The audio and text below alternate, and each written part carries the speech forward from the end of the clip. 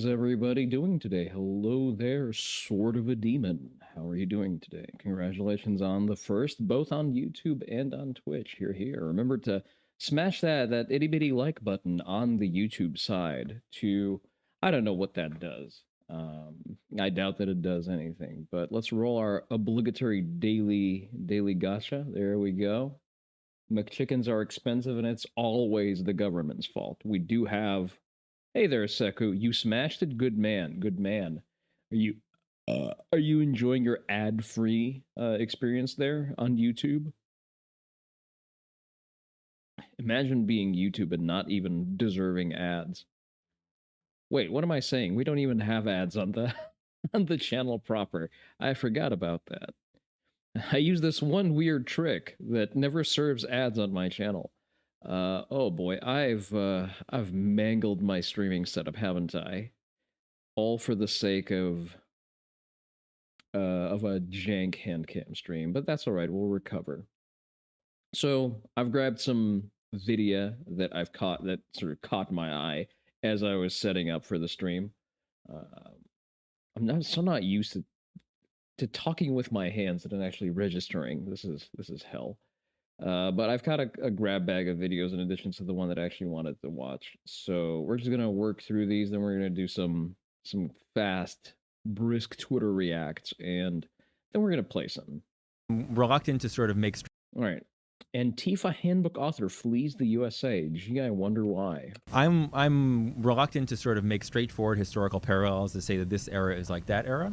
But when Holocaust survivors talk about how eerily familiar things feel, I think we should take that seriously as well. Hey, everyone.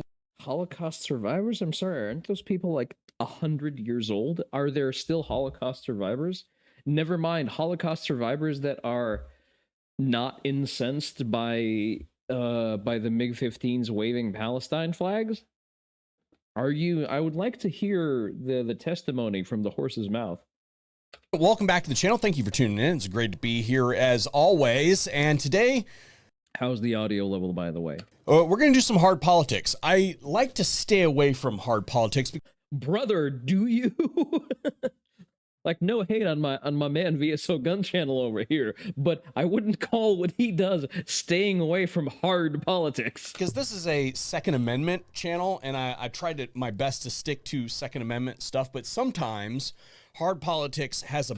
I can't wait to be 80 years old and hear from Holocaust survivors about why I need to support communists. You see, I don't think Holocaust survivors are big fans of communists. Bearing on self-defense, which implicates the Second Amendment, and specifically how the political atmosphere that you find yourself in might alter how you perceive various things that are going on around you and how you might respond to that. So today I want to talk about the situation with Antifa and the whole anti-fascist thing being designated terrorist. Good evening to you, Crespian. Organization, and how one of the, I'm going to call him what it is, leaders in the space, even though this is a decentralized organization, one of the leaders in the space. I mean, any decentralized if an organization is decentralized, it only means that it actually has more people in divested leadership roles.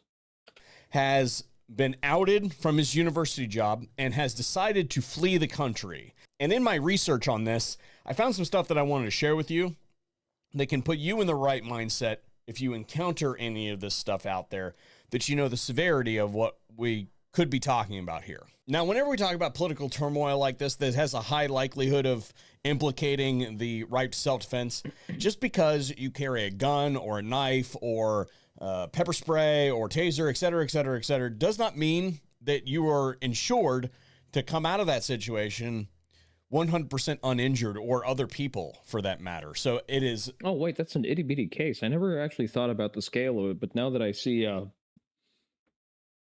the size of that thing compared to a tourniquet, okay, it's actually not that large. I think my duty to... Electrical tape is definitely a choice for a medical bag. Remind you that you should be carrying medical equipment in your vehicles, in your on your person, and you should have multiple kits in your house and all that sort of stuff. And I do agree with that. Make sure that you have ample medical. I think I have like a total of 3 tourniquets on various spots on my kit. I think I have 2 on my plate carrier, and 1 in the cummerbund, 1 in my dangler bag, and 1 on my duty belt. One-stop shop for all things medical is Medical Gear Outfitters. We have a discount code with those folks that you should use to great effect to get that stuff at a reasonable rate so you guys can get yourself squared away. I'm probably going to also add another sort of ouchie pouch to my cummerbund, because basically the one I have on my back is for me to use whenever like there is a there is a hole to plug, so to speak. But the minimalist medical pouch that's supposed to sit on the cummerbund, that is a medical pouch that is with stuff that is used on me if I go down. Special thanks to Medical Gear Outfitters for making today's video possible. All right, so to be fair and to establish the context, we're going to go to The Guardian, which is the rightest of right-wing news outlets out there, for the official story from the mainstream. Rutgers professor moving to Europe after threats over Antifa accusations. You know, he's not fleeing or anything like that. He's not moving in a hurry. He's just moving. Sure. Okay. The Rutgers chapter of Turning Point USA basically went to the university and said, hey, what is this dude doing teaching at this university? Turning Point USA. Golf clap. TPUSA's claim is that his rhetoric is endangering conservative students. And I'll put it like this. I have never sat in one of this dude's classes, so I can't say precisely what it is that they are targeting. They clearly believe that they have some sort of claim there. And I would say that there is other supporting evidence on the internet that might very well be the case. For instance, this dude is the author of Antifa, the Anti-Fascist Handbook. Oh. And while I have absolutely no intention of reading this piece of trash, and I don't suspect that you will either, why don't we just use... I would read it out of morbid curiosity. What the dude has said himself to establish what he thinks about particular types of folks. The question I would ask is do we think that Trump is a fascist or fascistic or authoritarian figure or not? Let's just assume for the sake of argument that we think he is. Why are we assuming that? What does that mean? Why are we just accepting that as a presupposition? Our politics should look like, right? Does it mean that we should go about business as usual, hold signs, make little memes, or does it mean that we should grind the country to a halt and say, this racist person running our country is a huge threat, that people will lose their lives by being deported, by being deprived of health care, by being incarcerated, by being... Yeah, we don't owe you health care. Killed by police, and make it so that we will not accept business as usual. That was 7 years ago. That was 7 years ago. Holy shit. Okay. And I want to make sure that I get his quote 100% correct. This is published on The Guardian, and this is a direct quote from Mr. Bray. I am not... This man looks like he runs a gay bar in San Francisco. How should I put this? He definitely runs the gay bar, but he doesn't actually own it.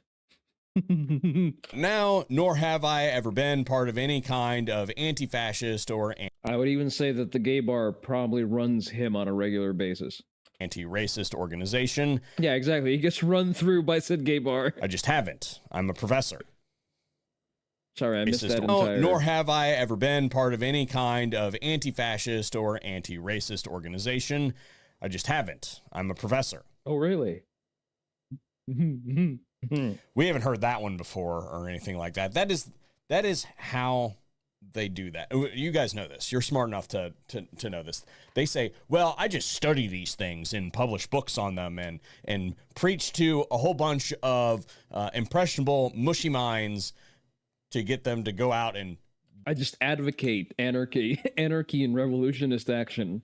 Do things, even though I didn't tell them to expressly go do that thing. I've just planted the ideas in their brain, and I've just said that it's immoral to not do those things. whatever they do is what they do. I'm just a professor. If you're just a professor, then why the hell are you fleeing to Europe, first of all? That's and a I'll good tell question. you why he's fleeing to Europe. Because 50% of the sales of that book went to the International Anti-Fascist Defense Fund. And that's exactly what you think. Oh, that's a fucking RICO charge. It is. All you need to do is look at the front page. Depending on your interpretation, the interpretation of the Department of Justice, the Department of State, et cetera, et cetera, et cetera, and whether or not that designation as a terrorist organization for Antifa and Antifa-related groups sticks, this person could be considered a financier, because that is obviously a support organization for... Yeah, fry him on the same chair as Soros should go on. Those types of movements around the world. We would assume that they do that here in the United States as well. That's why he has fled to Europe. Although I'm interested to see where he fled to in Europe, because, well, there are several European states that have extradition treaties. Depending on whether or not they... Now, just because somebody has an extradition treaty doesn't mean that they will automatically extradite. The United States government would have to make a very good case for that extradition. In the 20s and 30s and 40s, arguments were not enough. They weren't. So we can't assume that they're going to be enough now. Now, you can believe whatever you want to believe about this situation. I'm reporting this because it's on both sides of the news cycle. And as of the filming of this video, Rutgers has said that they are going to double down, which I have questions about that. If I was a person in the Department of Justice or the Department of State, what are... We double down on what? The funding mechanisms in there that are being used for that, and what is the political persuasion that supports that sort of thing? And those are questions that I would have if I were in those positions, and that's why I should never hold a position in government. Besides, I don't know. That sounds like reasonable questions to ask. the point that they've decided not to do that, this guy says that he's leaving the country. So I have real strong questions there. I'm reporting this to you It'd be interesting to look at his hard drive, because I wanted to use it as a framing mechanism to discuss the concept that these types of folks have in their brain called preemptive self-defense. And it's hard to pin a lot of this down, because you know how, like, the Trumpster does the weave, right? And, you know, he'll talk about something and it'll weave all the way back to that thing later. That's what he calls it. I don't particularly care for it, but, you know, it is a thing. These people use the same thing, only they pack it with a whole bunch of nonsensical words that they don't need to use. So it's very difficult to pin down in a concise clip to show you guys. You have to watch like a 40-minute dissertation on it to be able to get the whole concept. But to distill it down, the concept of preemptive self-defense is exactly what it sounds. They perceive through some kind of emotional means that they are threatened, and therefore they are going to go out and do things to people to try to prevent that from happening. In the 20s and 30s and... All right, Oni Dojo. I'm gonna call it right here. This dude, wrong finger, leap motion. Thank you. Fuck. It's this dude over there. He has the physiognomy of someone who touches young boys. I'm calling it right now. 40s, arguments were not enough. They weren't. So we can't assume that they're going to be enough now. That is not what self-defense doctrine in the United States. He has 100% sent a picture of his erect, well, however erect it can be with that testosterone level, but, you know, of a mostly erect penis to a 14-year-old boy. I am willing to bet money on that. States is. In order to employ self-defense in the United States, you have to have an imminent threat of severe bodily harm or death, or to yourself or to someone that you care about, in order to deploy self-defense. These people are saying, hey, we think that these people might eventually do something, so we're going to go do things like what happened last month.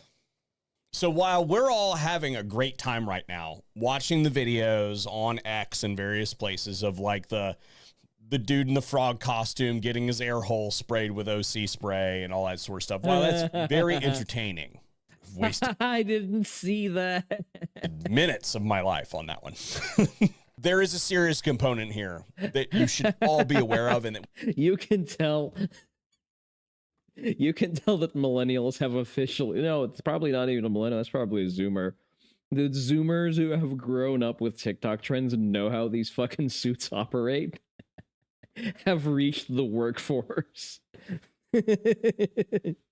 we have to keep in our mind that while we see these things going on, the ideology that underlies it is insidious and very dangerous. And it's just like you've got an animal cornered.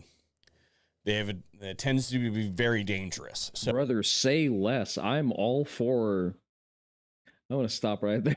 So while this sort of stuff is funny because it's outletting on the individuals that are prepared to handle it, like law enforcement and people in riot gear and stuff like that, understand oftentimes as these groups spiral out of control, they do damage in other places. That's good, because that's going to give us casus belli to go after them as a population. Hell yeah, give me letters of marque against Antifa. Have your head on a swivel, be paying attention to your environment around you, carry your fucking gun. Yes, sir. Hollows over balls 24/7. And your medical equipment. Yeah, that also. And remember, don't go stupid places with stupid people to do stupid things at stupid times of the day. All and that's what I got for you guys today. Thanks for tuning in. And if you found this message, we need to put that on a shirt or on a patch. I think that's definitely a good prescription. Don't go to stupid places with stupid people to do stupid things at stupid times of the day. It's a little wordy. It's a bit of a mouthful, but I think that it belongs on a patch or at least on a shirt. We'll think about that. All right, let's see. Coleon Noir, talking about the two types of gun owners most likely to shoot themselves. I'm gonna go past. I don't like the sort of the cliff note of the video being used as the first 30 seconds of the video. I am not a brain rotted Zoomer. I can just watch the video and then get to the substance of it, even if it is a 30-minute video, and we're probably not going to watch the entire thing. This episode of the Coleon Noir podcast is brought to you by Vetter Holsters. So, welcome to another Coleon Noir podcast. Oh, it's a whole ass podcast. See, this is going to be a solo podcast with just me and my beautiful face. I know you guys love it. What I want to talk about today is, for all intents and purposes, gun safety. That's kind of what the overarching theme for this podcast is. But I want to use a real life example and of a friend of mine who can kind of serve as a reminder of how, I don't want to say how easy it can be to have a negligent discharge, but for all intents and purposes, that's kind of what it is. It's actually something that can happen readily, easily. And a lot of times we think we totally understand it and we think we're fine, but we're really not. So I want to start off kind of with the story. Let me guess. One type of people is people who violate at least 2 rules of gun safety at the same time, and the other type is P320 owners? So I'm talking to my friend, and my friend's telling me about how one day he was, and the story might be a little anticlimactic, but there's a purpose for it. And he's talking to me about how one day he was fiddling with his gun. And he was fiddling with this gun, and he like, for example, let's take this echelon, right? This Springfield echelon. So he's just kind of picking it up because, like us gun guys, we do that. We'll just kind of randomly pick up a gun, kind of look at it, fiddle with it a little bit. Some of us who are responsible, will do dry fire practice and things of that sort. And he kind of was doing that. I do that a lot myself. I got guns everywhere. Here, I got guns here. Like there's guns all over the place. And he kind of was just going through the motions. Like he's pretty comfortable with guns. Like I'd put him expert level. And he kind of was like, he picked up the gun and he just simply put his finger on the trigger and pulled it. And it was odd to him because it's like, he knows the rules of gun safety. He's not a buffoon. Like he understands it and he's not a novice. But he just put his finger on there and just pulled the trigger. Yeah, because it's a reflexive motion, because you are trained to, when you make contact with the trigger safety, to go through the trigger pull. if you're an experienced shooter. That's why you keep your finger the fuck off the trigger. Whenever, listen, full disclosure, I fiddle with my fucking gun. I don't have as many handguns in the house. So mostly when I feel like interacting with a mechanical thing, it's usually going to be one of my shotguns, and I keep those unloaded. But if I happen to grab my gun that's usually on my desk, like I am holding it right now, I will keep it in a holster. So there you go. Crespian knows what's up. You know what? Let's actually test it. Let's see if it actually picks up. Just a second. Where is it? Is it within reach? It's not within reach. Let me get it.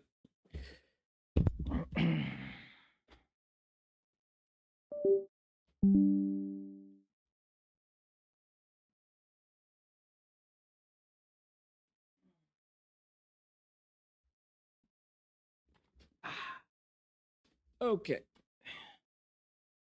All right. Set this down over here. Okay, so actually, you can tell me whether I'm just gonna crank up the gain all the way up, so that it's because absolutely very little of it is making it. Yeah, I feel like the sound suppression is killing most of it. Oh yeah, what is the sound suppression killing most of it, or can you hear it? No, it's coming through. Yeah. Still good? Okay. Let's not fuck with it. I hate hearing my own voice. Yeah. Fuck, it throws me off. I'm gonna leave the headphones off. What is the point of having it? Okay, I'm gonna shut the fuck up and just go through the motions. I don't actually need... never mind.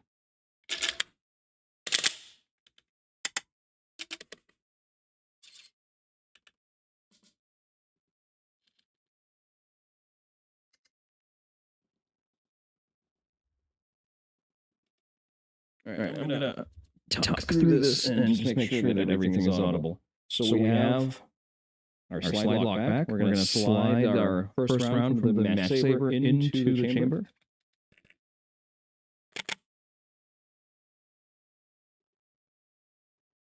And now we're gonna take another round and we're gonna load it into the tube. And before you ask, I am using snap caps. This is a shotgun that's kept dry. All right, let's go for the trigger pull.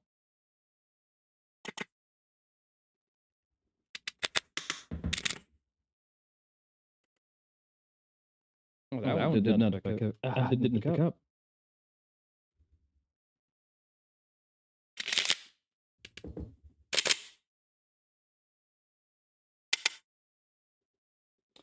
I sound echoey? I sound echoey? Oh, I know why. So, okay, let's do that all over again. Because I was keeping the monitor on, and I forgot to mute the desktop output. So that would explain it. Let's do that again. You'll get a freebie extra. All right, let me reset my snap cap so that we do that again. This time without the audio doubling up. I will, however, crank up the gain.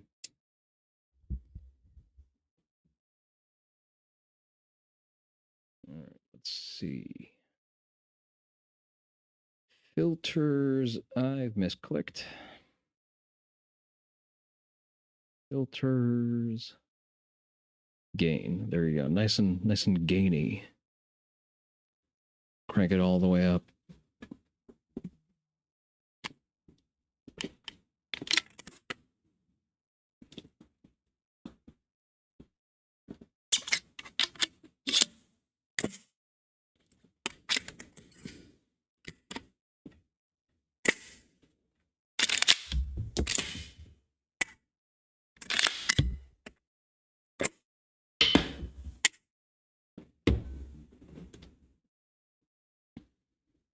All right, that's quite enough of that.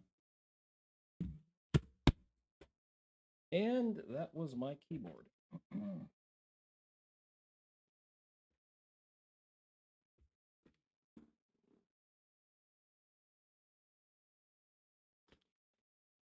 All right. There you are. You got your double dose of Benelli dry fire. Let me collect myself.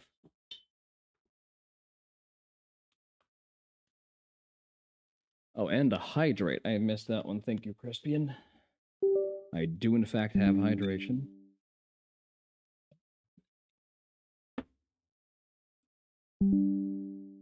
All right. Let's keep going. And as a result of that, his brain. But yeah, here's the point that I was making. If you're going to have a gun, have a dedicated gun for fiddling around and keep that thing dry. Or if it's a gun that you carry loaded, or rather keep loaded, like, for example, my carry gun, you fiddle with it in a condition where you can't reach the trigger, such as inside of its holster. Brain didn't, like, alarms kind of went off a little bit, but nothing set the alarm off like when he realized he still had a full mag in the gun. So if he had just haphazardly picked up the gun, played around and racked the slide, and then pulled the trigger, he would have sent a round through his wall. Now, you can make the argument, hey, somebody who knows guns, you know what it feels like when you rack around into a gun. Like, you know, like it feels different. Like doing this feels one way, putting the round in, racking the slide, that feels totally different. And usually that kind of sets off, that becomes your indicator that, hey, there's a round in this gun, right? That's usually if you're like expert level, really kind of, I don't like the word expert. Expert sounds really too high. But like, I'd say any significant exposure to manipulating a firearm will acclimate you to the fact that usually you have the association of shit getting real as you experience the sound and resistance of a slide stripping a round from the magazine. Like you're a gun guy, right? Like you're just a gun guy. And in his mind, he'd realized very quickly how bad things could have gone. And as a result of this, he kind of thought to himself, you know, maybe I need to really kind of reevaluate my gun safety habits so that this doesn't happen again. And, you know, we kind of had that conversation, we were kind of going through that or whatever. And I was kind of telling him, that's why I kind of have the system in place in my place that I have. And we'll get to that later on in this. But first, what I wanted to do was use that story to kind of be an example for what I'm about to talk about, which is the two types of gun owners who are most likely to have a negligent discharge. And this is just kind of based on like my history and, you know, just my background in firearms and how long I've been here and seeing the things that I've seen. Because there are inherently from a, I don't say expert level, but just from a use case level, there are three types of gun owners. You have your beginners, the middle grounders, and then you have the kind of experts.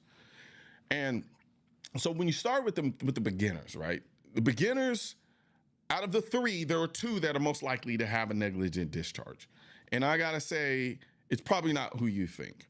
But there's only three of them, so you probably, it's to some degree, kind of already figured it out, and for why. But for those that don't, this video is important.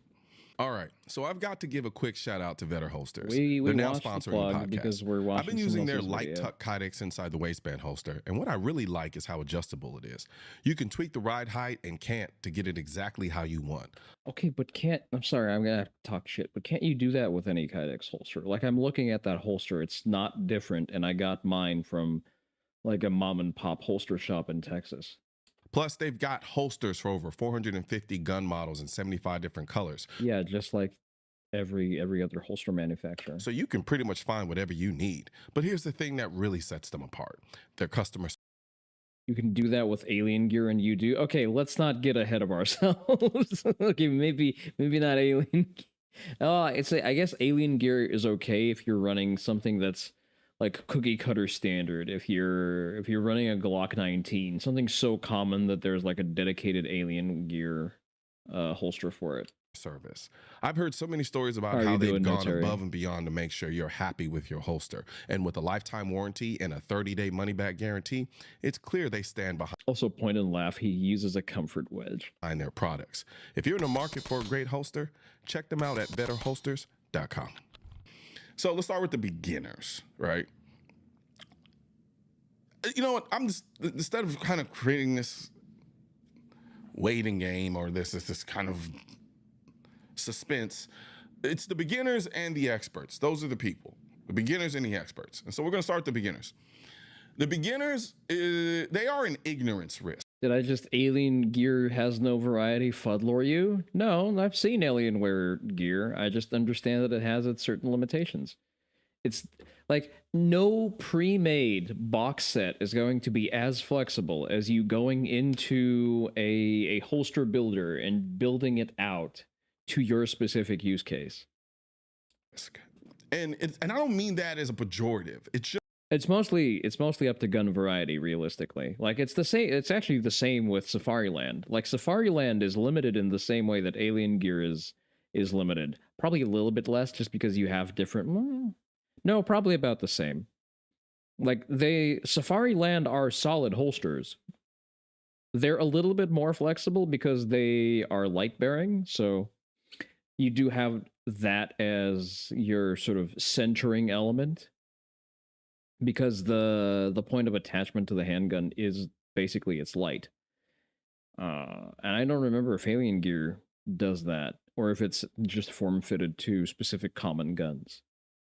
But I'm pretty sure I'm not going to be able to find an Alien Gear for an HKVP9. They really just don't know better. They don't really know the rules of gun safety. And there's something about a trigger. Like a trigger on a gun. Like when you see a trigger on a gun, there's something about it that just makes you want to touch it and pull it. It just screams at you, pull me, pull the trigger. Like there's something about it when you're new and you're a novice, right? And I don't, and it's very interesting. And I think I know what it is. Everything about the trigger visually is inviting you to pull the trigger. It's usually curved. You know, that's the thing that makes the gun go off. It's a nice resting place for your trigger. So you just want to put it there when you don't know. As you learn more about firearms, you tend to be less likely to do that. You almost see the trigger as kind of like code red, right? And then there's another aspect too, which is their inability to have the micro perception of what it feels like to rack around into the chamber of a gun versus not when the gun is empty. And so usually what ends up happening is you got a beginner who has the finger on the trigger, and then someone who, when they're kind of trying to like make sure a gun is safe, they'll just assume that there's a round of a fully loaded mag in here. They'll rack it like that and think, okay, you'll see a bullet fly out, or in the case if there's no round in the chamber, they'll rack it and then nothing comes out, so they're assuming it's empty. And at that point, you know, they have a loaded magazine with a round in the chamber and they don't even realize it because, again, they're the beginner. They don't have that touch, that nuance, that feel to be able to visually confirm that there is not a round in the chamber, to ascertain whether or not there's a round in that chamber. And because of this, they are more prone to have a negligent discharge with the firearm. And it's not out of malice. It's not even out of just recklessness. They just don't know any better. Because there's something about a gun that gives you a false sense of understanding, because they're very simple tools. Very simple. But if no one breaks down to you why they can be inherently dangerous, you don't know what you don't know. Like, you don't know, hey, there's some rules that you kind of want to abide by because of the simplicity and their kind of inherently natural nature. Like, they just have a...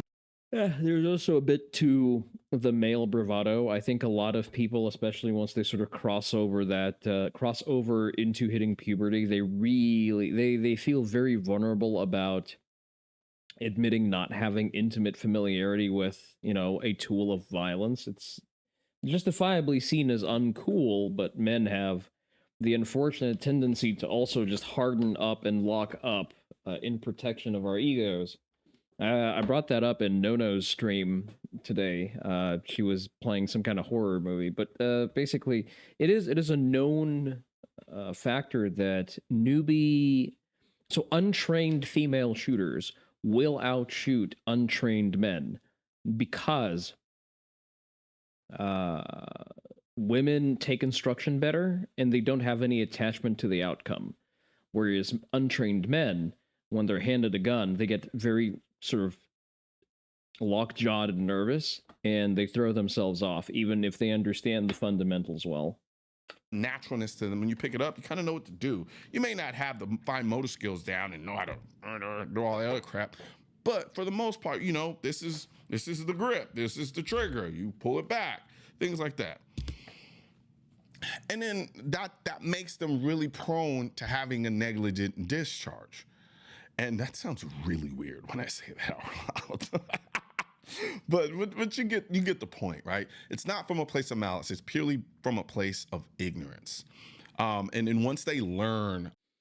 21 search results without checking for specifics. Bare bones exists. Lights, not that you can see. See? Again, Safariland has the same issue. Like, you can't fit every possible light and gun combination into a Safariland.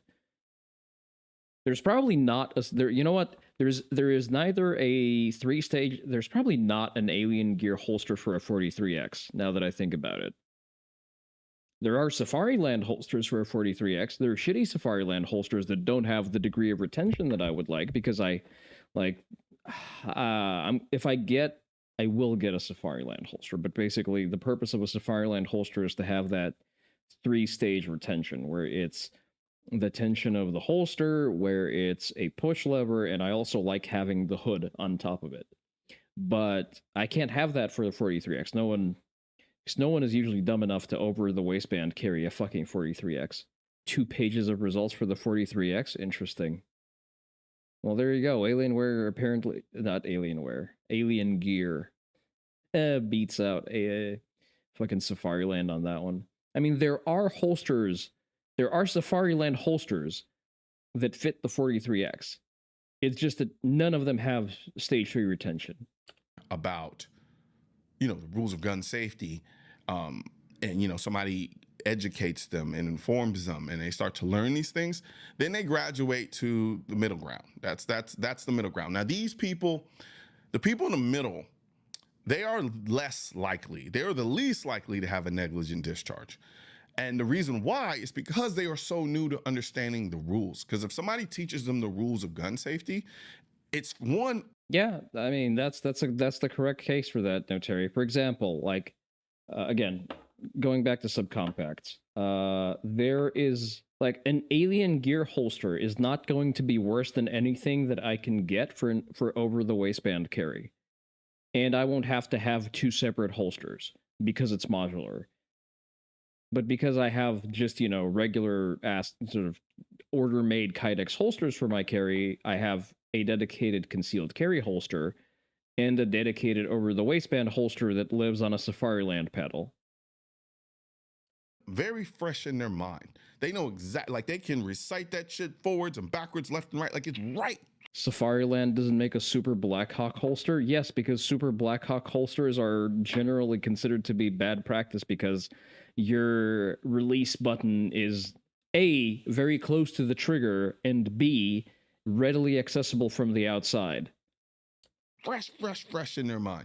And not only that, somebody has There is a reason why Blackhawk holsters are banned in most places.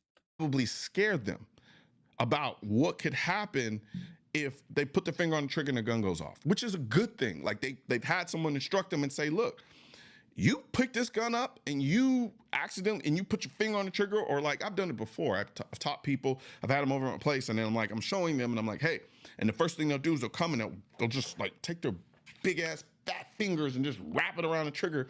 Yeah, there are most tactical training places where you have to work from the holster will not let you use a Blackhawk holster, because the placement of the button is such that under stress, under speed, you are very likely to just have your finger slip off of the release button into the trigger guard. And you're like, don't do that. And then, like, put the gun down, give them some more instruction, and pick it up. Don't do that. So you've kind of, there's like a startle response now that in the verse, right? So where this feels natural, you startled them so much that putting the finger on the trigger becomes that a fucking VP9? Almost scary. Like they're almost kind of scared of the gun, because it's weird how the fear concept works. When you're a beginner, you're not really scared of the gun, generally speaking, because you don't know to be scared of it to a degree. And I don't mean like be scared of the gun like this gun's gonna get up and shoot someone, but like having that healthy fear. It's really what I'm trying to say is healthy respect. And now in the middle ground, that healthy respect kind of crosses over a little bit into fear. So now you get this hyper caution, right? You got their finger is locked on that side of that gun. They've have finger like rigor mortis, so to speak, right? They almost treat the gun as almost if it's radioactive. And this was what makes them least likely to have a negligent discharge, because for them, You thought they wouldn't allow a Super Black Hawk because it's a single action revolver? Oh. Oh, okay, Super Black Hawk. Sorry about that. I was thinking Black Hawk Serpa holsters. I can't read apparently. Sorry. Streamer is a streamer. Please be patient with me. I am a VTuber. everything is fresh first, right? So they're new enough to the gun safety that they're not complacent, but they're more learned enough to understand not to treat the gun without respect. So, excuse me. So as a result, they're going to be the ones that are going to be least likely to have a negligent discharge with a firearm. The problem with that is, over time, the more experience you have with guns, the more shooting you do, the more times you don't have things go wrong because you've been so adamant about making sure you take firearm safety as pertinent as possible. And that's another thing too. The 4 rules of gun safety are entrenched in their brain because they've gone from not really knowing the rules of gun safety to now having it stipulated to them over and over and over and over again, along with instruction that they know what backwards and forwards, up and down. They'll recite that shit from memory. And so from that perspective, it's like they're gonna be the. That's why when you bought your first pistol, you carried it empty everywhere in the house for familiarity, finger off, etc. Yeah, you were basically just sort of doing the lead up to dry fire. Yeah, it's important to build those correct habits. Least likely to happen. I'm not saying it can't happen, but out of these 3, they're gonna be the least. The problem is when they start kind of, they graduate to becoming more like an expert when it comes to firearms. Like when they start to become an expert, that's where things get a little dangerous. And I would argue maybe, and it's possible that the experts are maybe more prone to have a negligent discharge. I couldn't be wrong about that, but here's why. So these people, they've been around guns for decades, eons. Like guns are like, it's me. And I'm not saying I'm just an expert on firearms, but I'm completely comfortable with guns. I don't even, I With a bell curve of respecting your fucking piece. Yeah, basically. often end up seeing guns through other people's eyes. I'm so acclimated to them. Like when I see them, it's nothing to me, literally nothing. They might as well be a piece of paper on a table. But to other people, they see them and they're like, oh shit, that's a gun, right? So there's this benign effect with respect to firearms that I have, and there's this almost kind of closeted fear that a lot of other people have just simply seeing a gun. With me, I don't have that at all. So I'm used to it. So I don't death grip my index finger on the side of the gun anymore. I don't lock it there on the side. It kind of floats. It's here, it's there. Never really touching the trigger, but it's here, it's there. Sometimes, I'm not gonna lie to you. Sometimes I'll be here, I'll check the gun, make sure we're clear, and I'll play with the trigger a little bit, do things like that.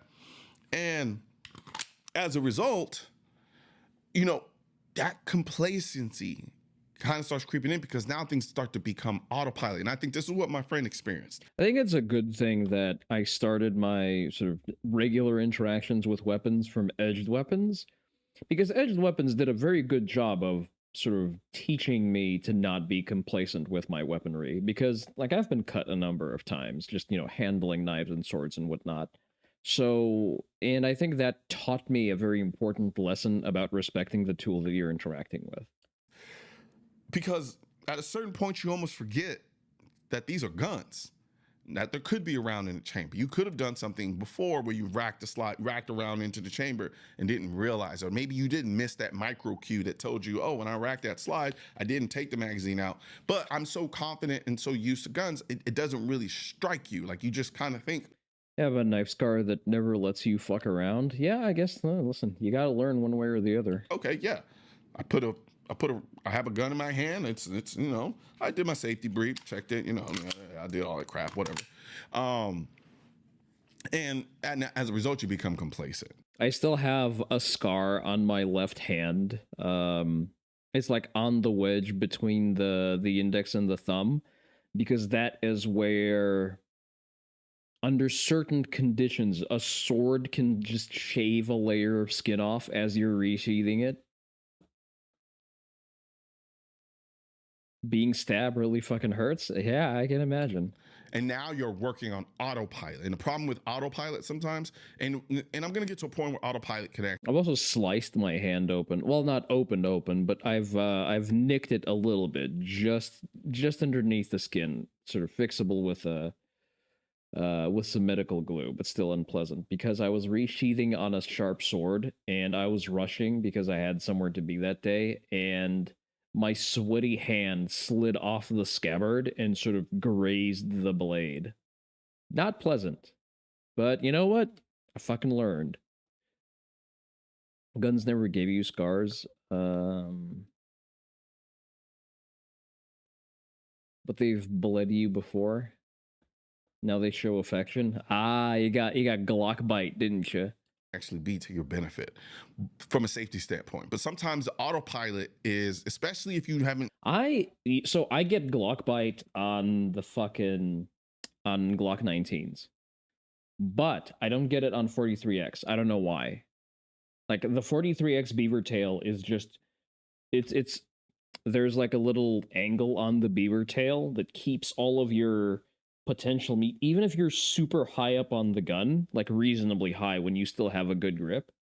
Like, the beaver tail pushes the meat out of the way of the slide, and it doesn't cut my hands, which I really like. Really ingrain that gun safety, or you haven't really completely ascertained the severity of a negligent discharge going off. Like, if you haven't really done that, but you've gotten to this point where you're an expert level with the firearm, you're more inclined probably to have a negligent discharge. And I know it's kind of hard to think that way, but it is very, very true. And I've seen it, because you just go through the motions. And everyone knows when you just go through the motions, that's when accidents happen. So you'd have someone who gets a firearm, and then without thinking, they're on autopilot, and they just pick up the gun and boom, pull the trigger, right? Because in their brain, they think they went through the safety check, but they didn't. And that's how stuff like that can happen. It's a little bit harder with an AR because it's bigger, but even then, that can happen too. But for the most part, when you become kind of an expert level with a firearm, things just feel very natural. So you don't think to do things. So, like, for instance, like, that's why I try to ingrain a nervous tick of doing a press check on any firearm I handle, even if I know, like, I'm doubly sure that it's loaded or unloaded. Like, if I think I know the state that the gun is in, I'm still going to do a press check. You've seen an ND because someone limp wristed a chamber check without locking the barrel back with the mag out? So what did they've sort of short stroked the slide, and it didn't extract the round. And we don't have the same rigorous standard, well, at least if you haven't set for yourself that, like, pilots do. Pilots fly hours and hours, fly the same plane over and over and again, but they still go through that checklist every single time. The checklist, boom, boom, boom, boom, to make sure that nothing goes wrong. The guns are so accessible and so easy to access. It's kind of easy to have checklists for a plane because it's a fucking plane. Like, there's a lot of things, a lot of buttons and things going on that you got to do and figure out to make sure that you don't crash the damn thing. With guns, you just kind of pick them up, and it can become almost arduous and tedious. No, lovely. It's to go over in your mind all the damn time. Oh, we got to do this, got to like slide back, do other stuff like that. So you become overconfident because you feel like, I've been doing this forever, and then boom, like. Remember that video of that DEA agent? I think it was a DEA agent of sorts. And it was long, like, For those who know, they know. Like that was like the quintessential gun fail video for a lot of shooters getting into the space back there in that time. He's in a classroom, he has a gun, he's like, I'm the only person that's expert enough to handle this gun. Bang! Puts finger on the trigger, gun goes off, shoots himself in the foot or the leg or something like that. Yeah, That is a certified classic example of an expert getting too complacent, too confident, and not being cautious enough, and ending around into his foot or whatever extremity he ended up ending I bet you that was counted as a school shooting. himself into. Now, me personally, I have a very thorough system. It's kind of thorough, a little bit. No, it's pretty thorough. So I have a system in my own house, right? And everybody's system is going to be different because you have to account for different things. If you have kids, you have dogs, you have people at your house, things like that. I don't have kids. I don't have a dog. I don't have any pets. I rarely have people over at my place. So I have a system that is pretty unique to me. And one of the things that I do not do, so I have two sets of guns. I have guns that are set up for self-defense, and then I have guns that are just the guns that are there, right? And now I'm a little bit of a specific case because, I do review guns and things like that. So I typically need to have guns around so I can get used to them, get a feel for them so that when I do the review, I'm talking from experience. But in my place, in my house, the guns that are set up for defense never get touched. And I mean, they never get touched unless I'm checking them to make sure that they're still lubed, make sure that I'm taking them to the range to make sure that they're still functional, that I'm running my defense rounds to them, things like that.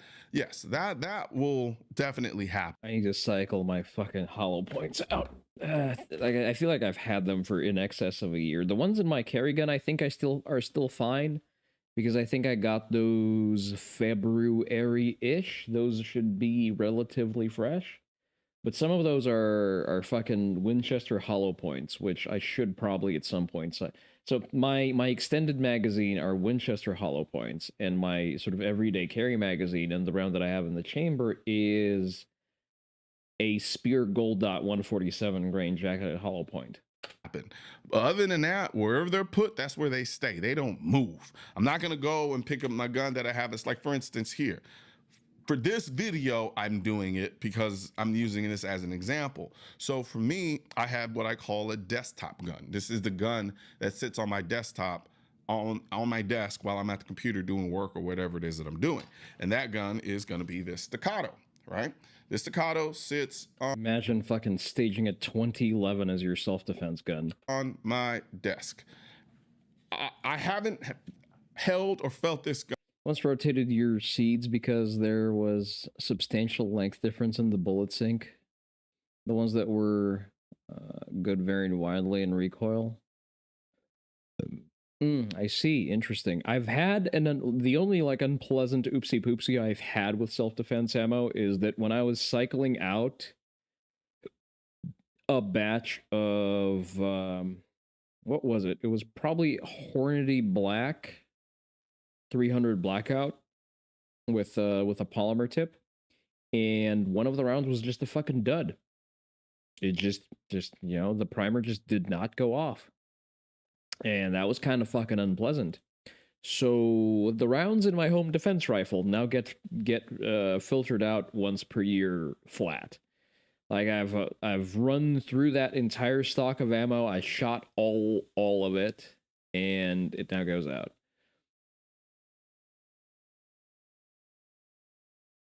It's one of those things, bullet deeper into the case, higher instant pressure. Yeah, and sometimes that actually could lead to a catastrophic malfunction. So I don't cycle rounds through, like I don't cycle my carry rounds a lot. Usually my concealed carry gun is just going to sit with the round in the chamber. So, and even then I try to sort of rotate them inside of the magazine so that I'm not rechambering the same round over and over. But what I'm probably going to do eventually, I'm just going to go to Phoenix Ammo just because I know they're solid. I'll buy like a baggie of jacketed hollow points and polymer tips. So hollow point 9mm and polymer tip 300 Blackout. want to cycle out all of the shit that I have just laying free, and that ammo is going to go into cans with moisture capturing silica. And that way, I know that that ammo is being stored correctly, and then I can just cycle out the ammo that's out in the wild, quote unquote, every sort of 8 to 12 months. Gun in a very long time. And when I say long time, we're talking weeks, months, week to months, right? Largely because, like I said, I don't fiddle with it. I don't play with it. It sits there ready to go. In this case, it's not because I'm talking about it in a video, but I got my ammo in it ready to go. There's usually a round in the chamber. I have the safety on, and it just sits ready to go. I don't play with it. I don't touch it. It doesn't move. It sits right there underneath my computer monitor, ready to go. And the reason why I do that is because I don't want to get so complacent with it, because I am, like I said, I'm a upper tier in the range of, experience with firearms, that I could become complacent, pick it up one day, drop the slide, drop the safety, and just put my finger on the trigger like my friend did, and boom, now I've sent around wherever it is that I had the gun pointing. I don't want that. So for me, those guns stay exactly where I put them. Same thing with my bedside gun. My bedside gun stays on my nightstand. I don't move it. I don't touch it unless I absolutely have to. It stays there ready to go. That's it. Those are the only guns that are actually loaded in my house, period. I have guns in a couple other places too that's set up for defense. I don't touch them. I don't fiddle with them. I don't even dry fire them. Now, when it comes to the other guns, all the other guns stay unloaded. They are never, ever, ever, ever have a round in the chamber. I never put a round in the chamber of any of the guns in my home. As you can see here while I'm on video, like for instance, this gun has rounds in it, right? This gun has rounds in it, but I can't remember the last time I've racked the slide on this gun to actually load a round. Now, it has rounds in it because it's kind of like a secondary defense. Like it's one of those guns that I know it's in my safe. I know there are rounds in the magazine. So if I, for whatever reason, need to go and grab it for whatever reason, it's there. And I have several guns like that. Like this Echelon's the same way. Like this has rounds in it too. So for me, I still never actually chamber around. So they're not loaded. So they may be in the safe, but they're not loaded. And the reason why is because these are guns I fiddle with. I fiddle with them. So since I do fiddle with them and I pick them up, I touch them, I play with them, I do all this stuff like that. If I happen to make the same mistake that my friend did and just whimsically pull the trigger, yeah, I probably shouldn't do that if I didn't intend to. But if I did, the worst that happens is I get a loud click and that's all I hear. And then it's a reminder, hey. I have a bit of a similar system. So there are 3 guns that are loaded at all times in the house. That's my carry gun, that's Oni wife's carry gun, and the rifle in the bedroom.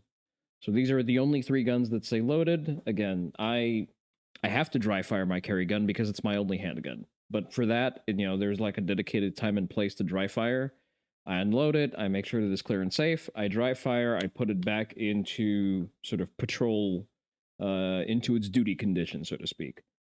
And when it's just on my desk and I'm practicing like my sight picture, my sight acquisition, I will leave the holster on so that I have no access to the trigger. So that's usually how I do it. And every other gun in the house, that just stays completely dry. There's not even ammo touching it. Like I have my 2 shotguns, and like the Benelli is staged specifically to dry fire on stream. It has the 2 snap caps, one in the sidecar and one in the placard and one in the match saber. And the shockwave just kind of sits there. The shockwave I keep out of reach, but it does have a loaded sidecar, but no rounds in the actual thing. So that, in order for me to load it, I need to consciously start manipulating sort of 12 gauge rounds. I need to do a lot of very conscious mechanical manipulations in order to get it into a ready fire state. You need to get back on your game with this gun safety stuff. Like this is not a game, right? And so it gives me the ability to not it gives me buffer room to not have a catastrophe of a mistake. I live where I live. I'm surrounded by windows, literally. If I have a negligent discharge in this place, it's a wrap. Like there's a zero sum game for me in that regard. So I can't afford to deal with that type of accidental or negligent discharge. So I do my best, and I probably over prepare not to have that happen. Apropos of nothing, the extended safety of a 1911 is a vibe. You don't even finger it half the time. It just lifts your support hand and engages it in the palm pad of your. Yeah, it's basically a what's going. They call that a not a speed bump, a gas pedal. That said, I still fiddle with my guns. I still pick them up, but I also ingrain another thing. Anytime I usually pick up a gun. Now, I didn't do it for purposes of this video because I didn't want it to get annoying, but you probably saw me do it without even thinking at some point.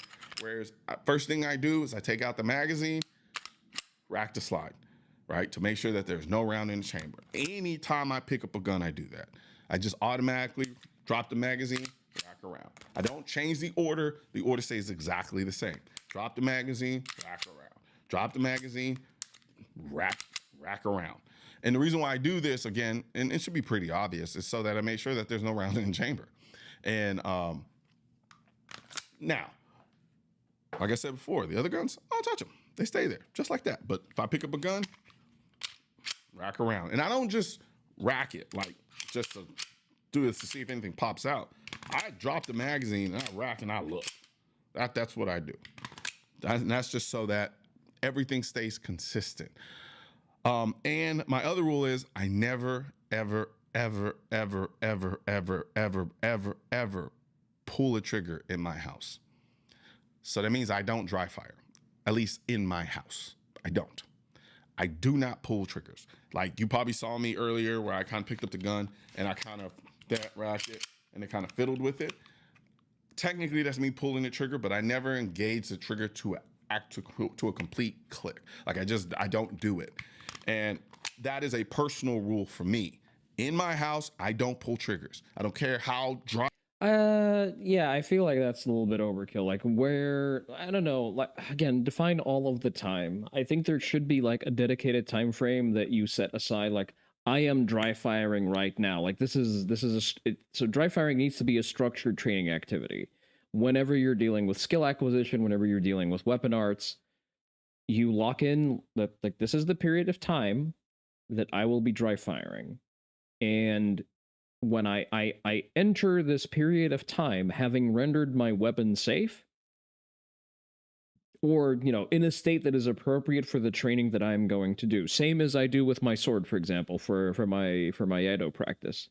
Like before I start my training, like I'll sit there, I'll bow in, I'll check the sageo, that the grip is intact, and then I will proceed to engage with, sort of my usual training. Same with the gun. If I'm going to dry fire, I do that as a deliberate activity. Pick up the gun, I unload it, I use one of my California compliant plastic mags that came with the gun. Or I pick one of my unloaded shield guns, but I have like mags. But I'll specifically have like empty mags set aside, and I will dry fire with said mags and snap caps depending on what I'm doing. But I'm going to do that in an area where live ammo doesn't appear. And then when I'm done training, then the gun goes back sort of on duty, which is I load it, I press check, goes into the holster, it's now live. Dry fire practice every night after work. I guess having it scheduled is fine. Yeah. It's not even less so about having it scheduled, it's more so understanding that this is the activity, that this is a dedicated and focused activity that you're doing.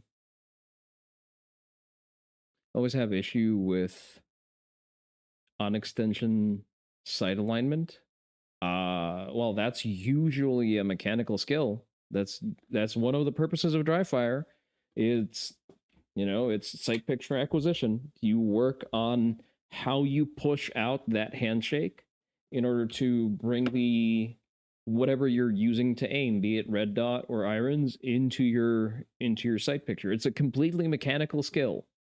why they are. I don't care how many times I. Your eyes need to be in the point where your gun arrives sort of through training. Like you train to bring the handshake up into your workspace consistently, but you also need to train your sort of visual point of aim where your eyes are going to be looking for your aiming device at the same time. So the two things need to be trained to arrive into the same place. Should get back into the habit of practicing with your swords again too.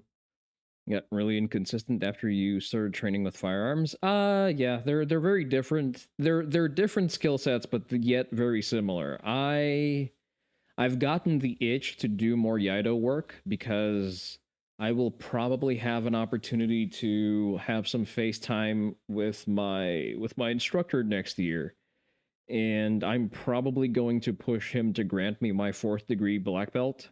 So I need to make sure that my execution is up to snuff, and I need to be able to demonstrate that I've done sort of the grown-up big boy work that's not documented and shows that I habitually engage with the art.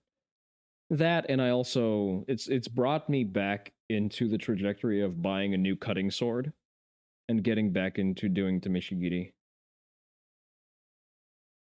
Yeah, it's a bit of a training scar because you use both target cutting irons and 6 o'clock irons.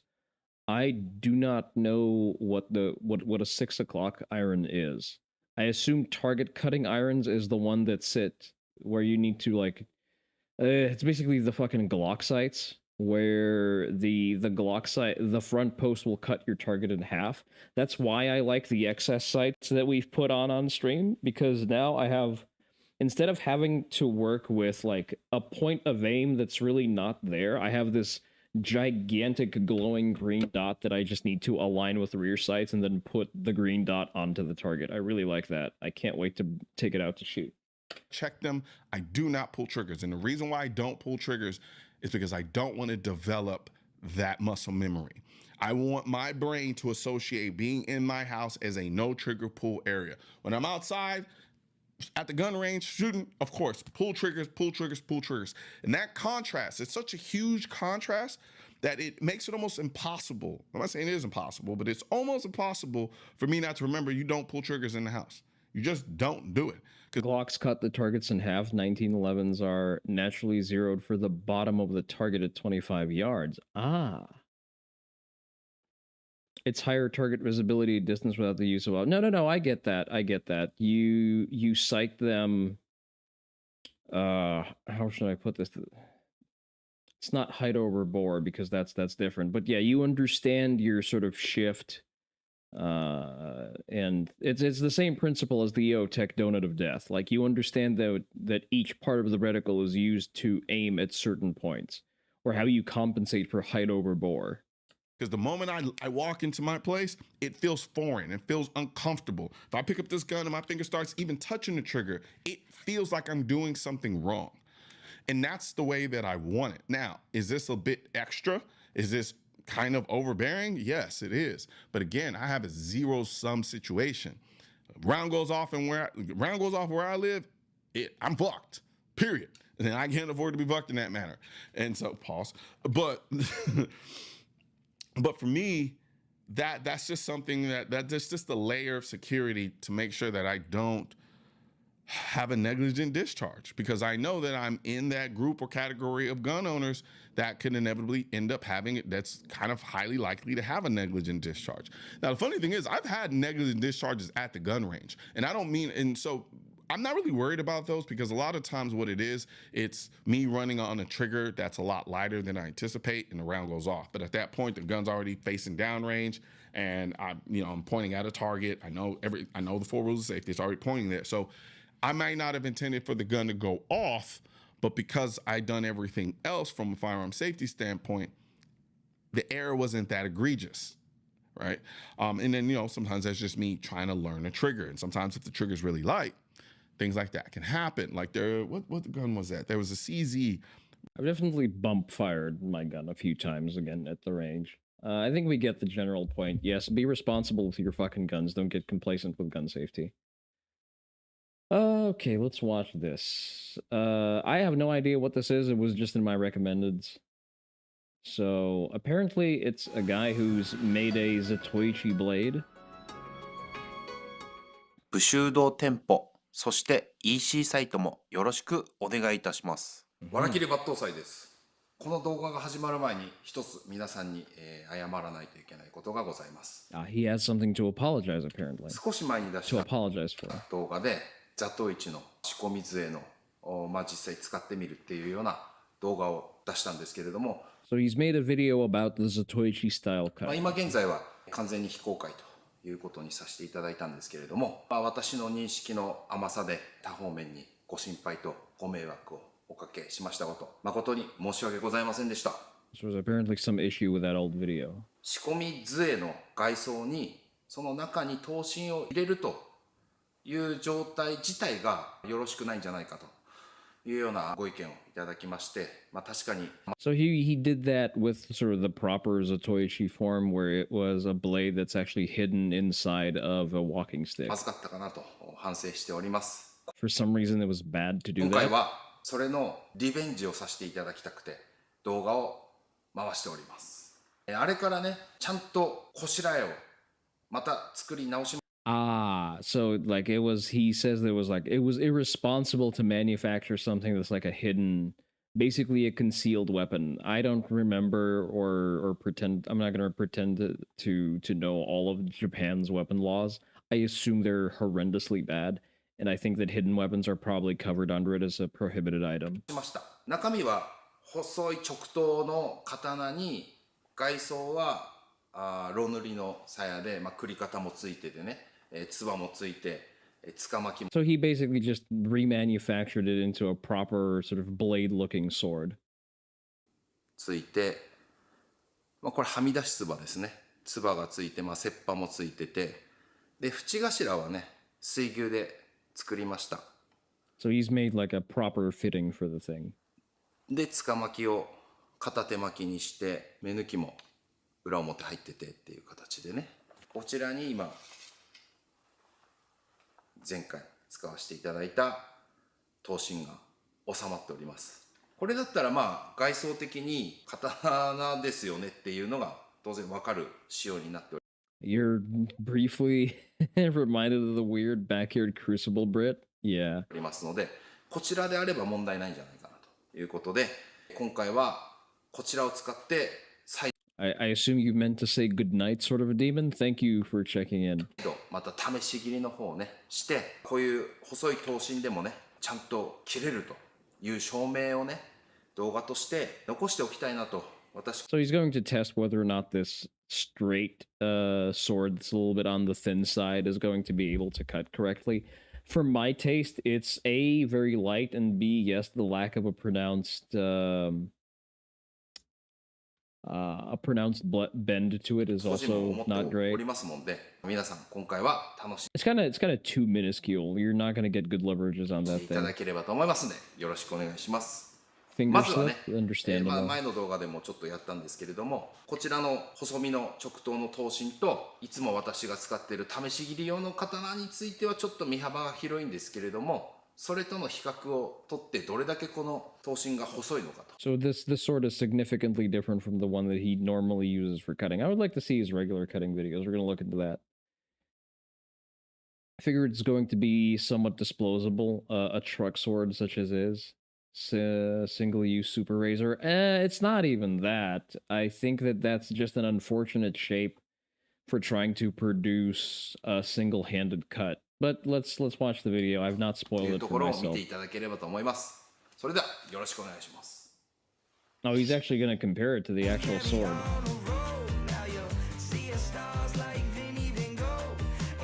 出てて切れ味が Oh, damn. It's like a third of the width. 相当 Yeah. 落ちてたので、刃先だけネタバ合わせ。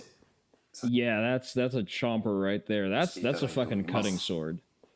少し前に古流の先生 All right, let's actually see the actual 試 video. し切りの検証の方をしていきたいと思います。まずはね、前回もやったんですけれども、えらい細い包丁よりも全然細い Guy, it's more thin than a kitchen knife. 刀身で、まあこの藁半巻きなんですけども。 So this is a single, well, this is a half mat that he has rolled together because, I mean, itty bitty sword, itty bitty target これ kind of が makes sense. ちゃんと切れるのかっていうとこ So he's going to test whether it cuts at all. ろをね、まあ久々なもんで、まあその辺も一回両手で普通に切ってみます。 So just regular two-handed cuts.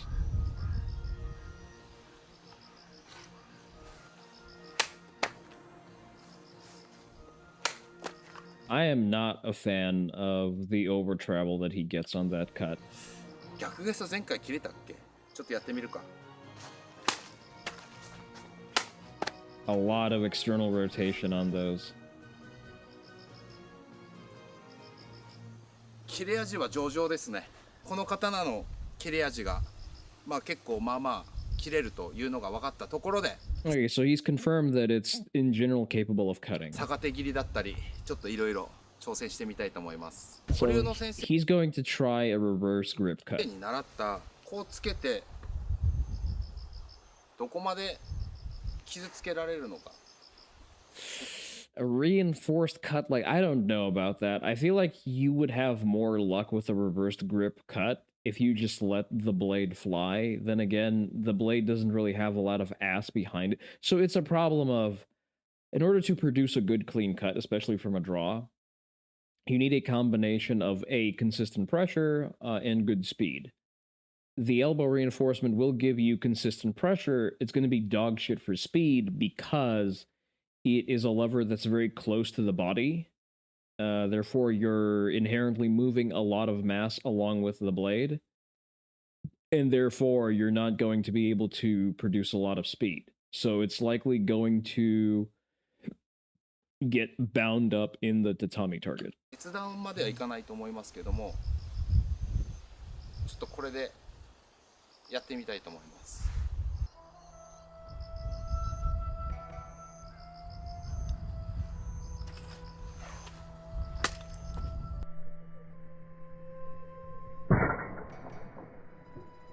Yeah, there was not good directional pressure because by the time he started hitting the target, he also started pulling on the sword as opposed to pushing through, so there was not a consistent angle of attack inside of tissue.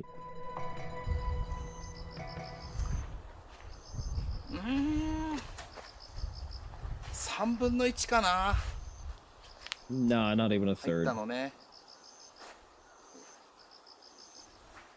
ただ動脈まではいってますね。ちょっとカメラ寄せますから。正面から見るとこんな感じで。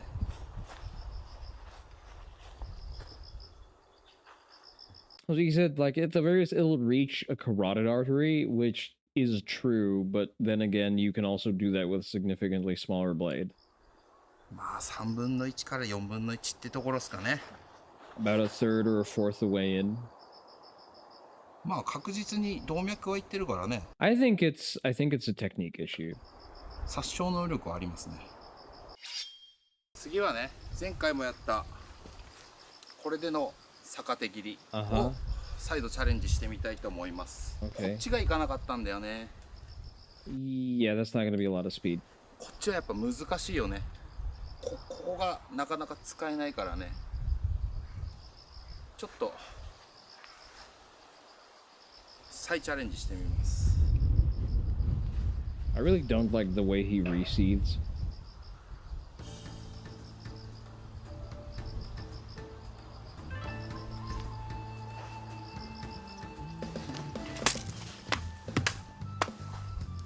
I mean, lots of external rotation, but you know what? He did get the cut. Mostly because there was good travel through the target as opposed to trying to pull out of it. Lots of gnarly over travel though.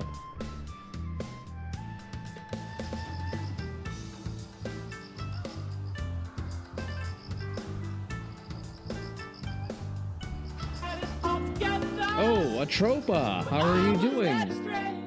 Hey, hey, hey! Welcome, Raiders. Welcome, welcome. What were you up to? We're looking at sharp sticks and their combination with soft tissue. Oh boy.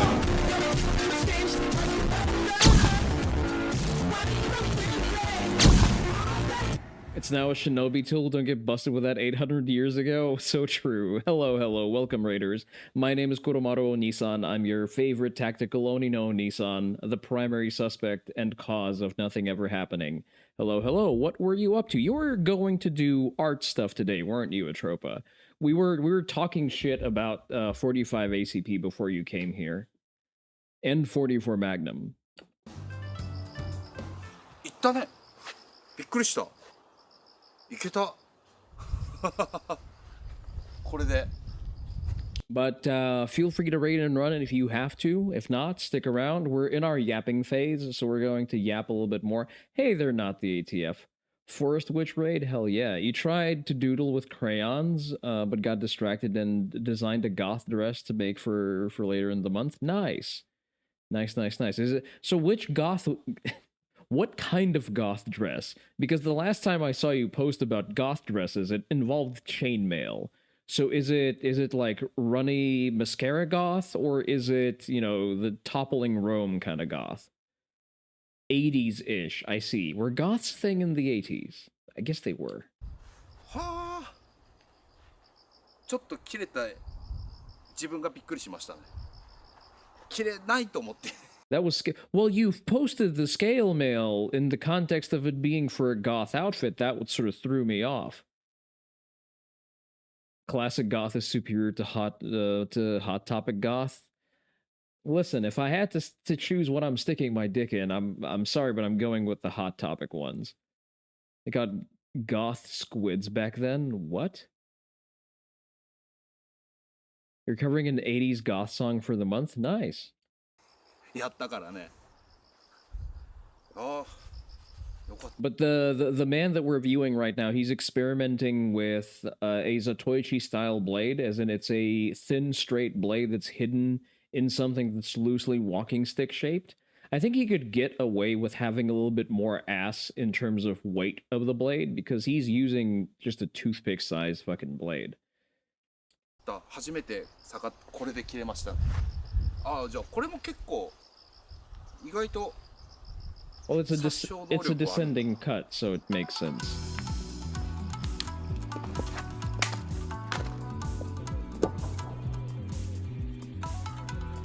I don't hate it. I would be concerned that he's not really doing anything to prevent the scabbard from getting split from a pull like that.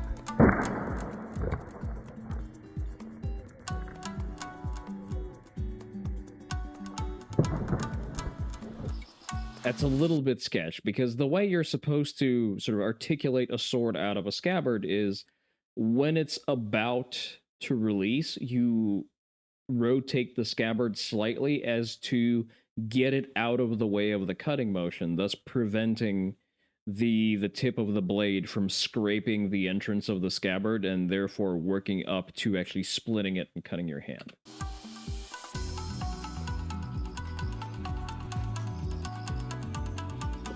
Like, you're not supposed to rely on the scabbard for protecting your hand in the event that you short stroke the draw. Oh, that's right. We were talking about gun safety before that. Atropa, how many guns do you keep loaded on the daily in the house? I'm asking for no reason in particular.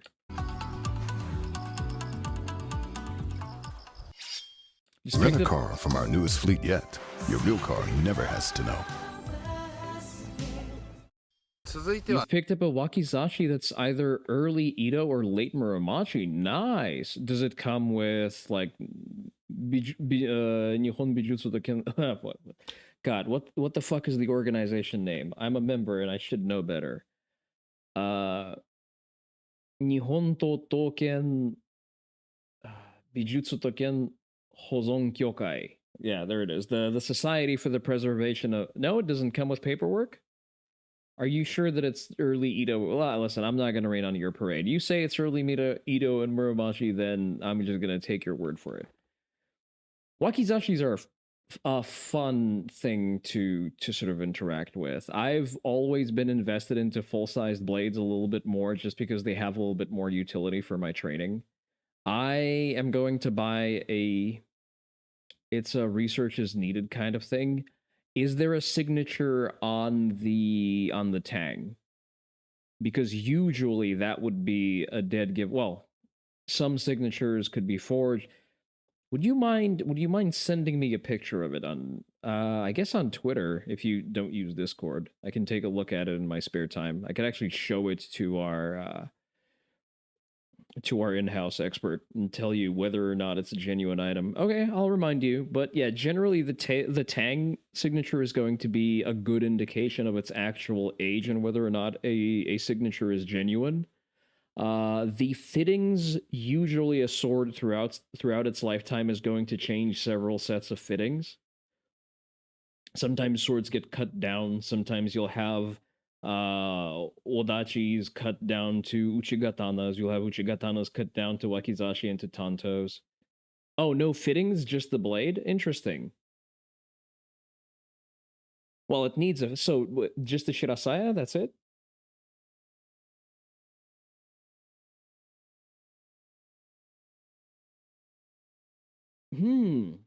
I mean, are you keeping it oiled? Because that's important for preserving that thing. They do not like... Traded a Cape guy for it. Cape is in Cape Town? How did that sword end up in South Africa?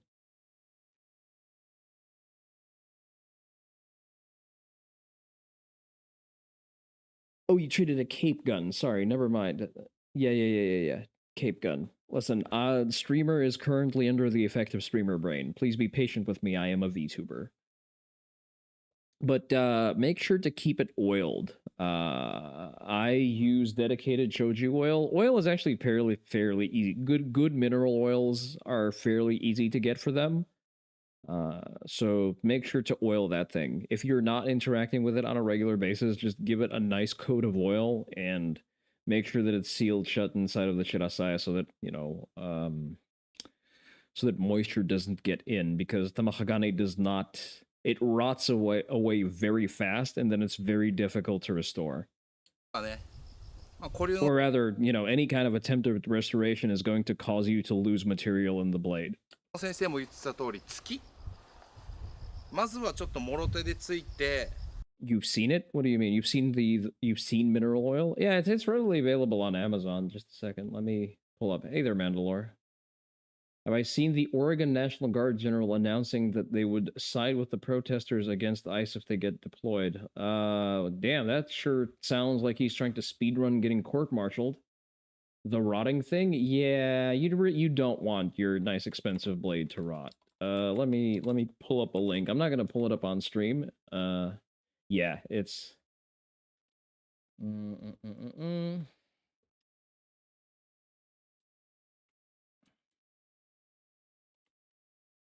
Shoji oil. Let me see. Where is a brand that I typically get? That's actually an okay brand to get. There you go.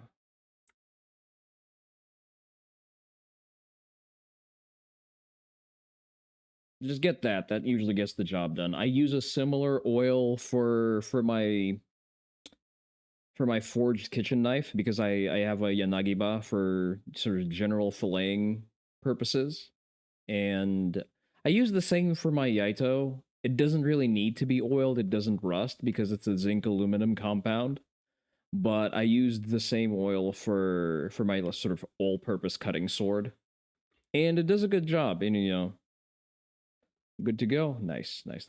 Yeah, you gotta keep it oiled because it's such a shame to. It's a high carbon steel. It's a steel that they had to invent on an island with basically no fucking ore, and it's the best they could do with what they had.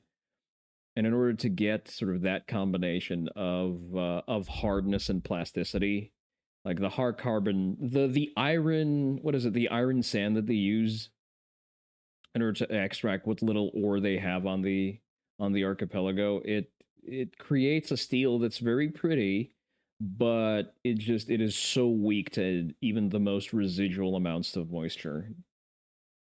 So yeah, you take care of that old beauty, especially if it's a historied blade like that. まあ片手でついて、まあこれまでいけたらいいね。まあ、ちょっとどんなもんかやってみましょう。 Alright, この he's アング going ルだ to と test 多 the 分真正面で thrust. 見づらいんで、ちょっとDefinitely needs research. If I like, I'll remind you to send me the signature if I have a photo of the tang, preferably of the entire naked blade, actually, because the Kisaki shape, in combination with the discoloration of the tang, because the tang is never polished, and the style of the signature is going to be grounds enough to sort of at the very least intuit whether or not it's a genuine signature and a genuine sword. 斜めにしますね。 Friend of mine has a restored Edo period sword, which is a significant slab of metal. Like it's a large sword that was definitely made for someone of a respectable size and good wingspan. And like if I suddenly become disgustingly rich, I'm buying that thing off of him. I don't care if I need to pay him premium because I think he bought it for like 30 grand, and realistically I'm buying that shit off of him. It's currently sitting in Japan, it's not doing anything, but first chance I get, I'm buying that thing off of him.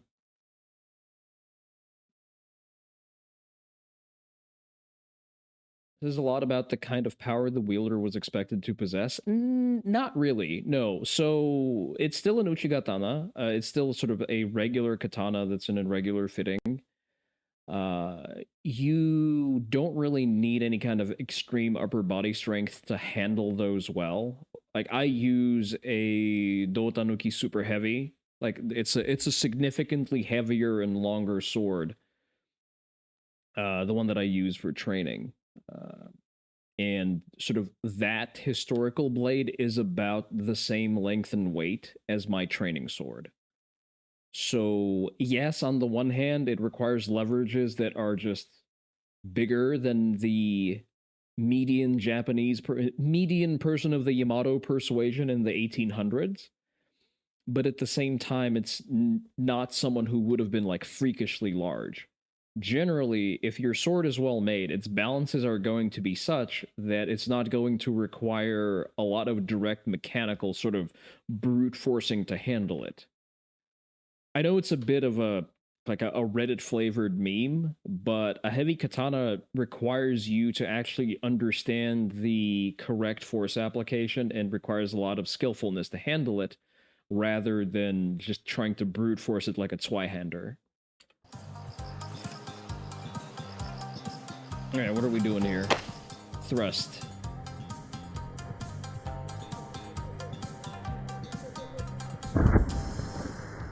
I mean, not great thrusting technique, and not a blade that's の built for 貫通 thrusting. してる。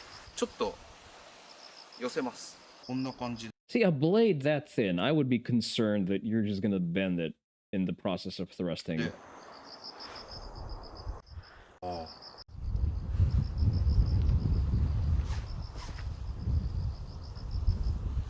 I would like to see him cutting with his regular sword.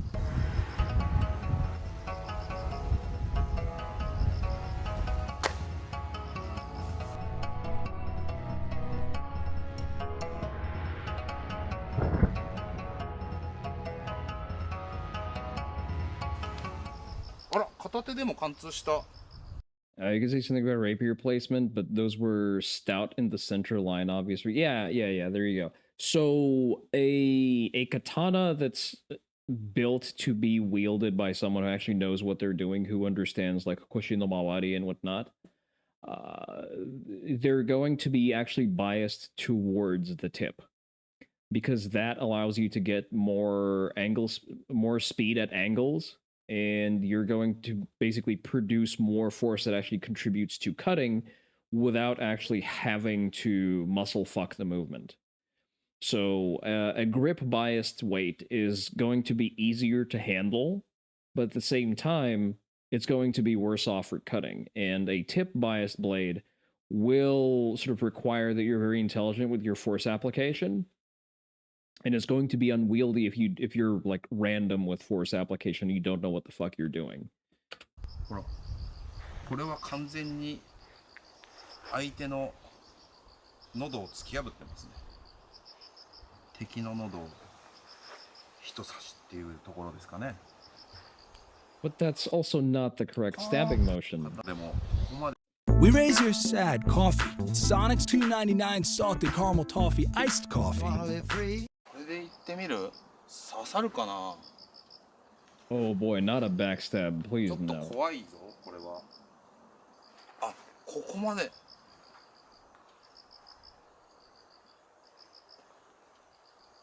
いけるかな？むずっ。 Well, that's also not the correct way of doing that.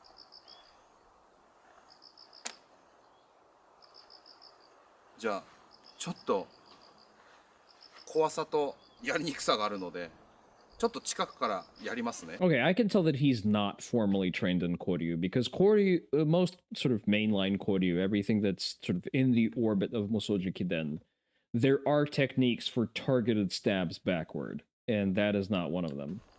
でこのアングルだとさらにもうちょっと見づらいからもうちょい横にしますか。このまま倒れ込む。どっちにこう倒れればいいのかな。方がいいね。 Yeah, I'm not a fan. ダメだね。このままこう倒れ込むって言って Does た he か do ら。 any more cutting?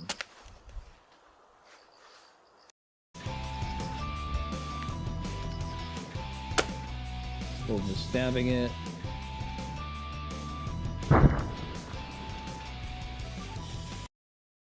切るっていうのをやってますけども、一番最強は月ですね。まあただその映画とかその勝新太郎の座頭市とかでもこういう月とかもあるもんね、実際ね。あれが一番強いと思う。やってみなきゃわからんもんだね。 It's regular two-handed cuts with a shit ton of over travel. That's very sloppy technique. そしたらさ、月技と霧のコンビとか結構最強なんじゃないか？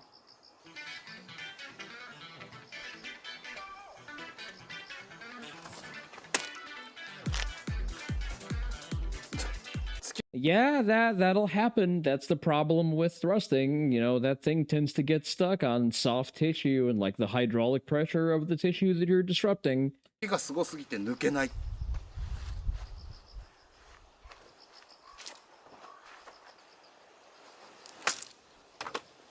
これがちゃんと抜けてこ A lot of external rotation. 切れたらかっこよかったけどね。刺さりすぎて抜けなかった。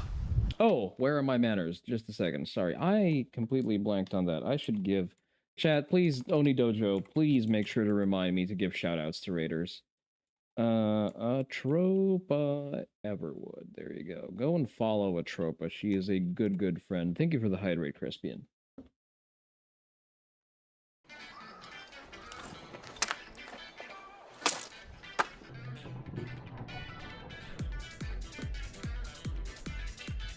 Also, the fucking movement economy just does not make sense. Why the fuck are you... Like, he's drawing, chambering a stab, lunging very close into the stab. As opposed to, like, when you have, like, the point of Iaido and all derived practices is to maximize movement economy, is being able to produce an effective cut just straight out of the scabbard.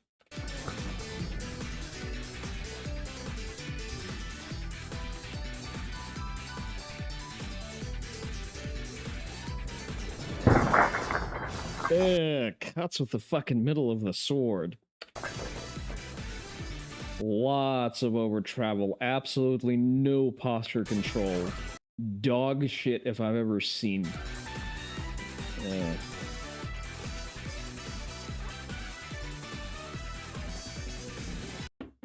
He bent the fucking sword. He bent the sword because he hit the target with the middle of it. I mean, to be fair, it's also as thin as a twig. 完璧じゃない？今の良かったね。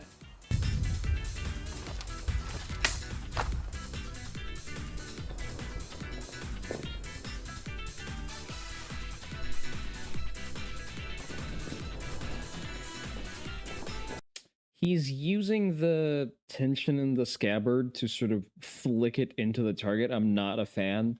Like, he does that enough, and it's going to split the scabbard open.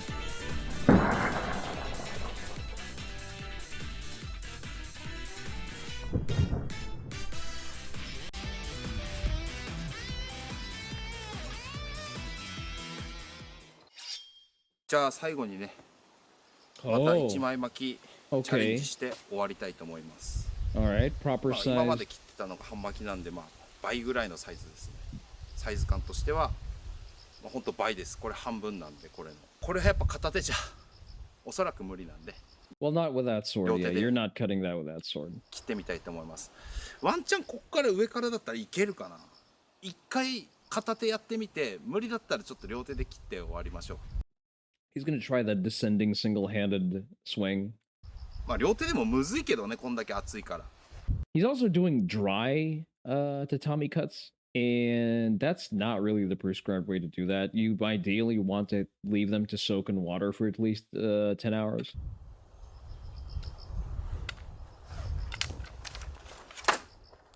Yeah, that's to be expected.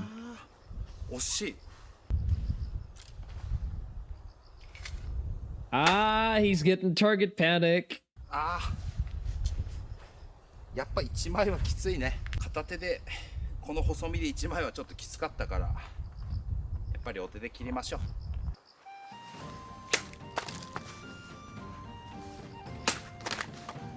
Yeah, he's just muscle fucking the movement. That's it. There's no skill involved in doing this. I don't like being the negative Nancy and a hater, but I have to call a brother out here. Let's see his other cutting videos. Maybe they're better. You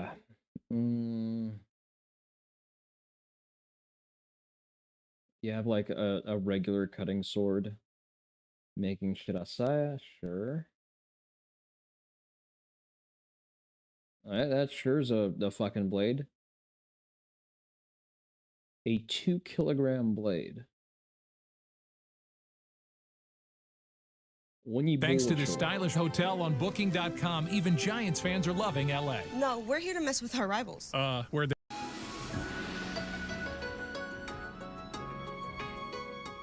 Bushudo tempo. そして Alright, so it's a shorter blade, definitely on the wider end. It's made to be very heavy.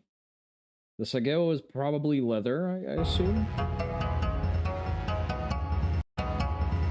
Or the tsukamaki. Yes, okay, so it's either leather or faux leather, fair enough. It's a rough-looking tsuba, likely historic. That looks like Tamahagane, okay, sure. Very nice work on the tsukamaki. I have to... Real recognizes real, as the kids say. 野外道場の方にやってきました。これはやっぱ俺も鬼包丁で使い慣れてるので、まあ安心感はありますね。富士の一貫斎に関して。It's a little oversized for the purpose. It's very much a purpose-built sword, so it's a little bit of a gamification, but let's see what he does with it. ただ火が入ってるんでね、結構重ね合って肉もあるので、どこまでこの畳表が抜けるかね。まあ試してみたいと思います。まずは It's a bit of a ridiculous blade. Like, you need probably like 2/3 of that for good effective cutting. この畳表1畳分をちょっと試しに切ってみたいと思います。Judging by the way he just lets the sageo sag. Yeah, it's just the weight of the blade doing work. He's not really even participating in the cut there. めっちゃ抜けがいいわ。いけるかな？わかんないけど、ちょっとやってみましょう。こっちで行ってみようか。Yeah, but it's all double-handed cuts. Do a proper cut from the scabbard, my man. Like, it's a heavy blade. As long as you understand force projection, it's going to cut no problem.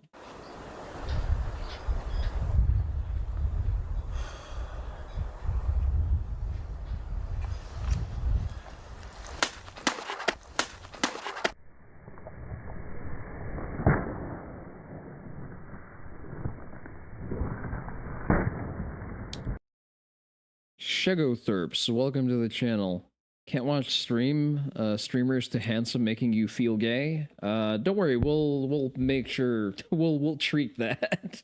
I'm sure it's something that can be medicated eventually. How are you doing today? Never mind the streamer, look at this absolute unit swinging around his metal dong on screen.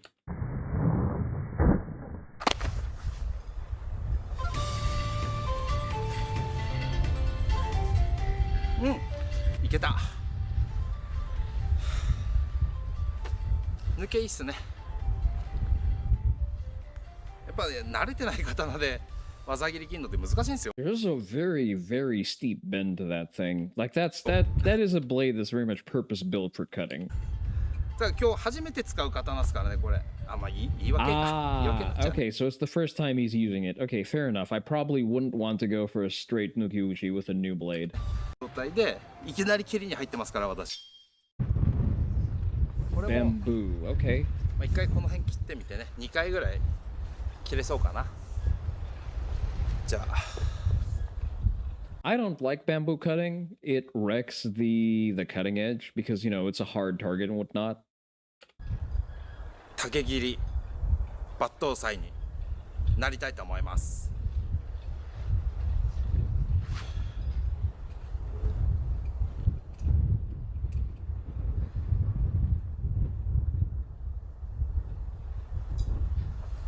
Still no drawing cut. He doesn't know how to draw correctly.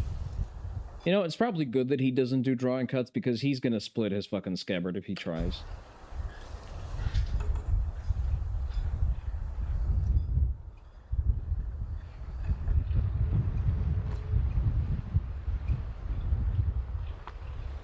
The vibes are immaculate, I have to say.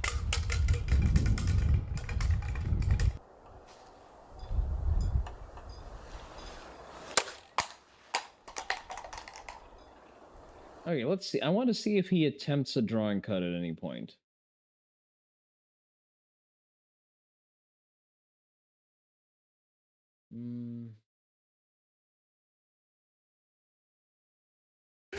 Even to you that looks sloppy. He's yeah. There's a bit of slop in what he does.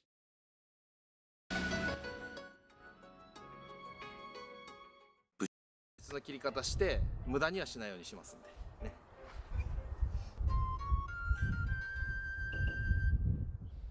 All right, let's see. ほらね、落ちるんだよね。 Like the main issue that I have with the way that he cuts, there's no precise force application. It's not like he's contributing a persistent pressure through the target. He just swings his fucking metal dick around and gives it a lot of external inertia and just, you know, it swings through the target because it goes fast and he has no control over where it goes. It's this. He's basically doing the equivalent of riding the recoil and not even attempting to control the weapon.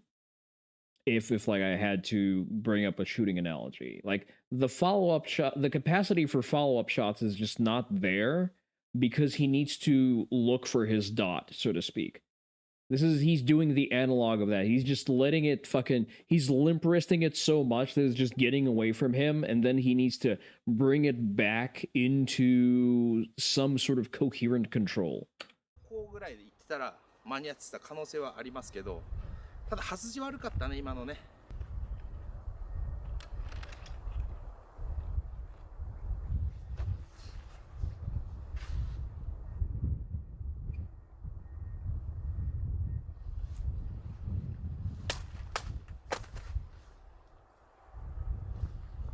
That was pretty okay because he controlled it aiming for a second one. 10本ないぐらいなんで、まあそれ切れなかったら終わりです。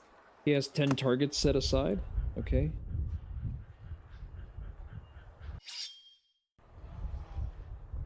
I wonder if he's going to attempt Nukiuchi at any point. Why are you still doing the same cut? Please, can we move on from the basic bitch two-handed cuts already?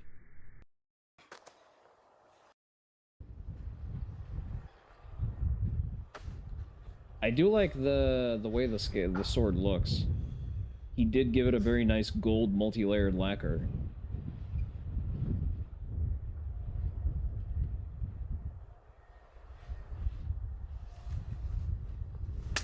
Really? Is that the only thing he's gonna be doing the entire video? I am less interested. Not a single Nukiuchi even attempted.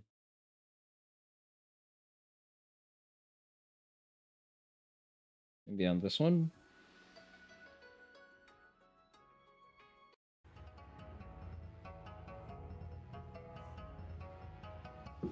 Nope.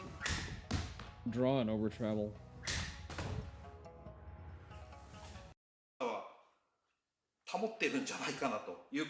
Oh, he's testing like cutting through clothes? Okay. I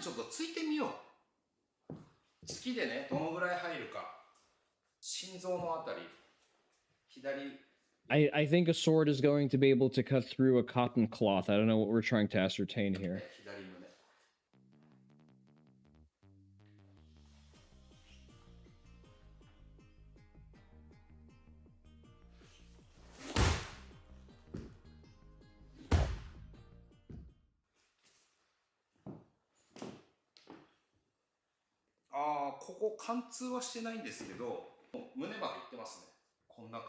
Yeah, no shit.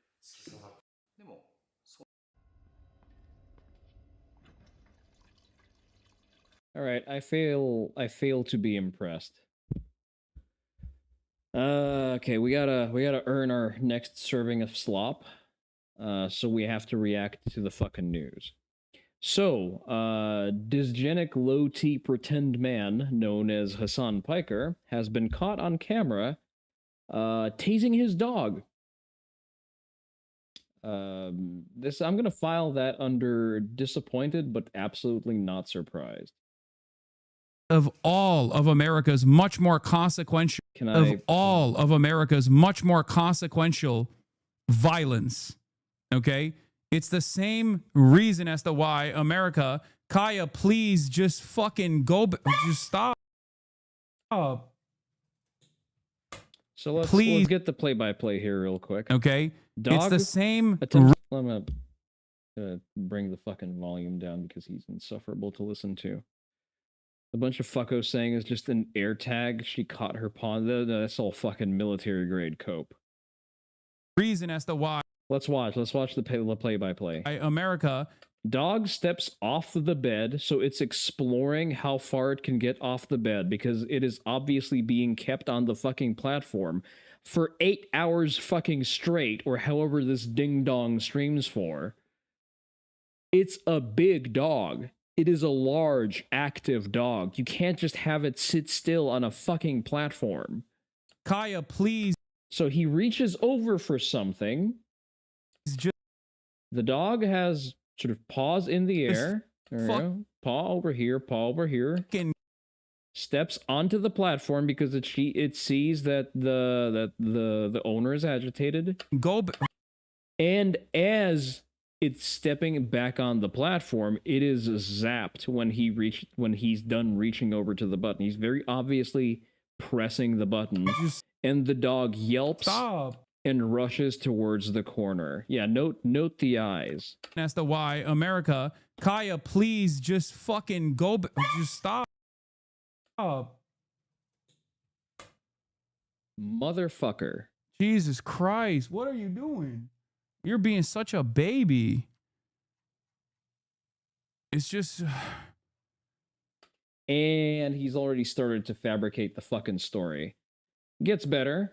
Like, first of all, like, he's naturally moved on into trying to gas it, as all communists do. He's now going to tell us to not believe our own lying eyes, even though we've very obviously seen what happened.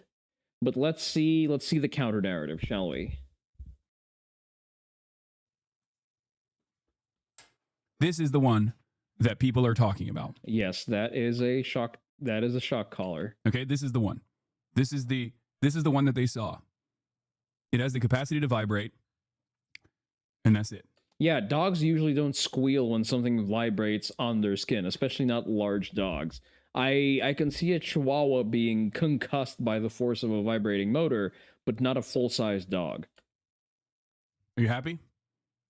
That's it. Good. There's the air tag. There's the fucking... There's the electroshock motor, yes.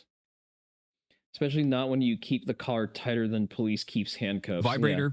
Yeah. It also has a flashlight component to it at nighttime, and it also has a tracker on it when she gets lost. If she were to actually get fucking lost, you are able to, it emits a sound. Okay? He's like a fucking 12th grader giving a report on a thing that he didn't prepare for. Just talking in circles. And let's go to the replies real quick. So he taped up the attachment points of the electrodes. This is what this collar looks like out of the box. Here are the shock electrodes. It's the exact same thing. It's the exact same collar. There you go. There's a button. Here's an indicator. It's the exact same fucking thing. He removed, so this is a removable point of contact, and he taped over them to obscure. It's very obviously, he did a very bad job of taping over it. He didn't even have the fucking wherewithal to, at the very least, look for a hard cap to cover it. Like, he is that profoundly retarded. Not only is he so retarded that he uses a dog as a stage prop and electric shocks it into compliance, but he is also so fucking retarded that he thinks that he can just take the electrodes off and duct tape the reverse end, and nobody's gonna figure out how those pieces fit together. Like, actually, this is the performance level of someone who can't answer the fucking breakfast question without help. Then again, I mean, he's an unironic communist. What else did you expect?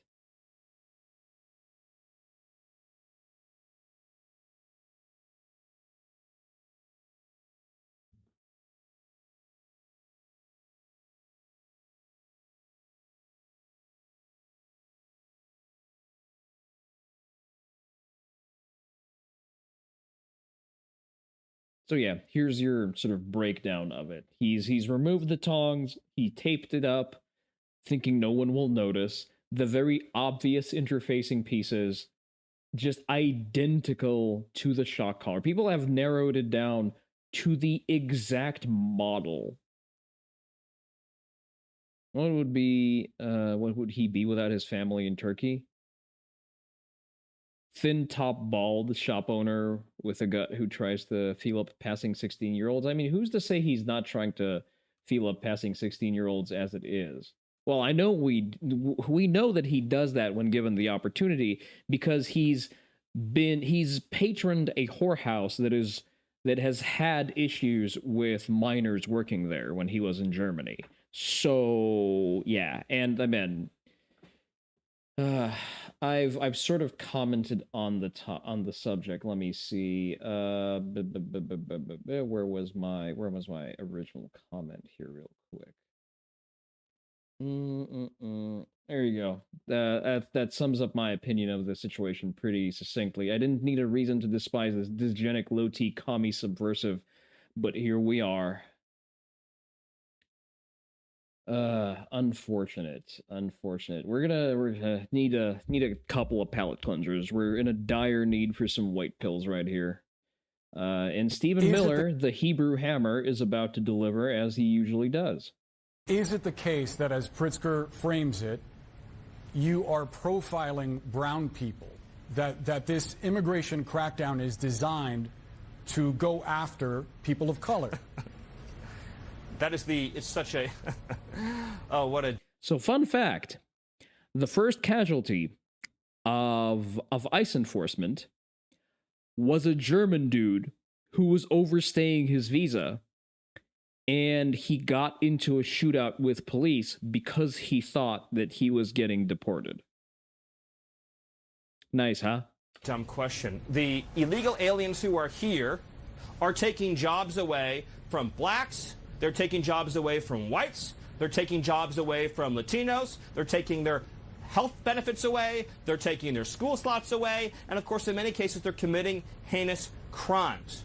We cannot have a system of law in this country that privileges illegal aliens over American citizens, and that's what they're doing. You know it, and I know it. So that's not exactly a no, Stephen. That is exactly a no, my guy. He's explaining you what is the actual criteria for deportations, and it's not being too brown. It's being in the country legally. And it just so happens that a lot of the brown people are in the country legally. But as you can notice, for example, how many black people have been deported? Not too many, because they're legal in this country. They're like native to this country. Therefore, they're not on the table for being deported, you know? Even though they're like significantly browner than the people who are being deported. So that's obvious. Like the integer to look for it really isn't here. Some aren't, yes, but they're the minority. You would like to remind everyone at this point that Mexico has a lot of white people from ethnic Spanish descent. You hate when American races just say brown people. Can you just unequivocally are those the people that are referred to as Latinx? Just said, well, that the I said immigration it's a dumb question. Okay. Well, I appreciate no, that, but and it's a dumb question. So no, this policy is not I designed. thought when I said it was a dumb question, it meant no. Well, I just want to be clear and precise. I appreciate you trying to qualify my questions, but nevertheless, I think it's a fair one that a lot of people have. My full answer is no. That is a lie, and it's a dumb question. There you go. Absolutely patrolled. You do not hate journalists enough. You think you do, but you don't. All right, let's see. Keir Starmer blocked a ban on cousin marriage. Let's hear marriage that. between first cousins carries significant health issues, many of which aren't even knowable until post-birth. When practiced generation after generation, there is a significant multiplier effect. In addition, the real impacts for the openness of our society and women's rights in our country are also significant. After all, there are significant dynamics in sharing the same set of grandparents. On Friday, this government has a choice to let my bill go through to ban first cousin marriage to committee stage. Will the Prime Minister think again before instructing his whips to block this legislation? It's kind of interesting that it's not banned already for some reason. I guess you could argue that it had never occurred to the British that you could marry your first cousin, so they didn't see a need to ban it. Mr. Speaker, we've taken our position on that bill. Thank you. That completes Prime Minister's questions. Okay, nice non-answer. Oh boy, beyond parody. Royals? I'm not sure royals took first cousins in marriage. Like, listen, I'll be the first one to poke fun of royalty, but even the British royals didn't marry first cousins, okay? Meanwhile, FedEx's new Indian CEO, their only second CEO in history after the founder, who has recently passed away, is hiring an entire executive team of, you guessed it, other Indians.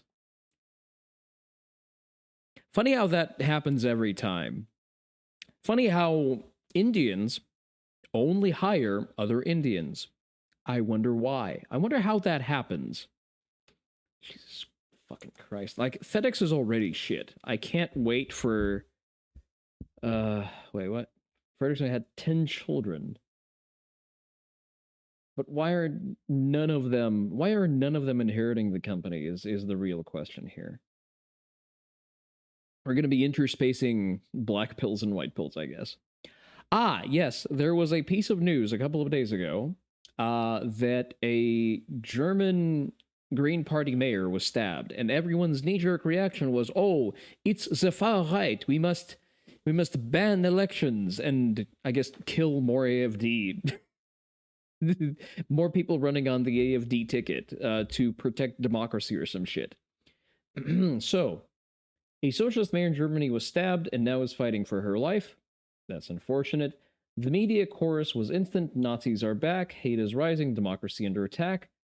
Then reality arrived. Her 15-year-old adopted black son was taken away in handcuffs. Earlier this year, police were called to the same address when her 17-year-old adopted daughter threatened her with a knife, according to Die Welt. Curb Your Enthusiasm plays. Much right-wing violence. All right, Kangmin Lee coming in hot with an update on Japanese politics.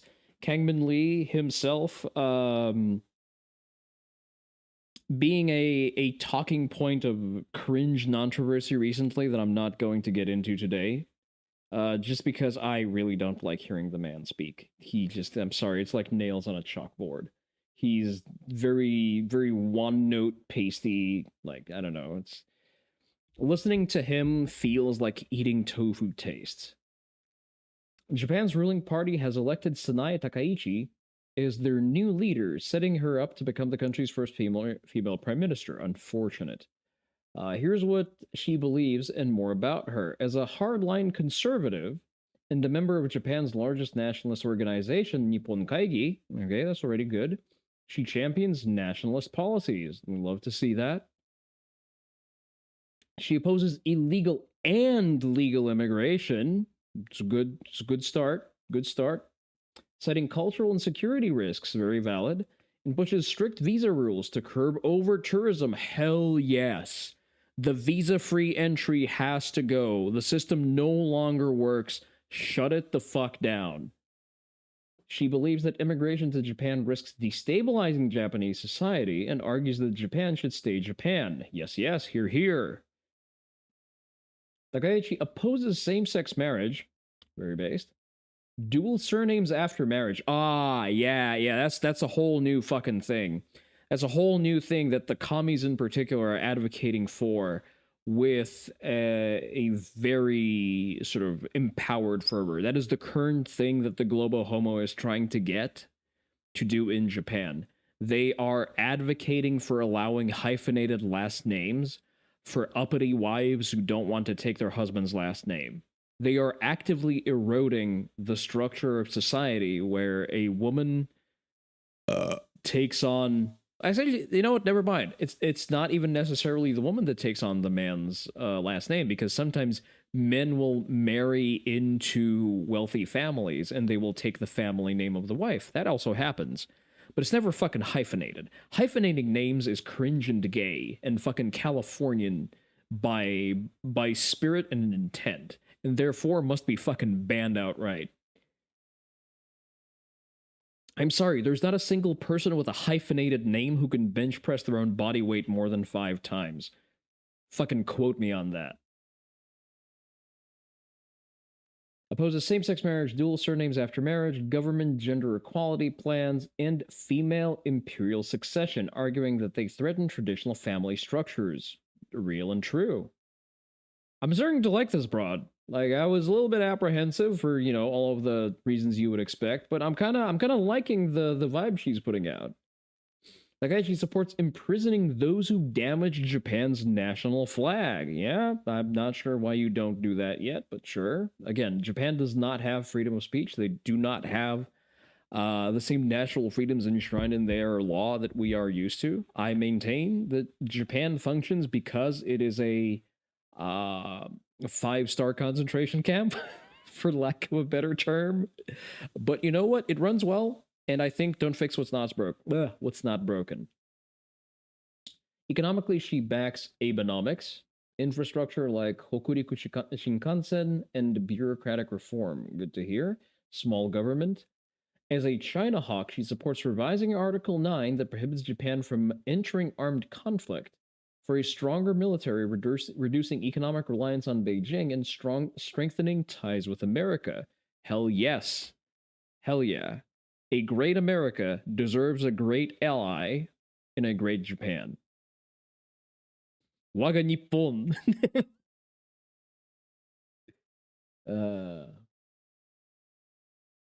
As someone mentored by Shinzo Abe, she carries Shinzo Abe's legacy.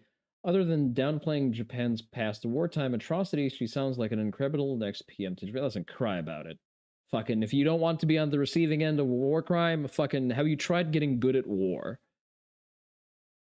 You don't see the Japanese complaining on getting rimmed out by the Pacific Fleet now, don't you?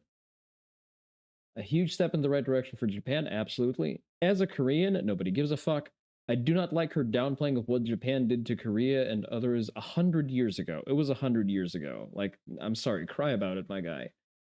Also, Dokdo is Korea's. I don't know what the fuck that is. That sounds like a Korean name. I'm sorry, Korea is just bargain bin Japan.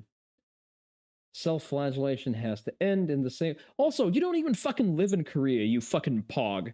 You live in America. Self-flagellation has to end in the same way slavery is used to bludgeon Americans and the Holocaust is used to bludgeon Europeans.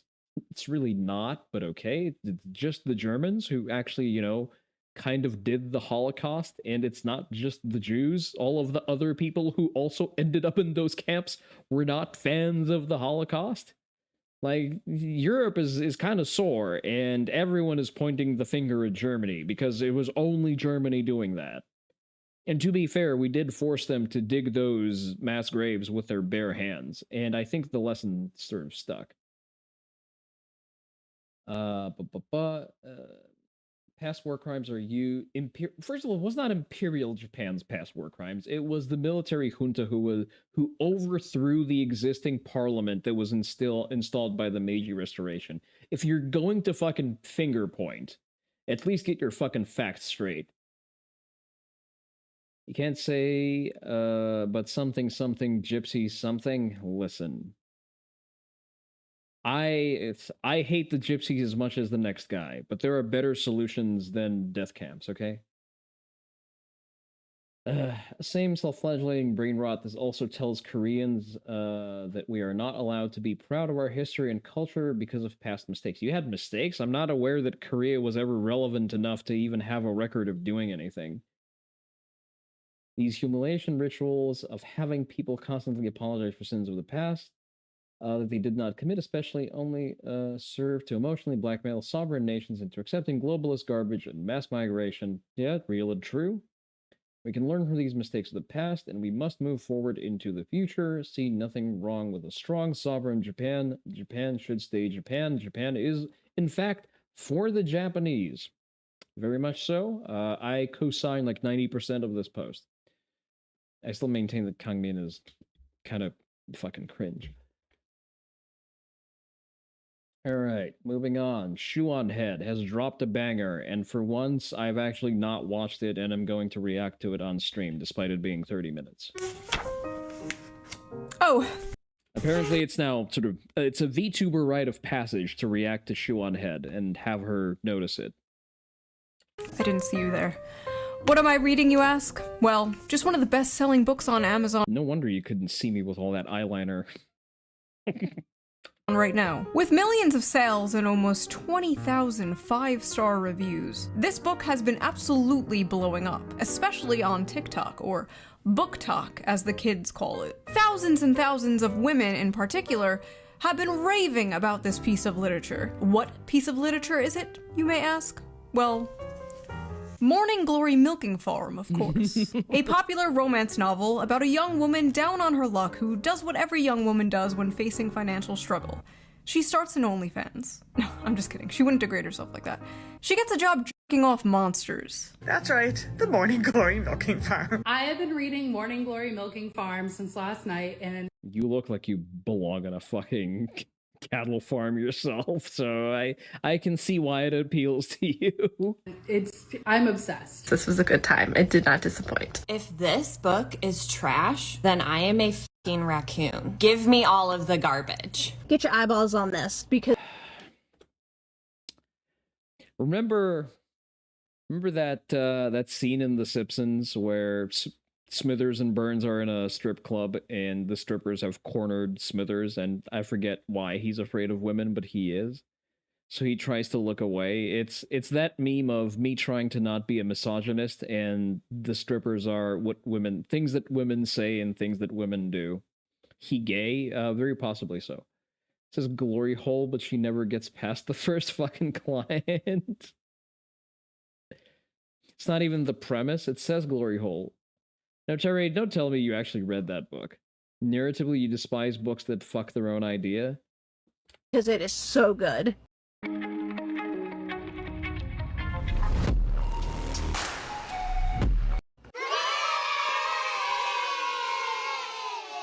I regret to inform you that there is a new epidemic. An epidemic that many have yet to discuss. And that epidemic is female gooners. I mean, it's not even really new. Like, women were always the premier consumers of printed smut. Now, for those of you unaware, Goon. Are those Aloha shirts with the same design as the generic convenience store paper cup? No, that was a Retro Rifle ad. I like Retro Rifle. Some of their designs are hit and miss, but it's good for concealed carry because it's a nice, slippery synthetic, and it doesn't snag on the gun. And it's also resistant to being worn out by the gun, because I have a ton of cotton shirts that have gotten holes from my concealed carry. And the Retro Rifle shirts, not like even the slightest sign of wear. White base, blue splotch, purple smug, 100% convenience store chic. Yes, but the designs all feature very subtly placed guns, and that's what makes them cool. Okay, I guess I'm gonna have to plug fucking Retro Rifles again, even though I don't even have. I don't know why I plug their shit all of the time, despite not even having an affiliate code. Whenever you buy something from Retro Rifle, leave them a note saying that Kuramaru sent you here or something like that. You're surprised at the audacity, but that is the entire point, no Terry. Just look at it. How can you not like this? This is so cool, and it has a little Jason with an M4 for some reason hiding in the design. Not really hiding, but you know what I mean.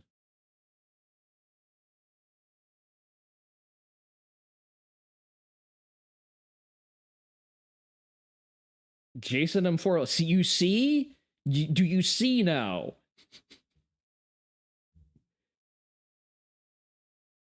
There's also Freddy Krueger with a revolver. I'm not sure if he's holding the revolver, if the revolver is just sort of interspliced into the pattern.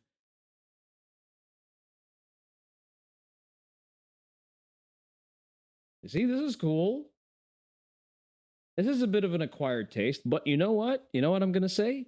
The broken up pattern is on the correct side of the shirt, because what's the site again? I'll post it in the chat. There you go. When you make an order, make sure to add a note. Terrifiers for Zoomers. Make sure you note that Kuramaru Nissan sent you here, and they should give me an affiliate code.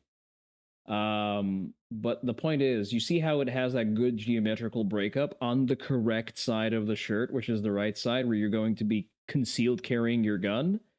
The reason I like Retro Rifle is because all of these disgusting, completely haphazardly mixed designs, they make full-sized guns just disappear in your waistband.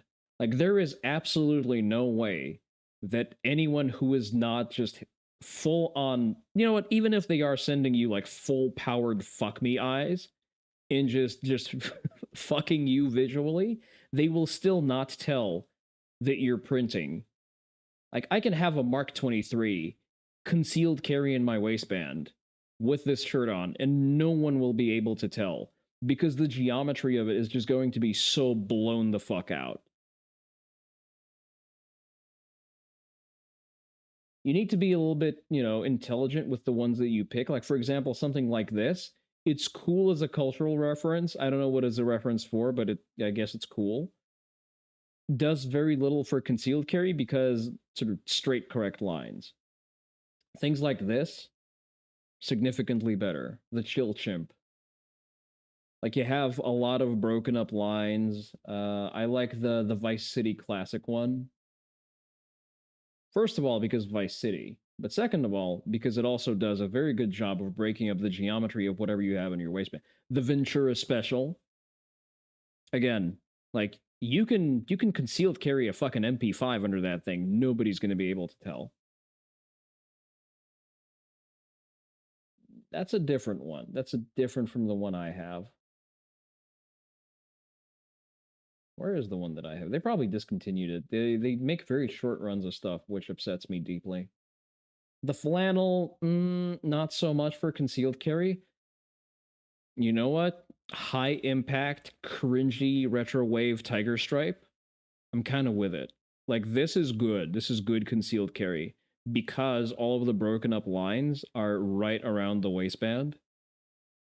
And it's like a nice slippery it's not artificial silk. Like it's still more of like on the polyester, like aggressive polyester mix, but it never snags on your gun. And that means A, your gun doesn't wear holes through it, and B, you're not going to get a snag when you're trying to clear your concealment garment. That's actually that one, the Tony special. That one's pretty good for concealed carry.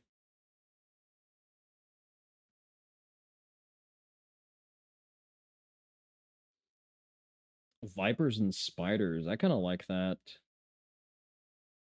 I would like someone to remake my favorite Japanese Hawaiian shirt that is currently out of print.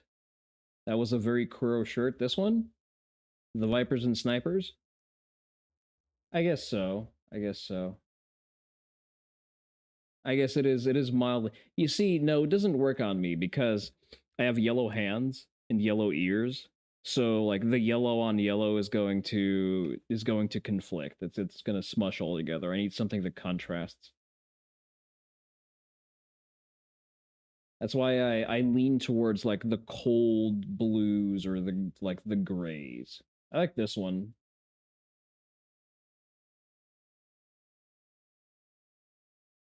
Oh, I'd wear that in front of a house and disappear. Fair. In front of a house fire. Fair enough. I like that one. The split down predator. That one's definitely. Also notice like that all of the complex geometry on the side where you're going to have your gun, very well designed. Solids are the biggest betrayers of the fact that you have a gun. Carrying in a solid colored anything is just a bad idea. And anyone who knows what to look for, this is a great gun. This is a great shirt. This is a great design for concealed carry. Again, lots of mixed shapes. I like the little hidden rifle pieces. A little samey for my taste, but you know what? Yeah. As usual, never in stock for my size. I like that one. The iguana one is also cool. Tropical Fields. I'm not seeing my shirts here. I do like the polos. And again, my big sort of gripe with these guys is that they just never keep shit in stock. Like they'll make a run of something and then it's just fucking gone. And I'm sorry, I don't shop for clothing that frequently. Crinkles needs to get a madness run with these guys. I don't know who Crinkles is, but I guess you're right.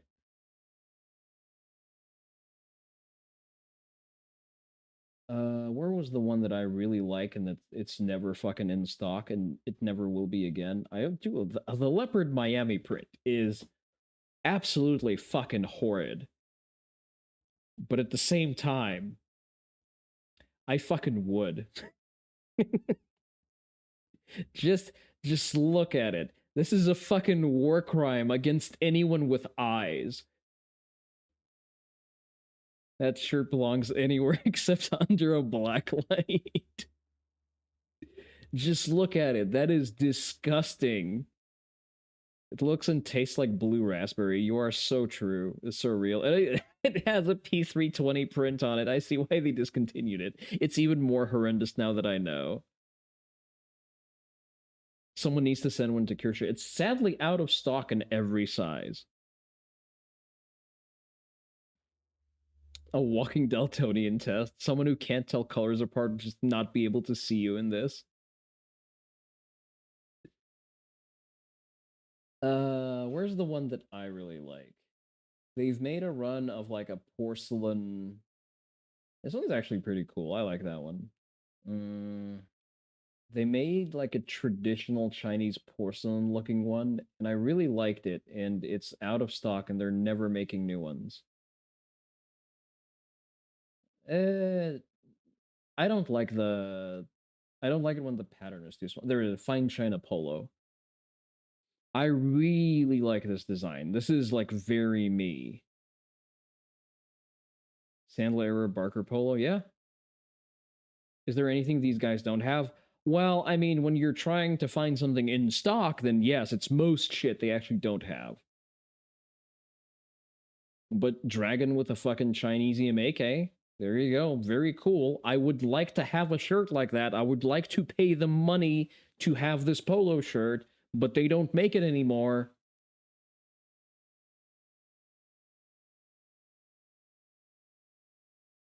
Like, it's out of stock in every size. Come on, guys. You can make a new run. If that run sold out, I'm pretty sure that a new run would also sell out. Like, you make a thing that people want, and then people give you money for that thing. Email them, be like, hey, can I have one fine China size large? Pay enough money to buy guns on it? Okay, I'm not willing to pay that much for a polo shirt. Like, I would rather actually spend that money on guns. I do have a VP9 purchase coming up, so you know I need to budget. Yeah, but this is a solid place to buy some good shirts. The one I like is it's basically vintage right now.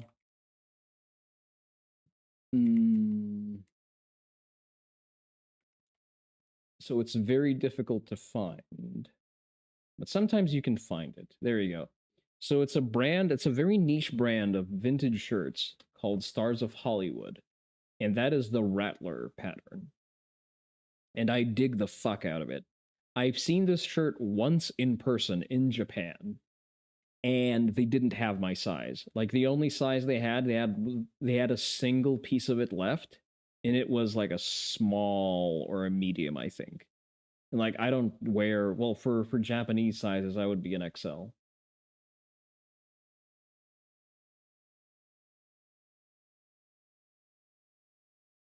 Well, again, it's 300 pounds because they're no longer being made. It's someone who's apparently just bought a run of these because Stars of Hollywood no longer exist. Like, these are not being made. When I saw it, it cost. How much did it cost? Something like 10,000 yen. Like, not that much. It was like reasonable, maybe 150 bucks.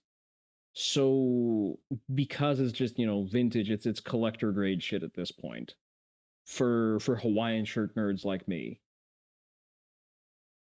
What would it take to reproduce them? I guess having the pattern, and that's about it. And you know, the high quality rayon, the fabric on these is very good. It legitimately feels like artificial silk. The material on these was great. Like, the Japanese know their fucking Hawaiian shirts. There are my best and my favorite Hawaiian shirts are all made by the Japanese. Like, I'm currently wearing one from Axis Femme, which is an artificial silk shirt. It's like a nice baggy feel to it. I look obese when I wear it, but again, absolutely zero printing. It hides the gun that I carry very well, and it's very nice and breathable. And it's a very pleasant. It's a very pleasant and cool feel on the skin. Yeah, so that's also one of the original runs. 300 bucks for a color I don't even really like. I don't like the pink and gray. The gray on orange is probably my favorite one. There's a business opportunity here for those inclined. I don't know. I'm not in a place where I'm so desperate that I would go and reproduce one. Fucking hell, $400. It actually costs like a fucking gun. Gray 115, rattlesnake print, Stars of Hollywood, colored buttons, regular fit, Cuban collar, shirt sleeves, single chest pocket. 100% high density rayon, made in Japan, dry clean only. Yeah, I didn't. You know what? I would fuck with the lime green one, actually. That one I would probably also fuck with. Yeah, that one looks cool. I would probably work with that one. I spoke to my boss about getting a raise. So there he's doing the math on sort of getting budget for me. And because I'm owed a raise for like for over the course of 2 years, fuck, I just might I just might buy this fucking shirt for $500. Listen, I just spend $1,000 on my wife's clothing, okay? I think I can spoil myself a little bit. What do we do for marketing stuff? Some shirts and tack packs. I think Tac Pack has it all figured out. They don't need Aloha shirts. They're like, I know the guys from Tac Pack. They're doing just fine. But yeah, I'd probably fuck with this. Let me actually save this to.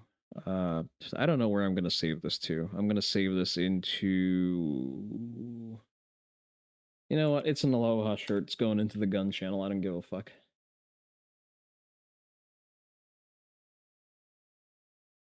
Not a favorite to Tac Pack.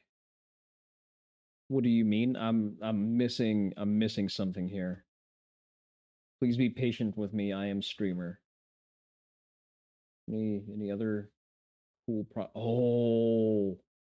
Oh no. Let's look up at the whole lineup of Stars of Hollywood because they okay, not that much to work with actually. The Scorpion one kind of cool. I like the cards. That one is kind of cool. The zebra kind of less so. Yeah, the gray is in the greens. I probably would bias towards the gray just because I don't really wear bright colors that aren't red.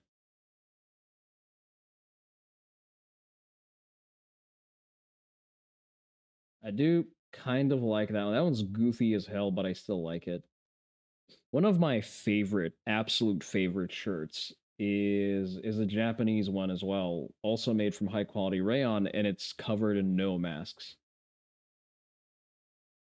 I'm telling you, man, the Japanese, they know their Hawaiian shirts very well, and they make them well too.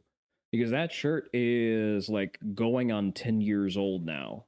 That reminds me, I need to go and take a brisk piss, so I'll be right back.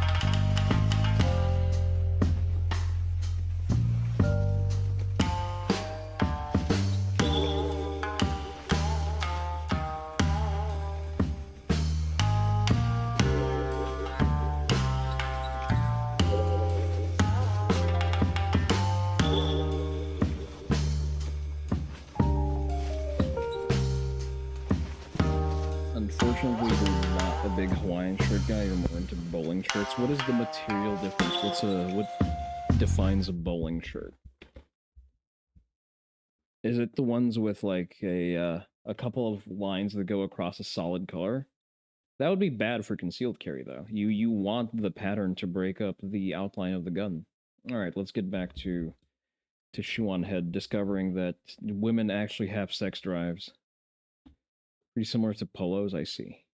Spooner is internet slang for someone addicted to porn, and smut is slang for dark romance novels, otherwise known as porn. Many correct about the dangers of porn addiction with men, how it can destroy their lives and their relationships, and most men know the material they consume is weird. That is why they are ashamed of it. That is why they delete their skill issue. Browser history. That is why they go incognito mode. But I absolutely do fucking not. I do not delete my fucking browsing history. These bitches freaks out here. They display their smut openly in bookstores. They proudly pose in front of their smut collections. They discuss their smut openly on TikTok. They go to smut conventions and get Excuse me, the fuck what? choked out by 9-foot-tall shirtless wendigos. Now, I know what you are thinking. Shu, isn't this the pot calling the kettle degenerate? Yes. Yes, it is. But have you considered— Freako Mario? Absolutely. Hey, listen. My shit, the shit that I watch, is as vanilla as it gets. Like, I'm sorry, I don't understand how people get one shot by porn. How do you look at something that looks good and get saturated to the point that it's no longer arousing to you? Like, are you actually secretly gay that you need increasing amounts of stimulation and just looking at beautiful women is not enough to you? I just do not understand that fucking mentality. How fucking dopamine saturated do you need to be? It takes one to truly know one. You see, women are strange, fascinating creatures. For centuries, men have tried to figure us out. Our mood is affected by the tides and the moon. We bleed for 5 days and don't die. By painting my face, I can instantly shapeshift from a 4 to a 6. We are truly very true. Mysterious, magical creatures. But one of the most mysterious aspects of women to men is our sexuality. You see, us women are not like those disgusting moids. No, we are sophisticated. We are evolved. We don't watch videos of strangers slapping their sweaty bodies together. No, we read about strangers slapping their sweaty bodies together. Or you watch black and white gifs of strangers slapping their bodies together. That's very popular with women.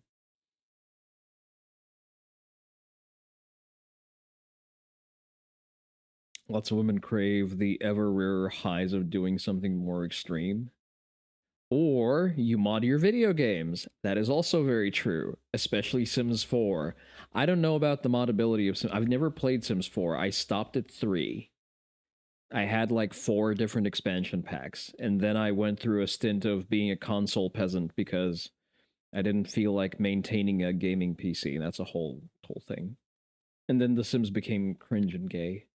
It's different, okay? You don't understand. It's okay when we do it. So, let's talk about it. Let's talk about the rapidly growing popularity of dark romance on TikTok and the recent dark romance convention that ended in disaster. There's motherfuckers who use Sims 4 like a source filmmaker for porn production. Do not ask you how I know this. I mean, I can tell how you know this. Disaster.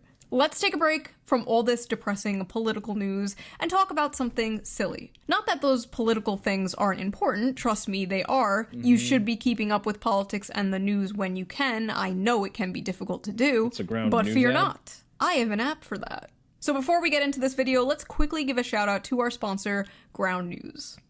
Ground News is a website and an app that gives readers an easy way to read news from all across the political spectrum, from left, right, and center. Every story comes with a quick visual breakdown of political bias that helps you understand the full story and makes sure you're getting both sides. One of my favorite features on Ground News is the blind spot feature, which shows you news stories that have been covered by one side of the political aisle and ignored by the other. For example, here's a story about how Gavin Newsom is signing a bill to give 800,000 Uber and Lyft drivers in California the right to unionize. Pretty cool. Rare Newsom W. 12. What the fuck? No. Unions are actually bad. They are a detriment to absolutely every party involved. I forgot. It's Chew on Head. Never mind. News sources covered this. Hopefully, at some point, she finds a husband with normal political views and she'll recover. 7 were left-wing and 0 were Remember that Shu isn't an ironic socialist? No, Shu has the opinions of whatever man is fucking her. right-wing, because the right is covering a far more important topic. Harvard hires drag performer Lahore Vagistan as a visiting professor. 21 news sources covered this, 20 were right-wing, 1 was left-wing. A country divided. I wonder why.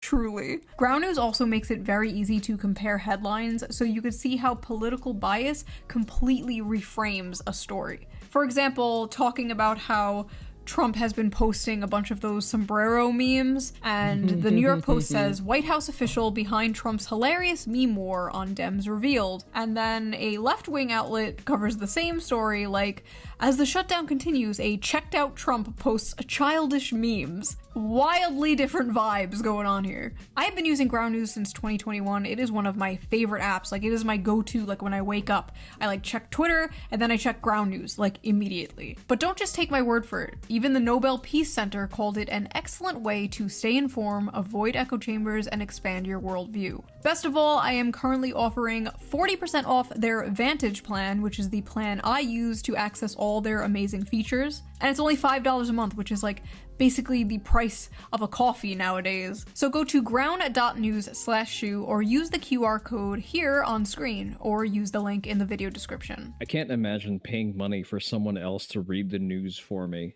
So thank you to Ground News for sponsoring this video, and thank you, the viewer, for not skipping the ad. My heart's fine. I'm only 40. Ignoring your heart health risk. Right.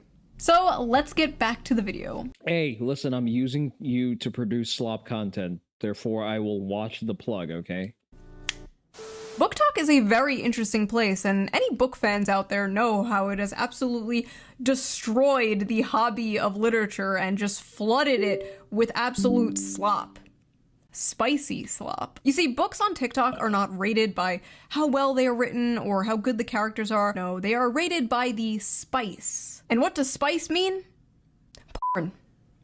It means porn. Oh no. A niche on a degenerate platform is dominated by degenerates? More on that in News at 11. Spice level is very important to book talkers. How much spice does a book have? What are the spiciest books they have ever read? How spicy is the book they're currently reading? Yes, because being horned out is the only emotion that they fear, because being horned out is the only emotion they still feel other than the abandonment issue that they feel after their father left. Spice, spice, spice. And the spiciest book going viral on Book Talk lately is none other than Morning Glory Milking Farm by C.M. Nascosta. Violet is a typical down-on-her-luck millennial, mid-20s, overeducated, and drowning in debt. Oh my god! She's just like me! On the verge of moving... I mean, yes, all of these books are essentially self-insert Mary Stu Slop.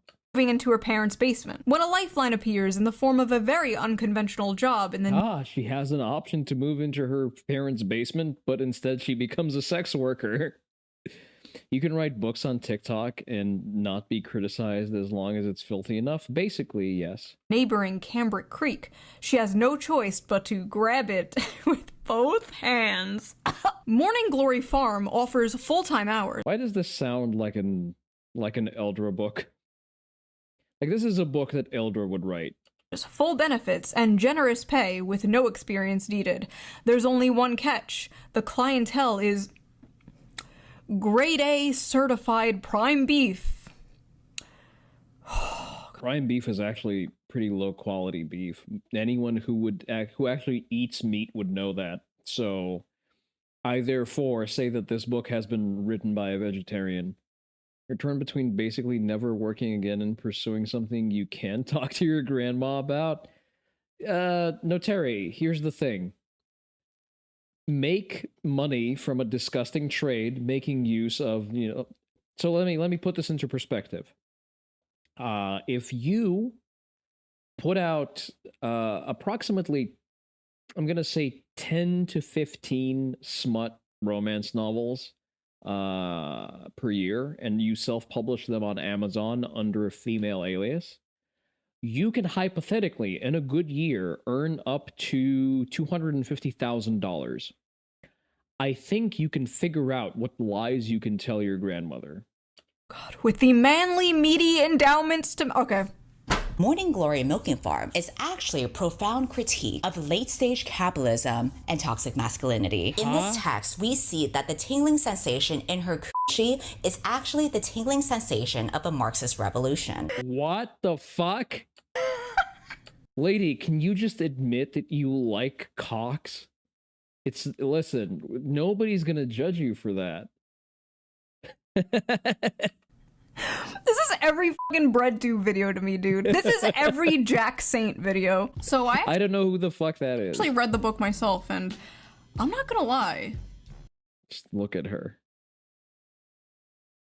The 19th Amendment needs to be abolished. So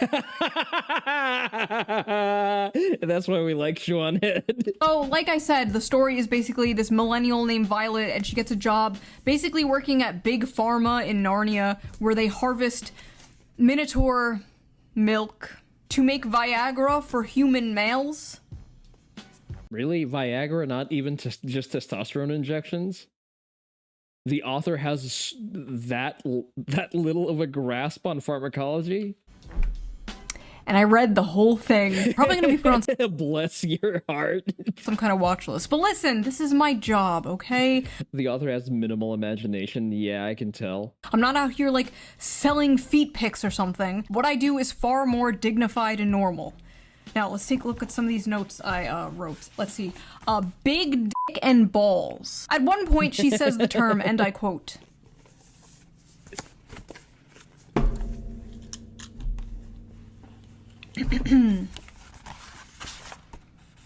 the seam of his sack. So I'm reading this, and the I mean, sacks do typically have a seam. whole time I'm thinking like, okay, he probably has like a human head, right? He probably like looks something like this, like, you know, just a dude with like horns. Then I see the I'm sorry, are we supposed to entertain? Probably like looks something like Are we supposed to entertain that this is remotely okay or better? this, like, you know, just a dude with like horns. Then I love how we've just accidentally discovered Shu's degree of allowability for furries. Female smut authors on Amazon need to stop. Yeah, I mean, listen, I'm a consistent free market capitalist, okay? My only caveat is that women should not be allowed into the workforce to be able to buy that with their own money. How are you doing, Multiberry? I see the official artwork. That's a cow. Bro is a cow. Bro is a straight up cow. In a few parts, they're being intimate, and it will be like, his hooves clip-clopped. My hooves will tear up your sheets. And it's like, I'm sorry, his what? At one point, she describes kissing him, and I swear to God it was more disgusting than anything else described in this book. She's like describing how big and wide his mouth is and how big and like slimy his tongue is. She's like describing the shit, and you're just like, that's... I mean, to be fair, the wildest thing that Shuan Head probably did in her sort of history is to have a threesome with Armored Skeptic and Lauren Southern. It's a cow. I mean, we are at a solid 5.5 on the Barbeau scale here. This is dangerous territory, folks. She also... Not the Barbeau scale. F***ers his ass. She f***ers the cow's ass. By the way, if you want an uncensored version of this video and all my videos, Patreon. Go to Patreon, become... God, I fucking took a chug of water as he said that. It's not about being like a human, it's getting absolutely being filthy like a fucking monster. Pay the Patreon? I will absolutely not. I refuse to give money to women on the internet, and neither should you. What's the Barbeau? You haven't heard of the... He doesn't know the Barbeau scale, Oni Dojo. Oh, you're gonna learn today. Oh, no, wait, that's not it. I said Barbeau. The Barbeau scale, there it is.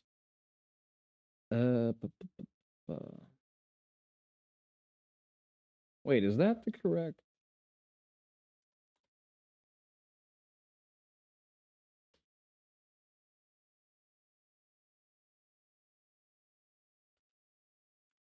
There's a silent T on the end, isn't there? It is. I apologize, but Reddit is the fastest result that I was promised that Google no longer indexes Reddit. So basically, this is a scale of how far gone you are as a monster fucker. There's an analog with anime girls. And it's probably let's look up the anime girl one.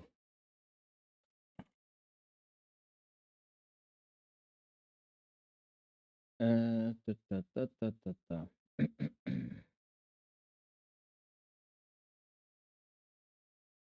Come on, open.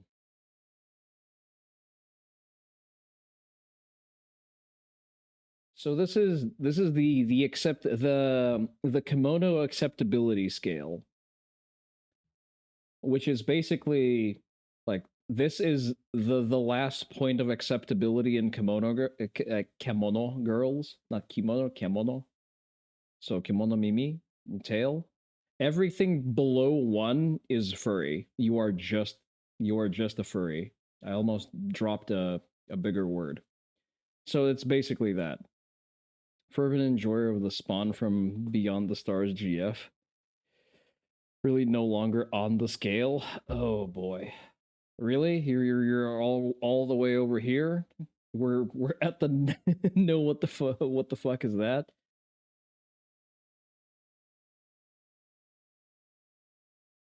I wonder where interspecies review would be. It's probably mostly humanoid creature.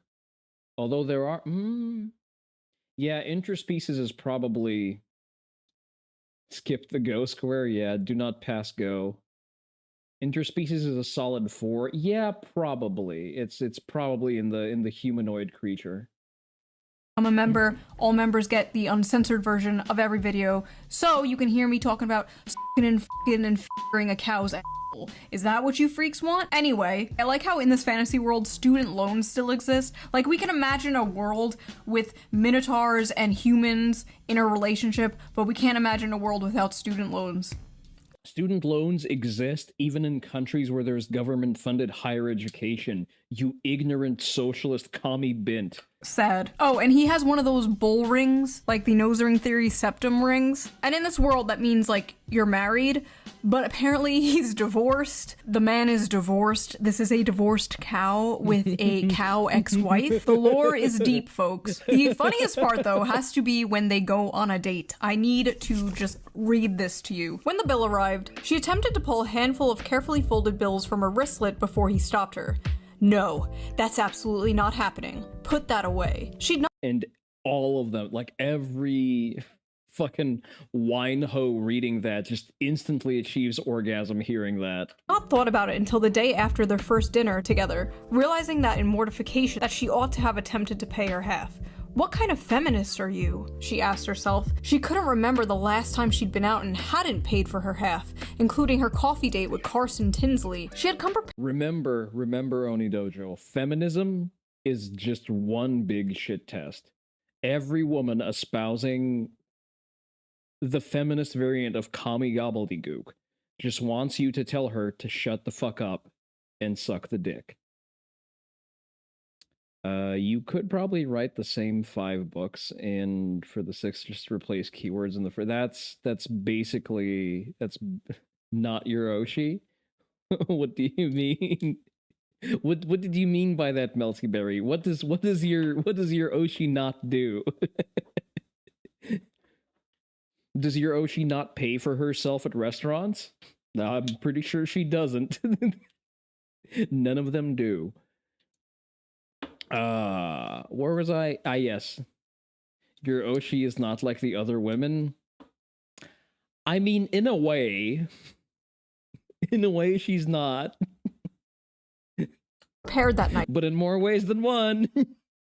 Listen, all I'm saying is, don't make me bring up the chart. I don't want to upset Oni Dojo today, but I'm gonna bring up the fucking chart if y'all persist. Several weeks of her tips smoothed and tucked into her wristlet. But I didn't even offer to pay half the other night and shouldn't have. Violet. If the commanding rumble of his voice hadn't silenced her, the heat of his hand dropping to her knee would've. I don't want you to feel that you don't have any agency here. I might be the one giving all the orders, but you hold all the cards. Your comfort is the only thing that counts right now. I died of cringe there.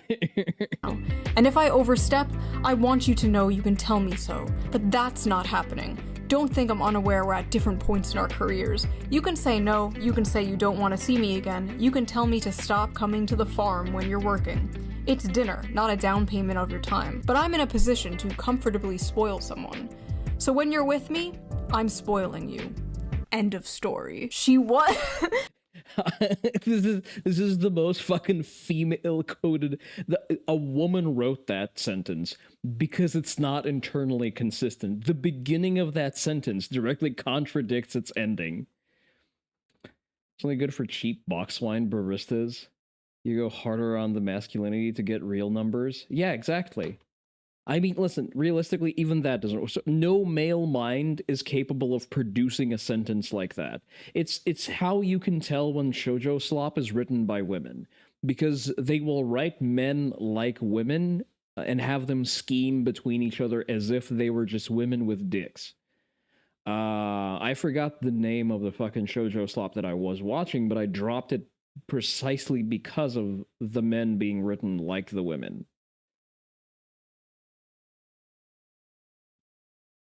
She was a good feminist, she told herself, and she definitely couldn't be bought. But if he had suggested at that moment that he would have appreciated a blowjob, she would have fallen face first on his cock with an open mouth without a shred of hesitation. Inside every woman, feminism is fake and gay. They all just want to suck the dick.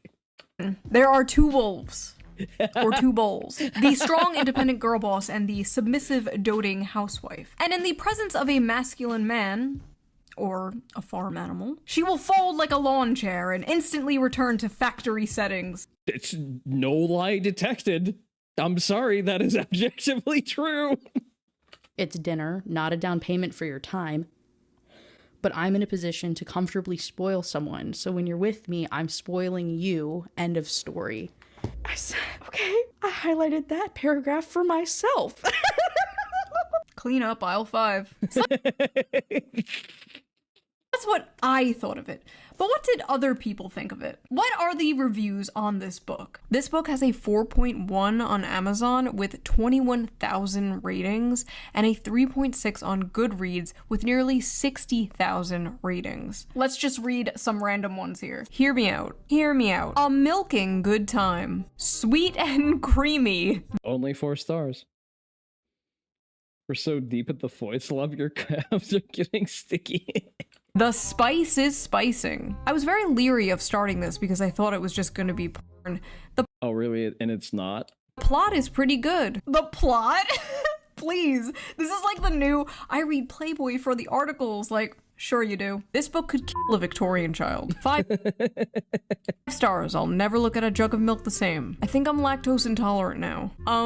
So that happened. Our eyes will never see the gates of heaven. 1 star. Not a helpful guide. This book failed to teach me how to milk a cow, and now my family has no food for the winter. 1 star. Accidentally ordered while on pain medication after an operation. Gave Accidentally, yeah, sure. this to my mom as a joke gift for Christmas. You what? Lissai. Why can't human males be more like this? Tall, rich, and handsome are no longer enough, boys. Now you have to be a 9-foot-tall creature from Greek mythology with a 13-inch dick.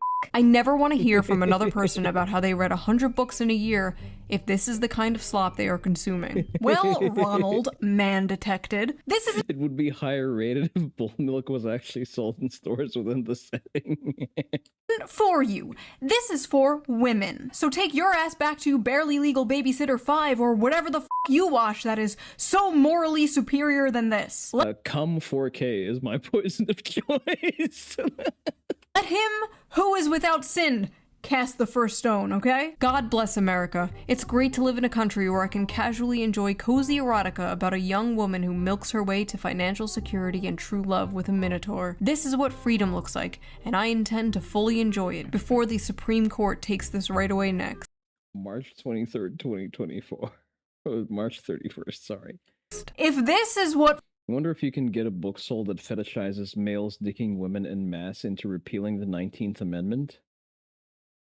I mean, that's basically the plot of Redo of Healer, but go for it.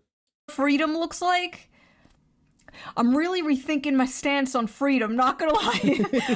Maybe we should have less of it. All I know is if Donald Trump takes the monster porn, we are going to make 2020 look like a picnic, okay?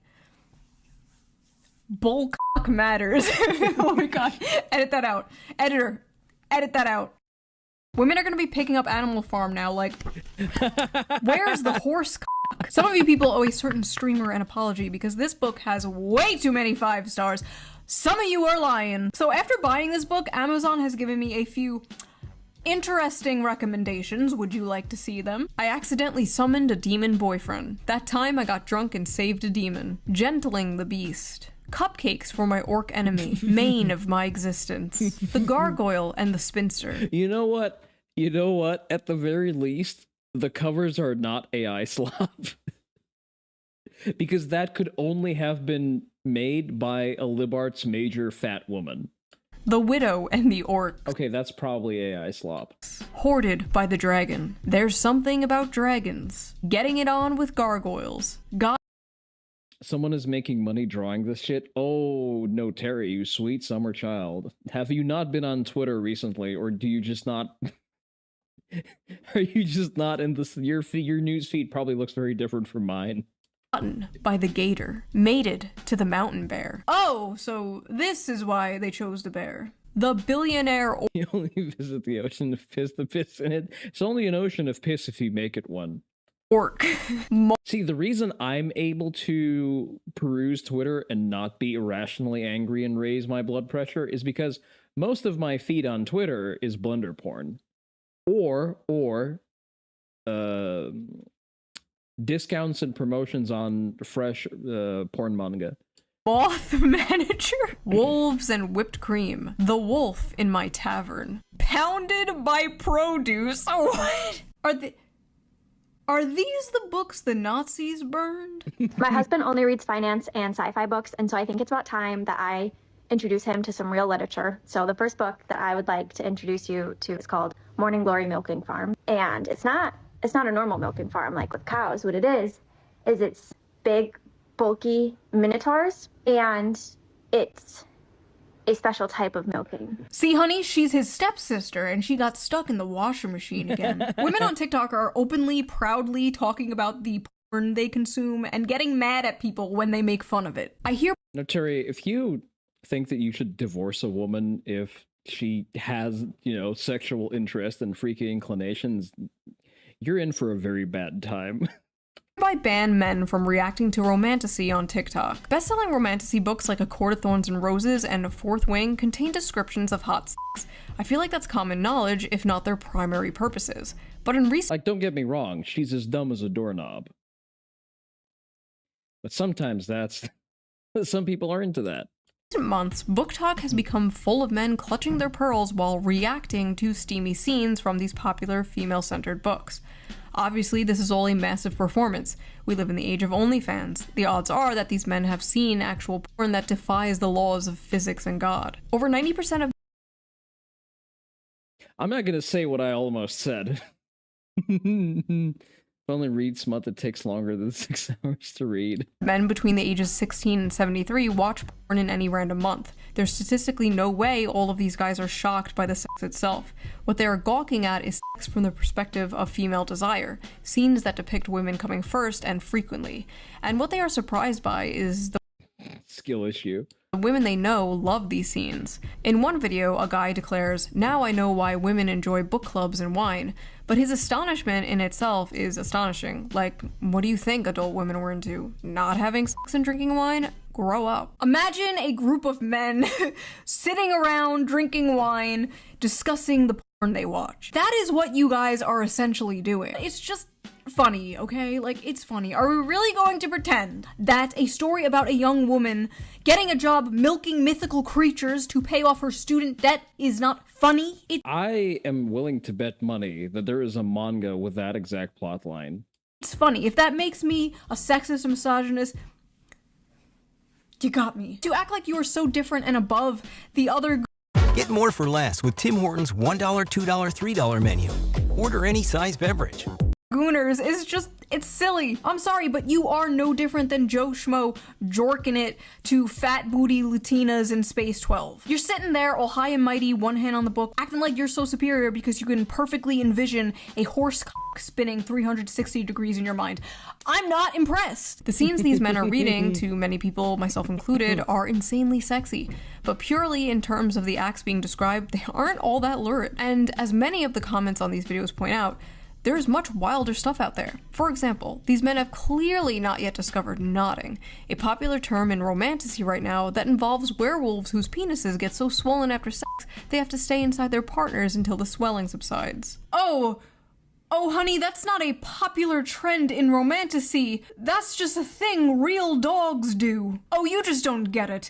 You don't know what knotting is. What are these women reading, bro? What happened to that, like, stupid fucking corny Hallmark thing, going home for Christmas to your hometown and falling in love with the cute farmer boy? What happened to that? Well, you see, the cute farmer boy doesn't have a 401k. Used to make fun of that. We truly did not know what we had until it was gone. Now women out here fantasizing about getting their asses clapped.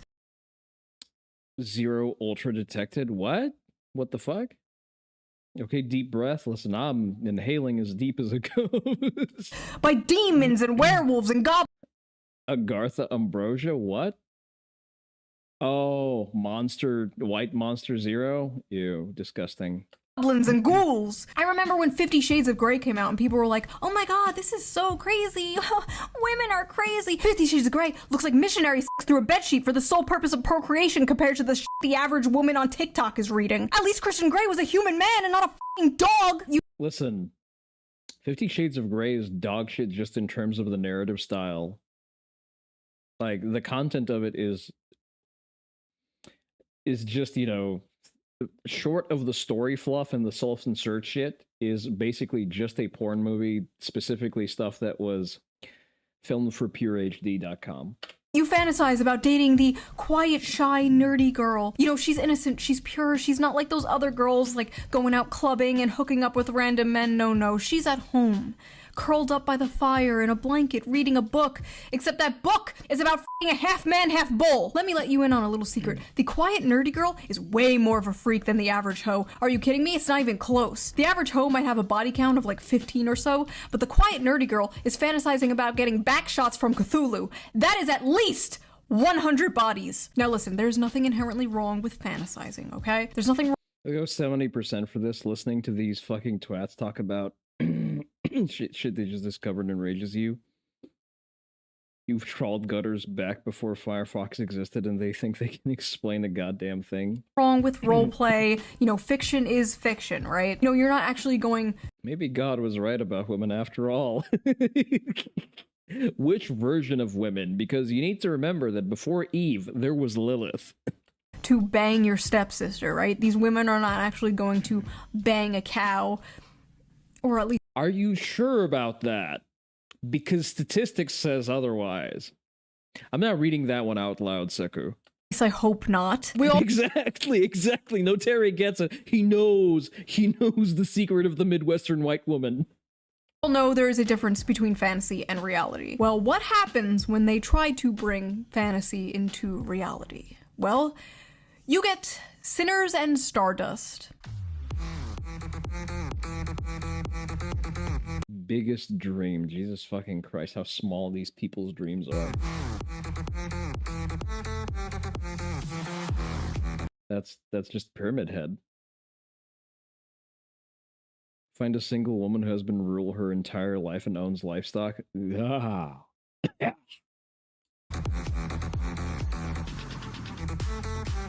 So it's... Wait, that's a very specific Wendigo skull. That's The Magus Bride. Which is, you know what? As far as shoujo slop goes, I kind of like The Magus Bride. It's not a bad anime. I kind of like it. But that is just the Magus Bride skull. But it's just a rave for fat, ugly bitches that, you know, charges enough for entry that they can hire starving, aspiring bodybuilders.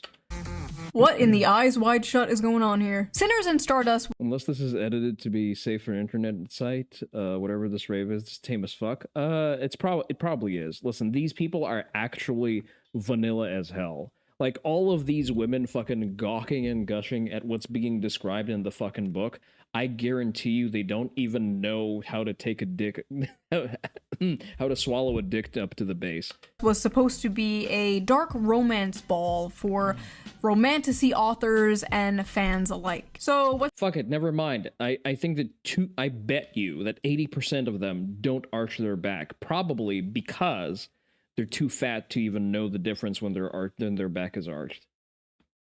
Fine, somebody else noticed. Listen. What's the big deal? Seems like a fun, sexy time, right? Maybe, if you're a woman. If you're a man, the night may have gone a little differently for you.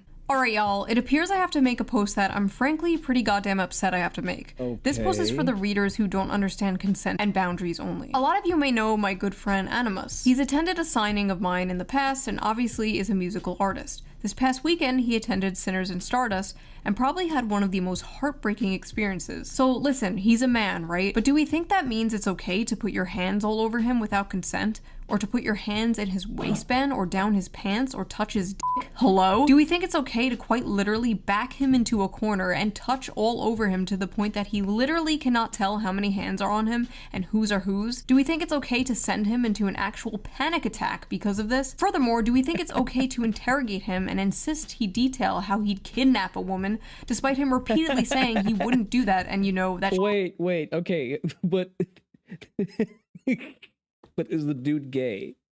Because that sounds like he's gay. Although, to be fair, we've seen a couple of the she-beasts that attend that party. To which I say, brother, you should have known better. Why are you going to the place where the she-beasts are? Male strippers will literally work male clubs because they will not get touched there. Any work at a ladies' night means they are automatically a prostitute. They will touch, and the owner will not enforce it because he did, and they wouldn't show up. If they did, they wouldn't show up. Yeah, that's very much also true. it is fiction, and then attempt to follow him when he tries to get away. And if that wasn't enough, during the time of this mob, him and another author received notification that an air tag was tracking him, which showed on his person all the way to his hotel room. They molested this guy until he passed out from anxiety, and then they put a tracker on him in order to stalk him back to his hotel. I'm sorry, how are you as an adult man not able to prevent that from happening? Poor guy dressed like a character in one of the romantasy books at this romantasy convention full of women. That is like throwing roast— Oh no, he was a fucking Disney character, that thing. Okay, never mind. Yeah, that's a rough work environment. Listen, I think you can claim workers' comp for that shit. If you prevent it from happening, you're going to jail. No, you're not. Listen, I'm no, Terry, there's a pretty clear line between enforcing boundaries, even as a professional entertainer and as an exotic dancer, and putting three around the heart, okay? If Russian strippers are able to do that, I'm sure that the Californian aspiring bodybuilders are able to do that as well. Beef into a pit of wolves. Or in this case, throwing a wolf into a pit of roast beef. I remember years ago, there was this thing called cosplay is not consent. Basically, it was a campaign to bring attention to the fact that people at conventions would often come up to women dressed in sexy costumes and just grope and grab them without their consent. Yeah, apparently we have to bring that back. For some reason, only at Comic-Con and only in California. I wonder why. Because these women did not get the memo. Remember cosplayers and booth babes? Me too. I wonder what happened. I mean, cosplayers are still a thing. Anime Expo had plenty of cosplayers. And to be fair, there were significantly more pretty skinny Asian girls at Anime Expo than there were, for example, at at any one of the PAXs, the PAX East or the West. Those are usually filled with obese coastal women. But Anime Expo, no, that one's pretty okay.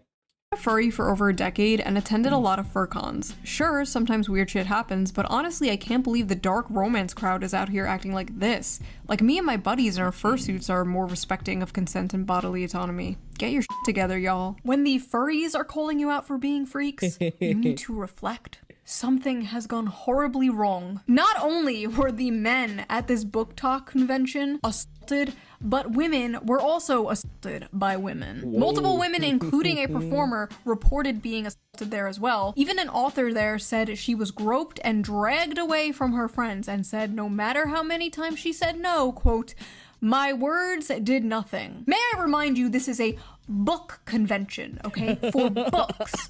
Literal BDSM clubs are more respectful than this. Yeah, they actually have sort of rules and conduct protocols. Holy shit. I think it also has to do with the fact that a lot of these women just don't understand modern women becoming the monsters they hallucinated. How weird. It's not only that, it's just that they were never socialized to understand and respect personal boundaries. And they just, it's in a minute to think about how to best express this.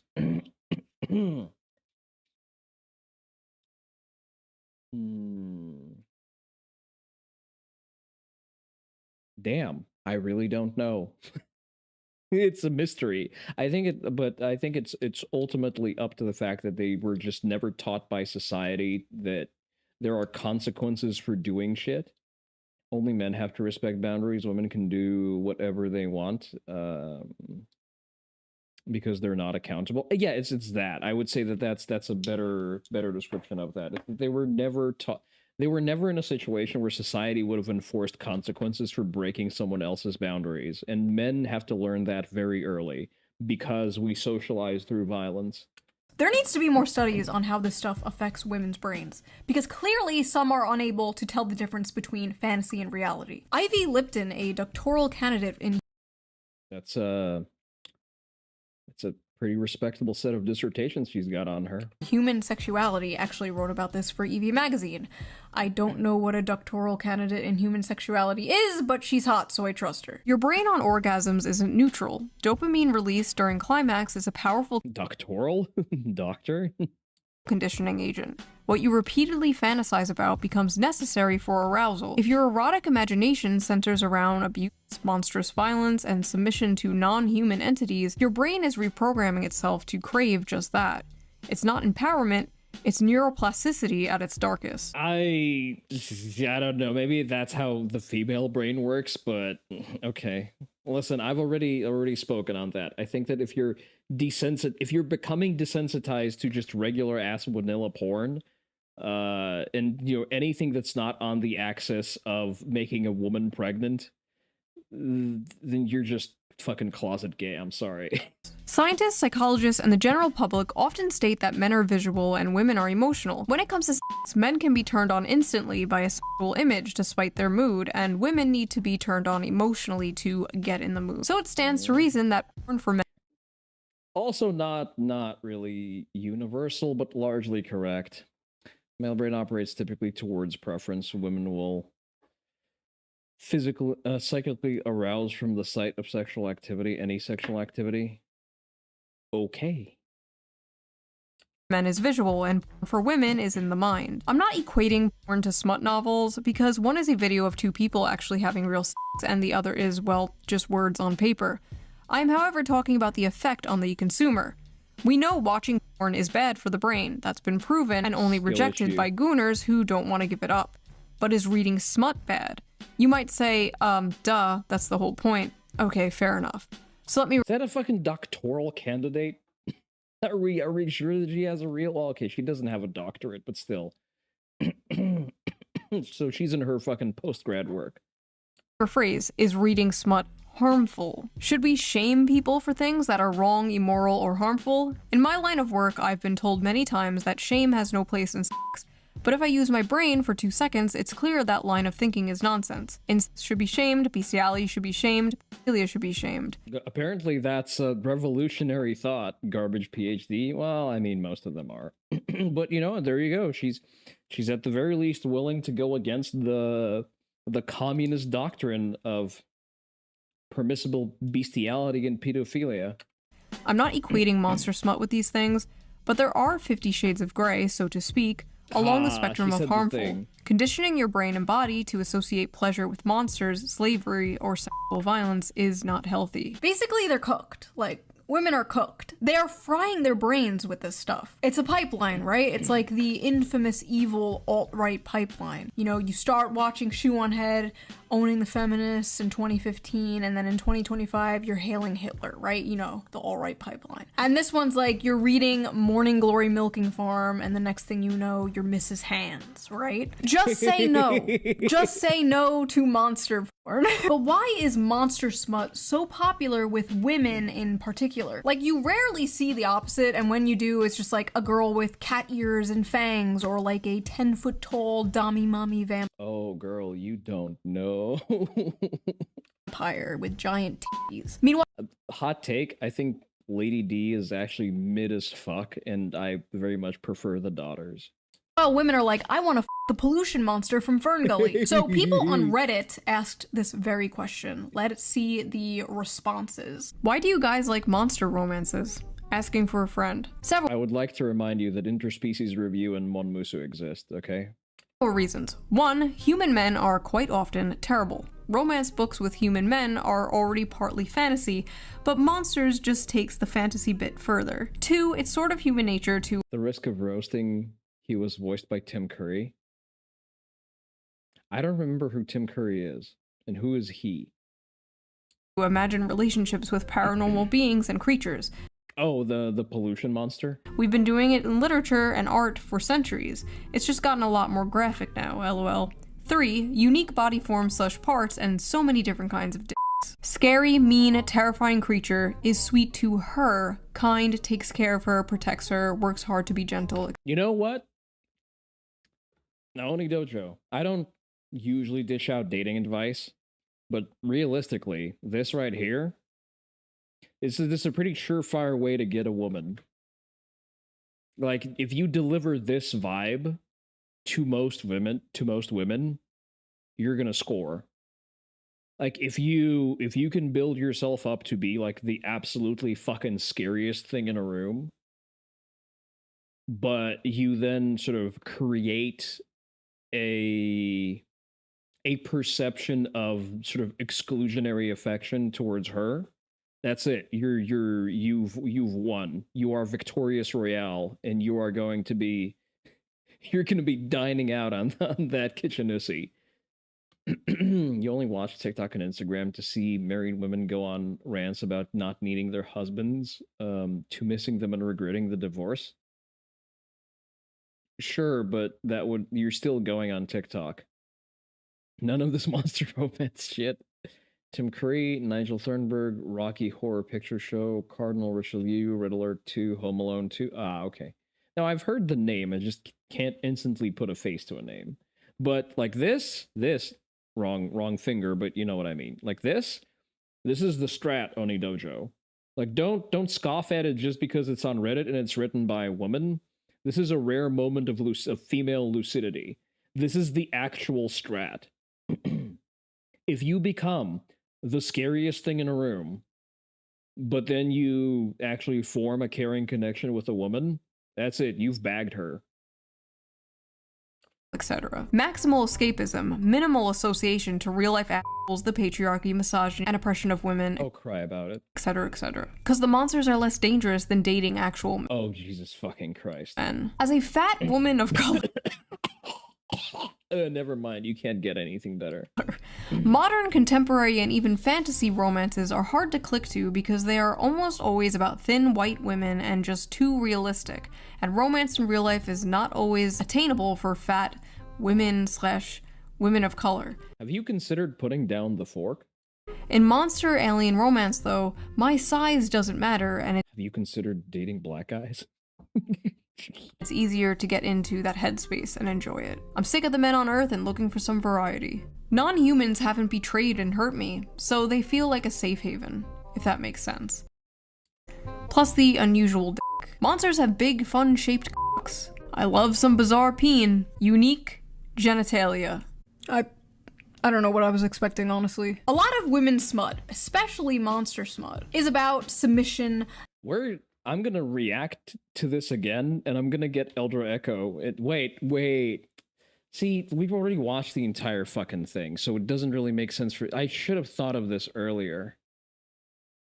Damn, fuck. Well, she's not online anyway. Well, we should have reacted to this with Eldra, because, like, she's a subject matter expert on the shit. We're probably gonna just do a dedicated collab.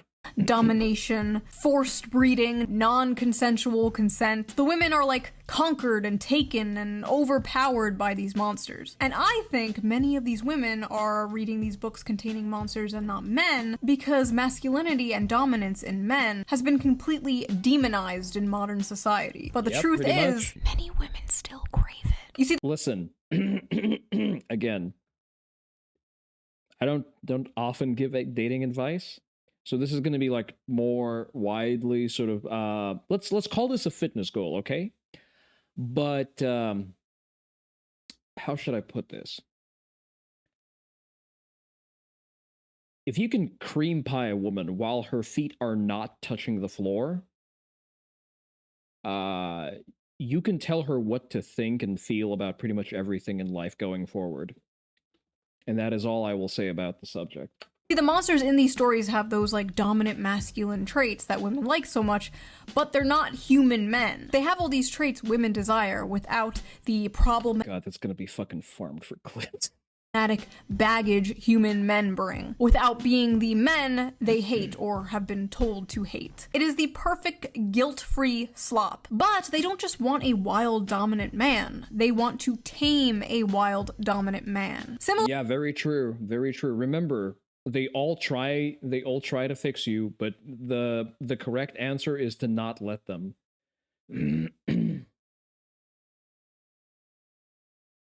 Oh, that's the wrong Similar to when a man sees an art hoe with a nose ring, you can save her from her daddy issues. You can do it. It definitely won't backfire and ruin your life. Go. Yeah, been there, bought the timeshare. Go for it. Go talk to her. With many women, there's this desire for like... Listen, if you're like 20, 25 at most, you know what? Ride the fucking carousel. Just make sure she doesn't know your real name or where you live. Danger and aggression, but also the desire to tame that danger and aggression. The desire to be that special woman who can melt his heart. You see, my dragon boyfriend could rip me to shreds and kill me instantly, but he won't because he's nice and he loves me. But honestly, at the This is why the hottest thing you can do in front of a woman is just absolutely punch the brakes off of someone. Like, there is no better aphrodisiac than the delivery of very effective violence. At the end of the day, just like the video I made about the anime girl in a wheelchair where men were saying, this is the average male fantasy, and a bunch of women were like, you want to rape a disabled girl? When in reality, it was just a distilled manifestation of the average male fantasy, which is to protect and provide for a sweet woman and save her. This is like basically the flip of that, right? This is just the distilled manifestation of the female fantasy. Men are seeing this and they're saying, what do you mean you want to milk a minotaur? When in reality, it's just to have a big, strong protector and provider swoop you up and save you. And like I said in that video, they're basically both the same fantasy. This is a tale as old as time, the princess being saved from the dragon by a knight in shining armor, whether the dragon be a wheelchair or student loans, you know? But in this case, the woman is being f***ed by the dragon and the knight sits in the corner and watches or something. I don't know. Maybe it's not that deep. There are some hungers better starved than fed. And maybe as women, for the sake of society, we have to starve our hunger for minotaur p***ness. Yeah, that's the moral of this video. mean, Bad Dragon seems to be doing pretty well. All right, that's all the slop we have for the day. We're on what, 3 hours? I guess we can play some video games as a palate cleanser. We have options. We have options. Let me pull up the options. I have reinstalled Dawn of War. I know nobody cares except for me, so I'm going to give you options. I'm also bad at Dawn of War because my micro sucks, and I refuse to learn any one faction to play well. Oh, no, that's the wrong button. Wrong button. Poll. New poll. Game of the day. Okay, Dawn of War, but not just Dawn of War. It's Dawn of War Unification mod, so it's actually fun to play. Dawn of War UM, because there's a character limit for some reason. Gray Zone. What's our other option going to be? What is our other option going to be? Y'all seem to enjoy me putting the fries in the fucking bag. So I will give you that option, I guess. No, I'll throw it out there. Fast food sim. Is that what I want to play, really? I don't think I want to play fast food sim. I don't feel like locking in too hard.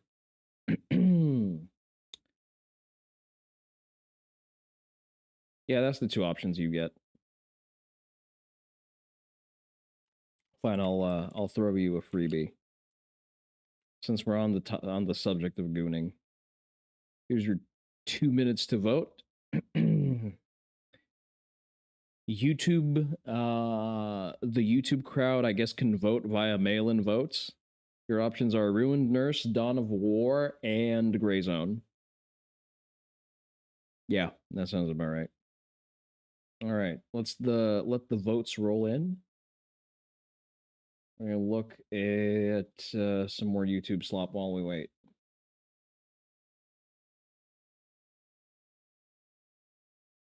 Chrome. Come on, why are you not capturing? There you go. Is there anything fun to watch?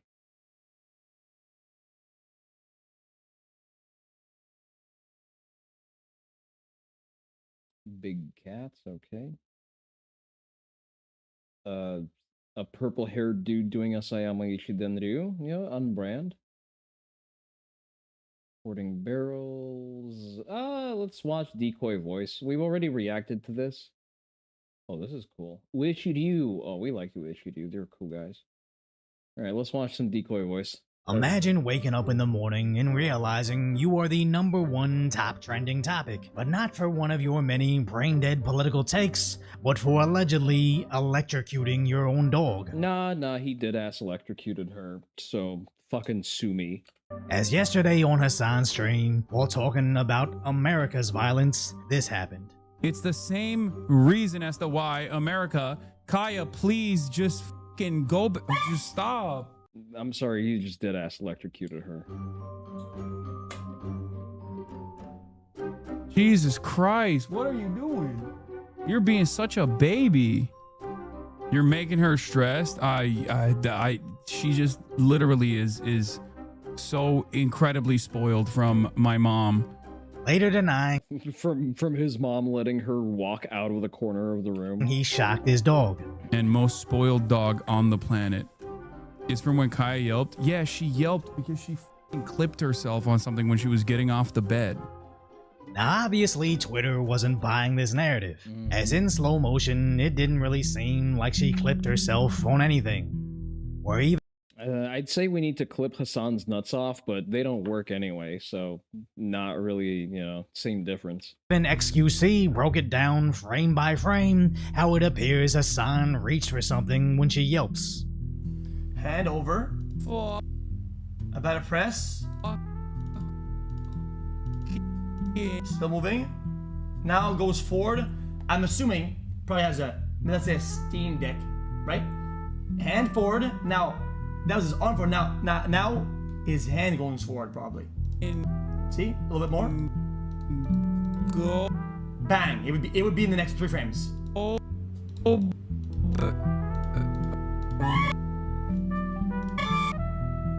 Yeah, not making contact with anything. Chat. The I likeliness. might have wasted $5. Chad, the likeliness of this being is like 98%. Now, obviously, everything. A complete separate tangent, but for the longest time, I actually thought that XQC has a learning disability. And then I discovered that he's just French Canadian. Is still speculative, but the more the internet collectively digs into this, the worse it gets for Hassan.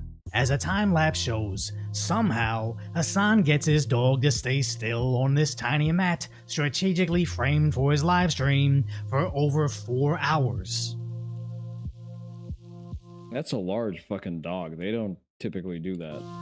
People even found a 3-month-old video where the dog's collar appears to have a little light on it, as whenever he notices her leaving the frame, she knows to get back on the mat.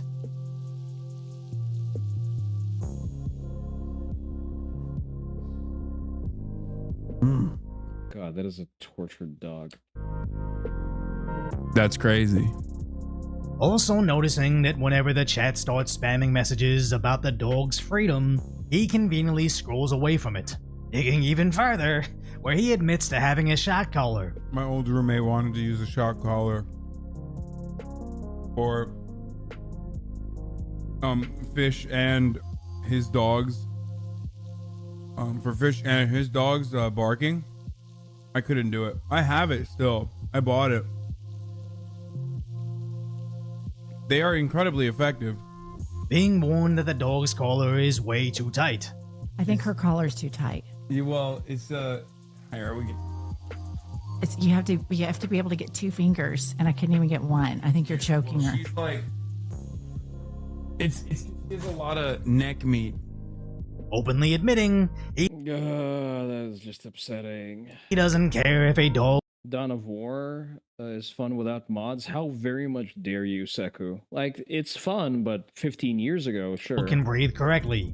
Just such a lib ass, like, oh, dude, please don't get a Frenchie.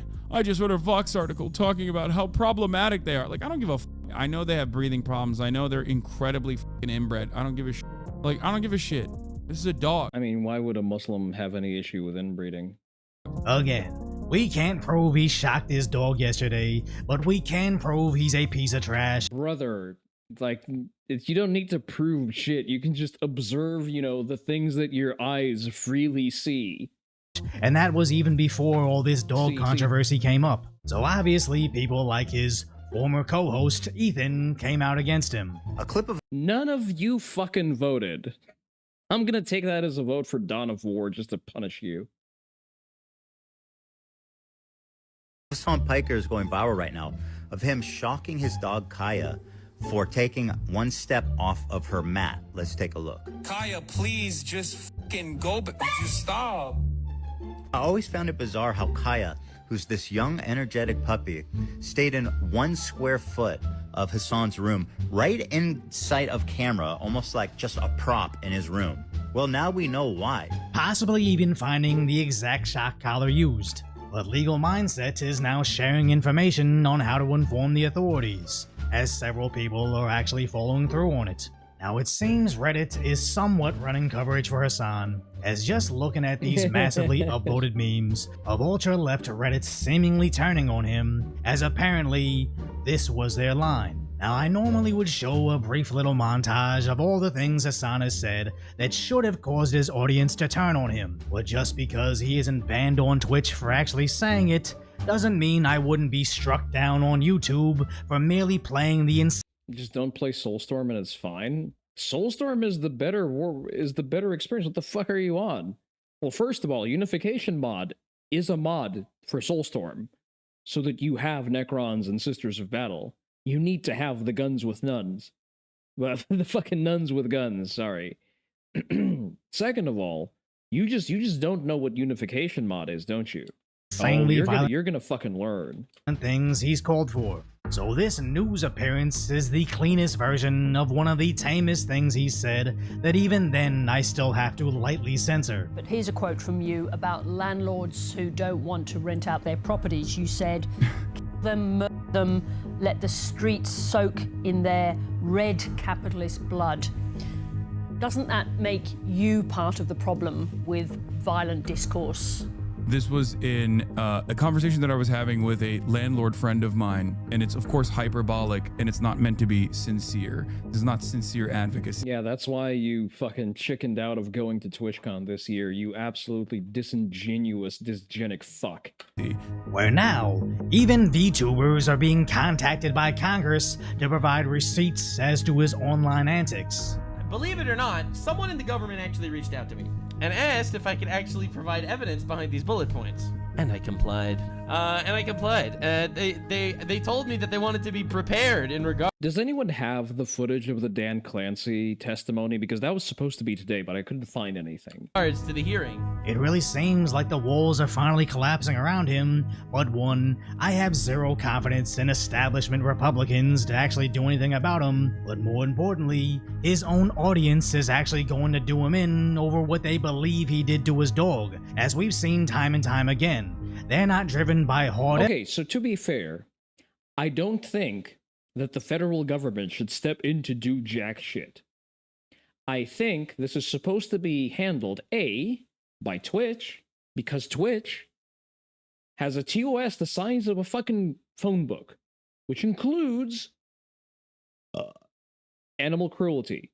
And I think that pretty much satisfies the requirements for animal cruelty. Handily so.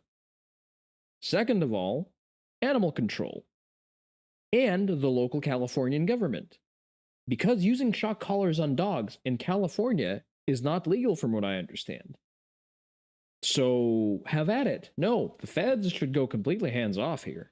Evidence, they're controlled by emotions, which is a bizarre common theme amongst liberal leadership. I remember when New York Governor Cuomo was known for the nursing home deaths, where people believed he was mainly to blame for all of them, but even that didn't cancel him. It was his treatment of women that got him to resign. Same with California's governor shutting down the state, trying to implement digital passports to access anything, giving random authorities the ability to ask for your papers and identification, meanwhile reserving indoor fine dining to himself, letting Los Angeles burn multiple times in multiple places, literally dancing while talking about land grabs, letting the city burn once again during the ICE riots, and only getting concerned when he might face consequences. Promoting how well California's firefighters are equipped, then being the single vetoing vote against them getting a raise, as he needs that money to protect illegals. But only when he painted President Trump in women's clothing,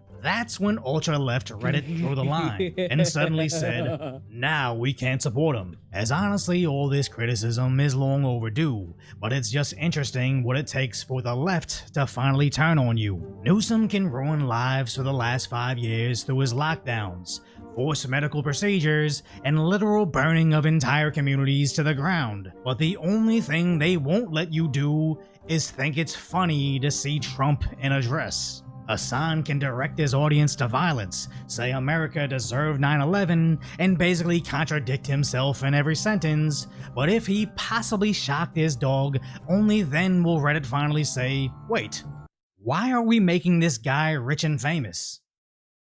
So if you... Very nice. Okay, Dawn of War it is. Shouldn't stutter too bad. Let me show you the greatness that is the unification mod. We're going to change our category to retro.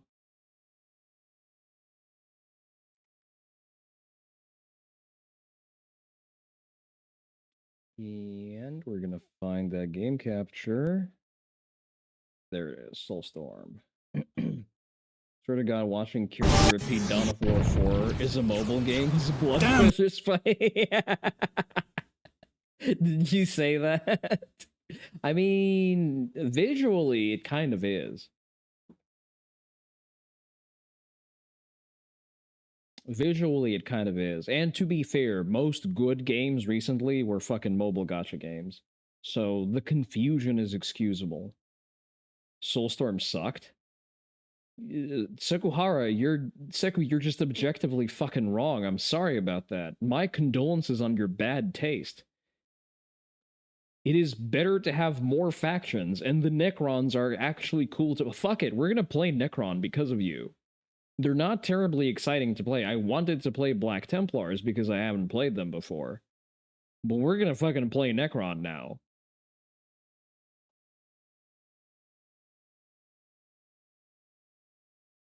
Alright, fine. You get to... Chat gets to manually vote for Necron or Black Templar. Your other option, I guess, is... Well, I played Thousand Suns recently. I don't want to play them again. I kind of got the micro down for Thousand Suns, mostly.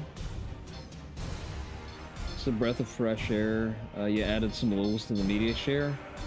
I already Second.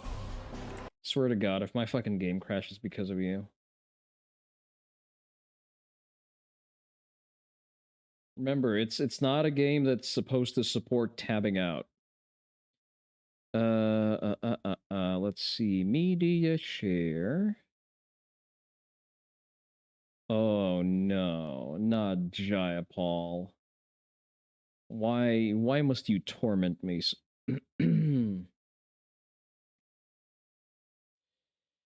Alright, let's see.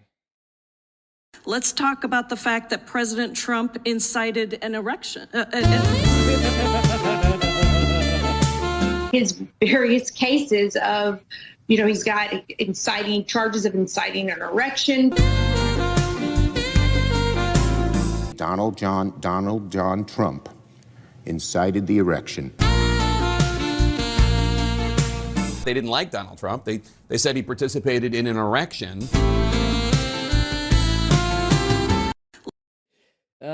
It's that like a cringy anti-Trump song that Pink Guy did a while back that actually slaps kind of hard. Alright, let's see. We need to make sure that we have a relic point and a strategic points to build all of the things that we want to build.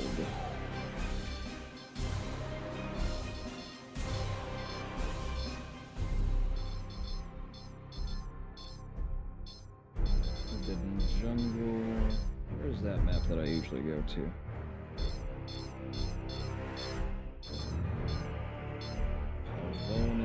Pavonis is okay. How is the audio? Is the music not too loud? I feel... we're not gonna have music in the middle of a gameplay, so it's fine.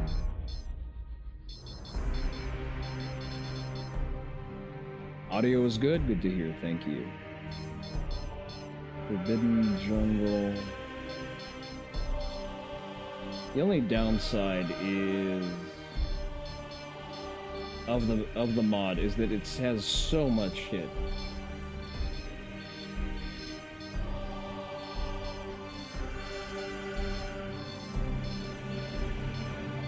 There it is. Northland. Accept. And I played Thousand Suns last time. We're gonna play Necrons. Boring as watching paint dry, but you know what? It fucking works.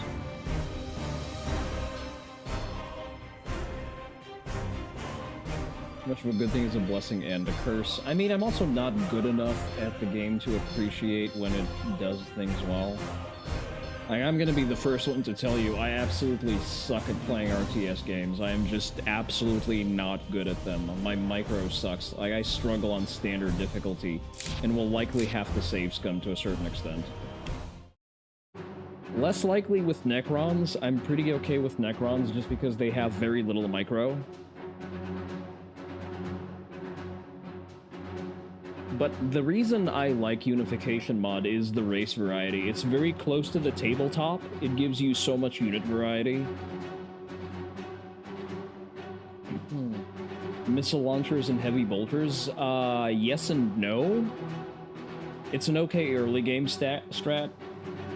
The Space Marines are actually very micro heavy from what I've learned, because in order to use Deep Strike well, you need to have good micro. And again, I just do not. I've managed to eke out a game as 1,000 Suns, just because the micro is easier, because you just have a few, how should I put it? You have fewer units, but it's easier to manage them because there's not too many of them. Space Marines have you do a shit ton of things all of the time, and you need to manage all of them, and you need to sort of corral them into place to work correctly. I'm very likely going to eat shit here, but I have a couple of cheese strats that I've picked up back in good old Soulstorm that should work here as well.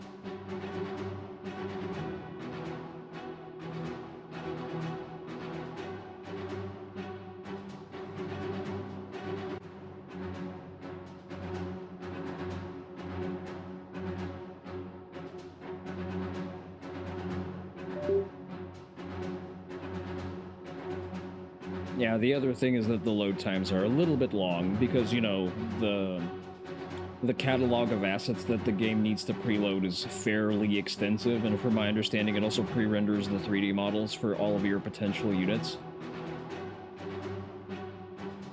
Like, the unification mod is legitimately a massive quality of life improvement. I can't wait for them. Well, first of all, I'm kind of upset that there's not a Custodes faction for some reason. I don't know why. You miss old Gabriel Angelos? How is he different from current Gabriel Angelos? Because there is a Gabriel Angelos here.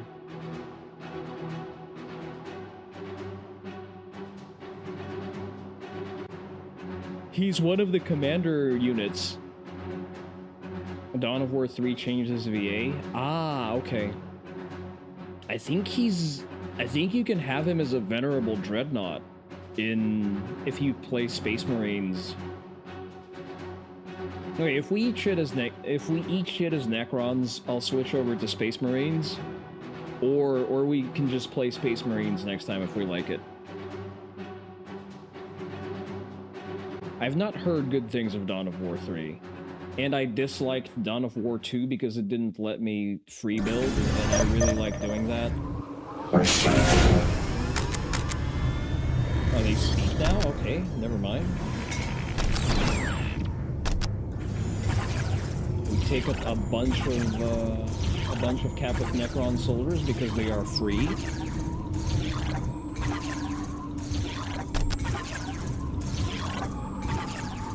Oh, that's right. I don't have influence.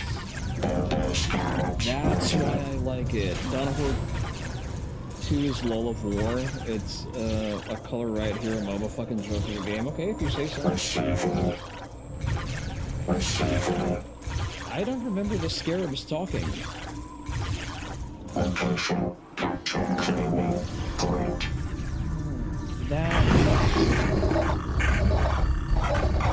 That's why I like playing Necron, because I don't have to manage influence, I only have one resource. Yeah, the Scarabs didn't talk in the previous version of the Unification mod.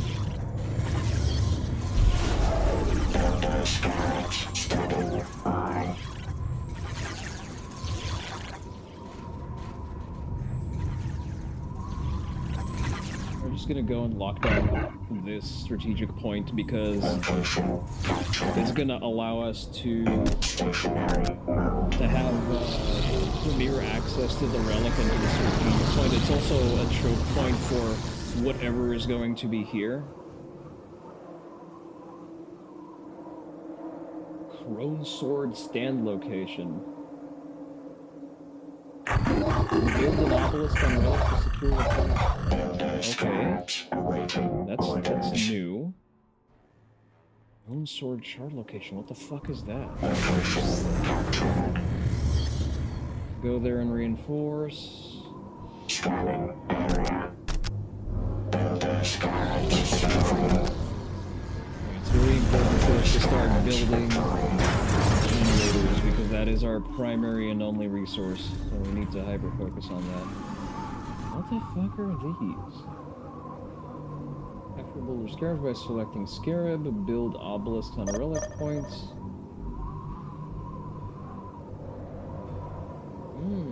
I wonder if it gives me like a ton shard. I don't know what else it would do. Tremble, for I have arrived. You are fortunate that I permit you to bask in my glory. The Necron Lord did not speak in the original Dawn of War. He did speak in the previous version of Alright, we're just gonna use this as an area of denial, and we're probably gonna need another Scarab squad. Or not. We're just gonna have these gradually capture them. Alright, these are done.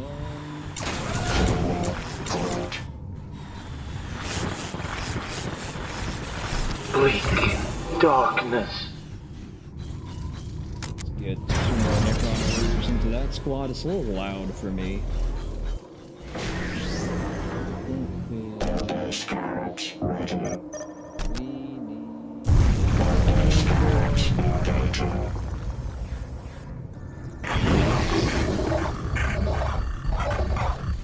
We're gonna leave a reserve of troops over here. Slowly build that up.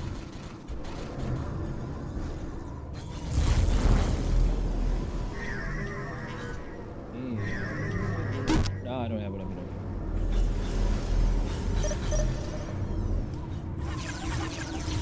Once we capture the relic, which, you know what, we're actually going to send one of these squads to go and secure the relic.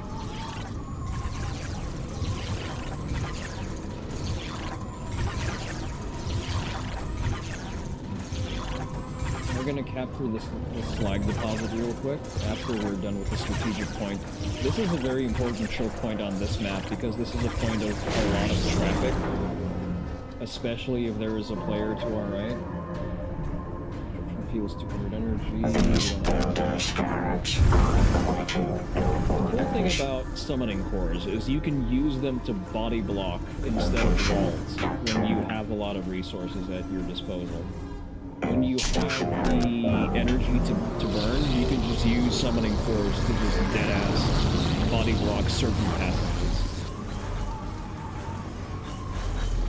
Is it a perfect solution? Hardly.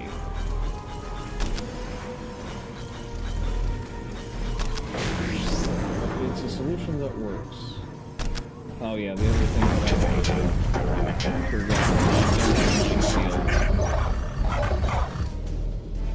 it works though? It does work. It slows down any kind of offensive. Granted, if there's an invading force, they are likely going to be equipped to deal with buildings. They're fighting someone over there. Interesting. We may want to intervene and free-party them.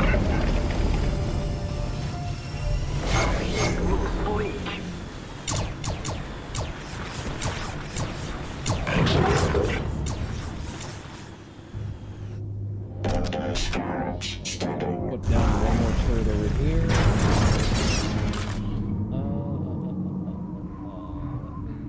Let me see.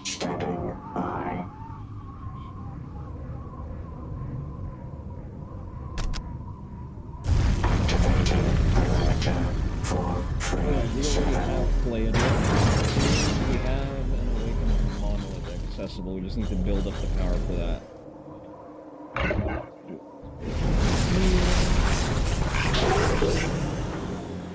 The other thing that's really cool about Necron is that they, despite being unspecialized, are actually very good at being darkness.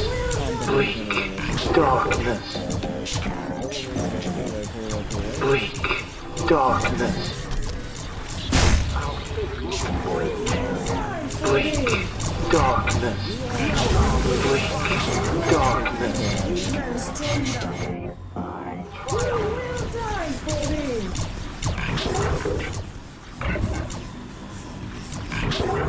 Fucking knife ears. Bleak darkness. 25% gain audio cut might be awarded. Just a second. Sound, ambient volume, effect volume, voice volume, music volume is all the way down. All right. Let's see how that works.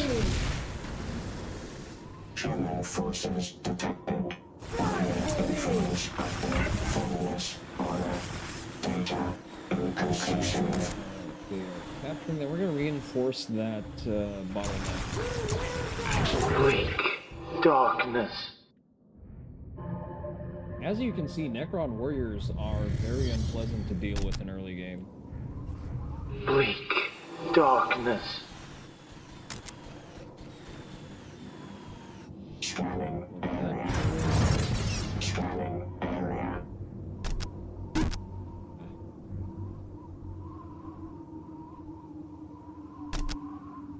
Activating parameter 437. Let's make sure they don't build a new listening post.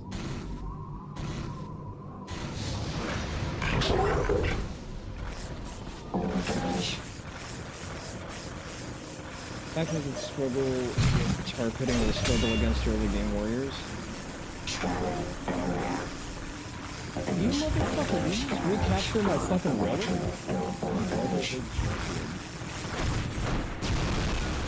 Some of a squad of Necron warriors over there. Almost done. The awakened monolith. God, this takes forever to fucking do. New patcher to get new builder scarabs. They don't take a pop and they're free, so.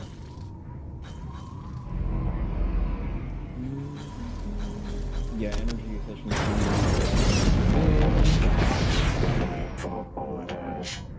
Really, that perfect. And I can reinforce them up to full size, squad size for free? Damn, that's why. Orders received. We're doing here? Chase down this chuckle fuck. They're obviously holding the strategic point, but there's no way for them to reinforce it.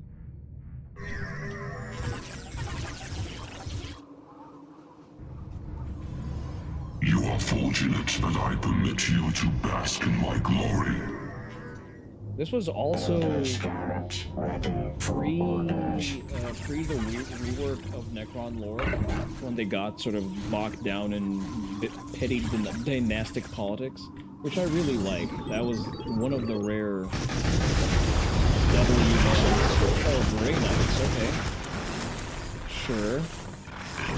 We're not demons, we don't really care.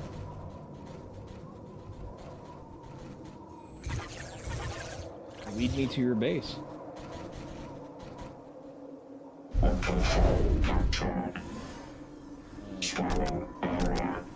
Obelisk on that thing. I wonder where are they? I am once again audible? Good. Okay, but it is interesting that we rolled Grey Knights as one of the enemy factions. I feel like Grey Knights are underpowered. I've never seen them do well.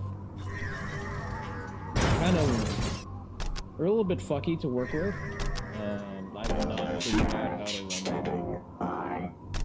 And we're gonna place this right now. Create a choke point. Like, these are unupgraded Necron warriors, mind you. Like, we've not invested too heavily into anything just yet. Sure to make Grey Knights not OP, given the era of the game and such. Well, this is modded content. Grey Knights were not a stock faction. That being said, the unification mod is very much a living, breathing thing that's constantly being updated, so.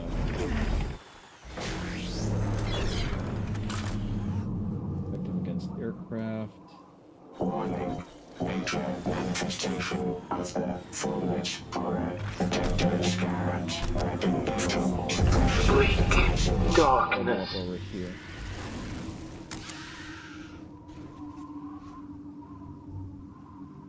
I would rather secure the center of the map. I I think that's more valuable. Either still building. Get that Gauss upgrade. We're gonna be swimming in power shortly. Scanning area.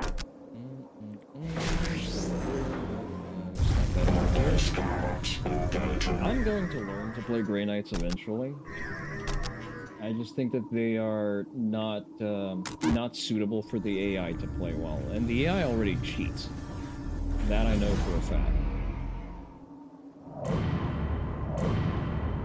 Receiving. Do I want to double up on the turrets? Probably not. I will want to build a secondary monolith eventually. Stationary.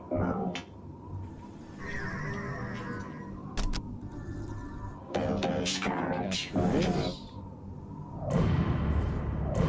We need to be on the lookout for stargates. That's a bitch and a half, and I don't know if the AI knows the cheese with stargates.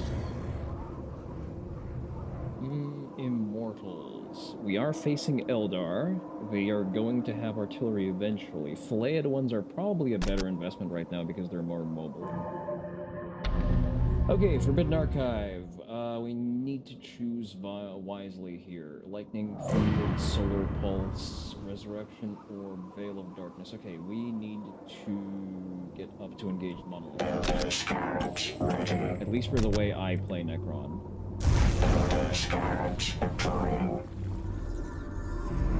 What else do we need? Greater Summoning Core. Okay, that's being built. And the flayed ones, are they free? No, they're not free. We'll have them reinforce, and we're gonna get them back into hyperspace. Or wherever they sit between battles. The strategic point being taken over. I can hear some fuckery happening over there. Yeah, you know that the goddamn knife ears are up to no good.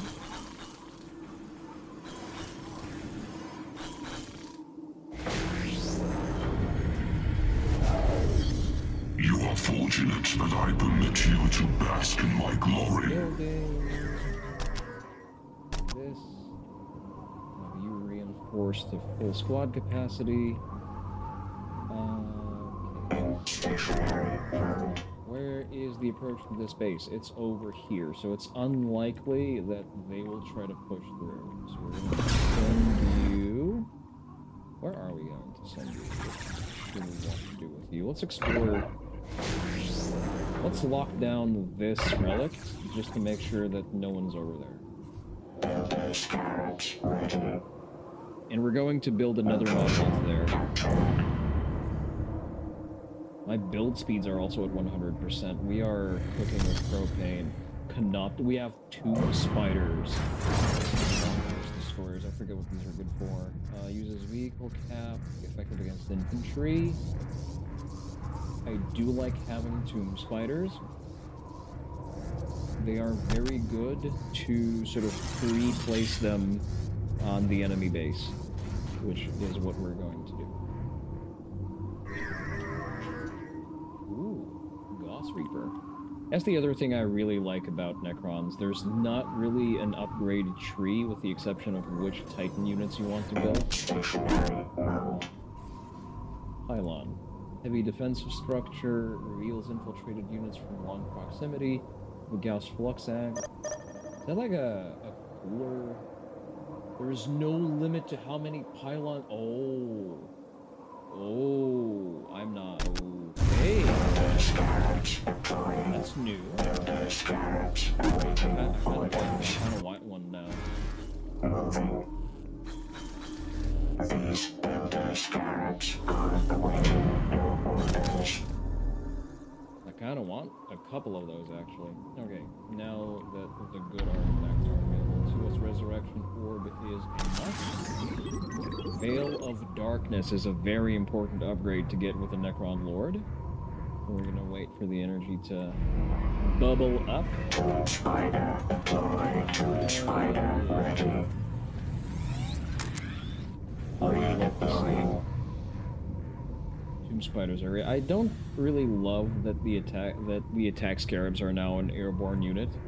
That's a change that Soulstorm. You are fortunate that I permit you to bask in my glory. Awakened Necrodermis, that's also going to be important. But first, we get Veil of Darkness, which gives our Necron Lord the ability to basically make everything around him invisible, including Titan units. Well, one of them allows him to phase shift altogether. Phylactery artifacts surrounds the Necrons with thousands of tiny scarabs. Scarabs greatly reduce the amount of range damage the Necron Lord takes. Yes, that's the one. And they repair his body. We're gonna take that one.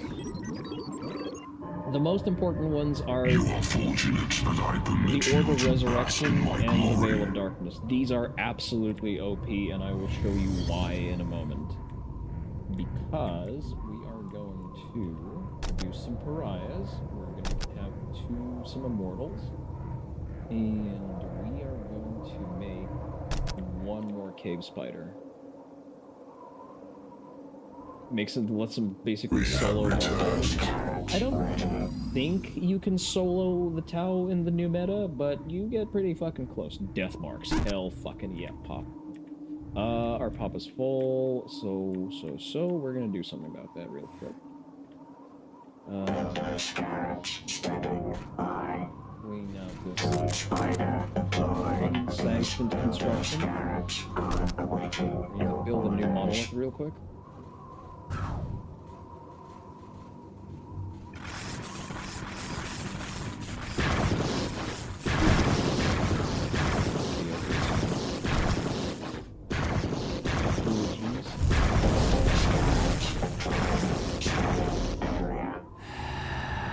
Someone lost. I wonder who that was.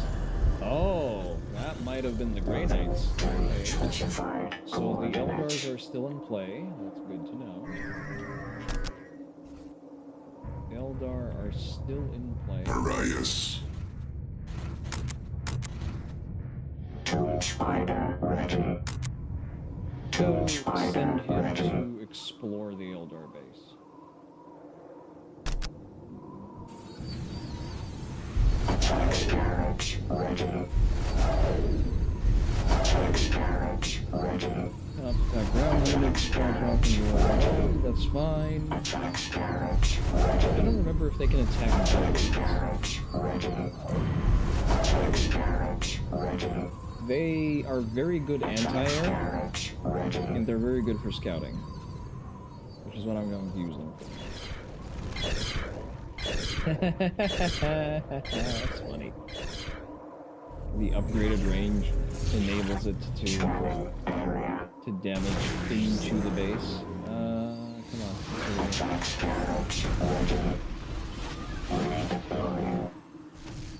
Ah. Is it because all of their shit is invisible? It's probably because all of their shit is invisible. Oh, I forget. Who can reveal infiltrated units? Detects infiltrated units. There we go. My spawn limit is reached. Location captured.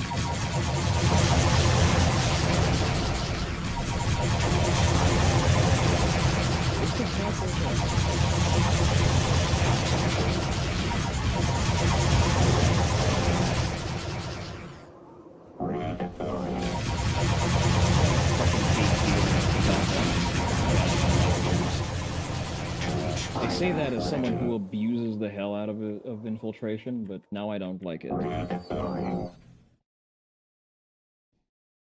Like, there's obviously something over here. Okay, so it is just infiltrated. Alright, someone else ate shit. Bleak darkness.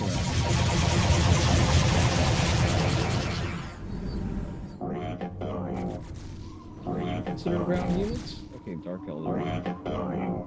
Where am I? Bleak darkness. I may want to pull up over on here.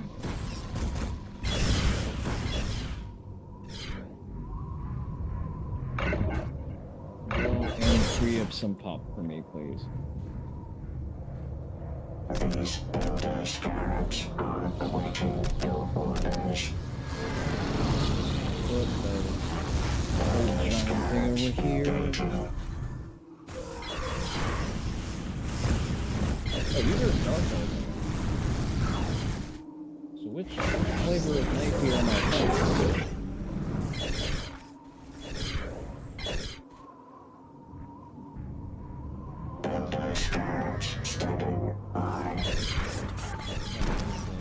Reinforce this password. We can actually reinforce that with a pylon.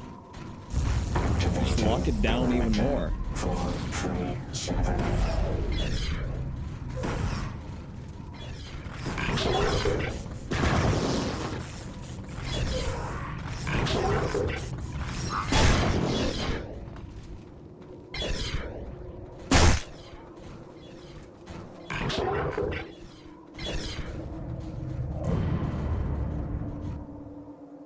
Arias, you are fortunate that I permit you to bask in my I can glory. send him out into the field at this point.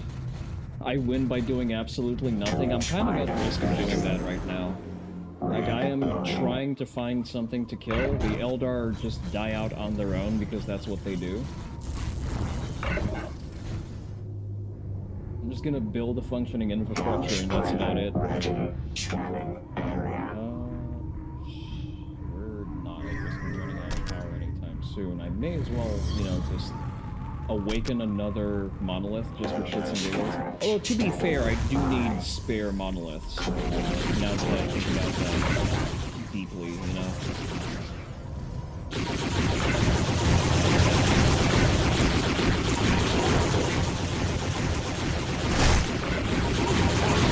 Spider there.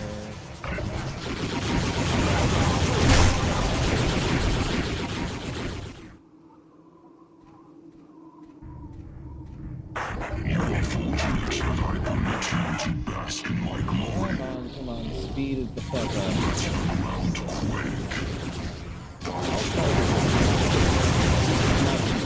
Not too far. Hey, it's not an unreasonable defensive arm.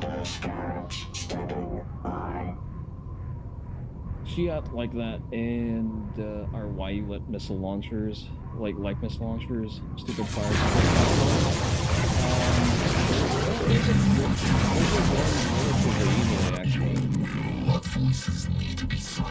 Death marks, hell the fuck yeah. Scoptic destroyer, melee unit, tearing entire army, and it uses vehicle cap. Would love to see it.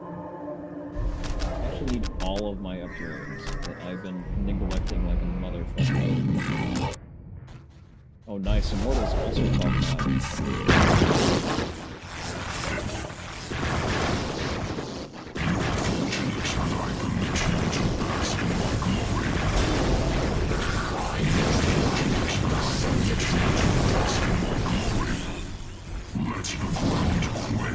I need something that discovers infiltrated units. This is because I can clearly see them.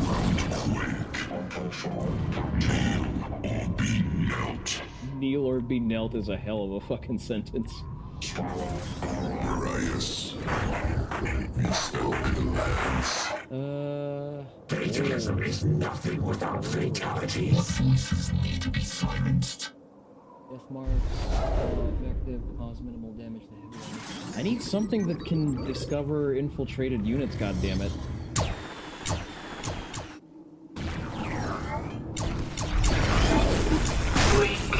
Darkness.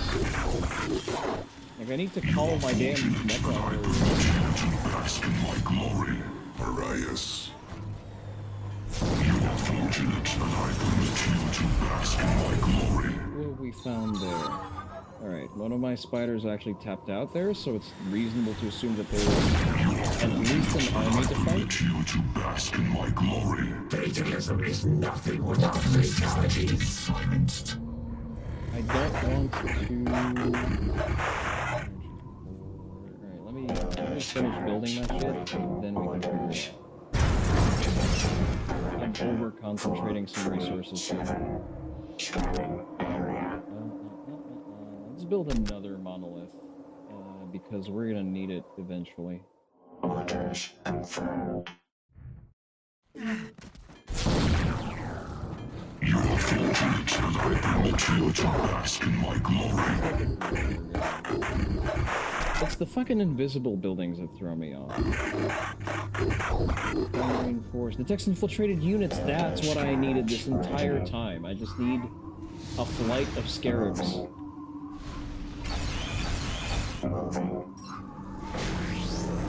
Fatalism is nothing without fatalities. Interesting that these guys are not automatically infiltrated. That's kind of wild. As you order.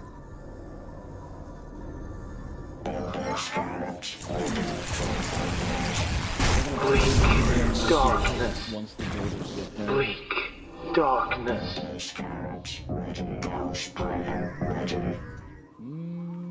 I probably need more builders. A few more. Oh, there's a limit to 5. Oh, that explains it. Bleak darkness. More powerful than you could possibly imagine.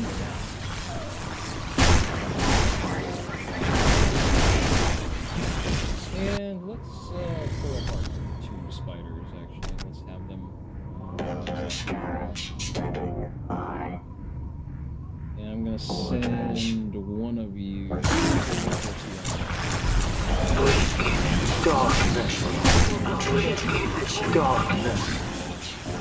I see you, bitch. Can't hide anymore.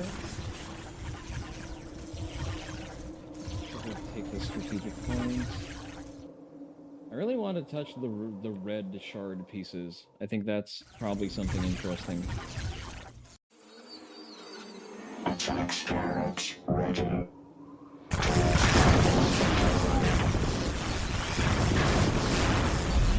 Okay, so we are definitely Dark Eldar. Oh, there's 1,000 summons on here.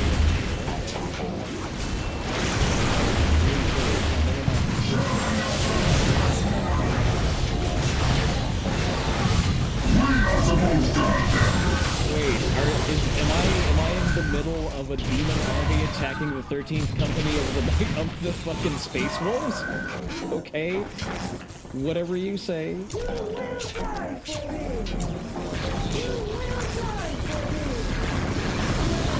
I am no stranger to pain. I love playing gigantic matches with I lots am of no units. stranger to pain. Ancient Pyramid, the most ancient variable 2. Do not need a critical location. Used to summon... let's just build it somewhere. It looks like a big important building and I can barely fit it where I'm currently at, so... just walk some land off over there. 4, 3, 7.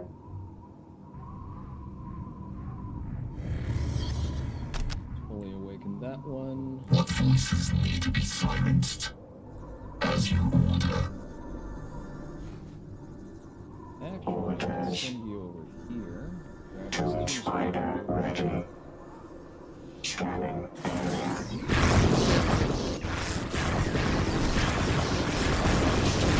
You are fortunate that I permit you to bask in my glory. Let the ground quake. I'm confused. This looks like just 4 Eldarians. These are Eldarians.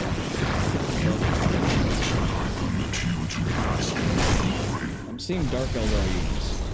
I guess I no longer understand how it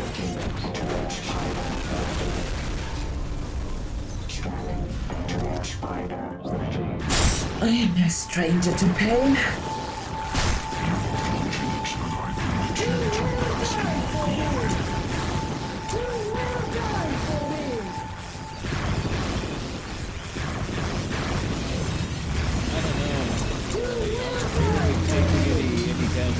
This is borderline stupid. Oh, this is big, okay. Oh, this is captured. Let's actually capture a couple more. We're kind of neglecting our borders here. I feel like the Space Wolves are going to be up my ass any minute now.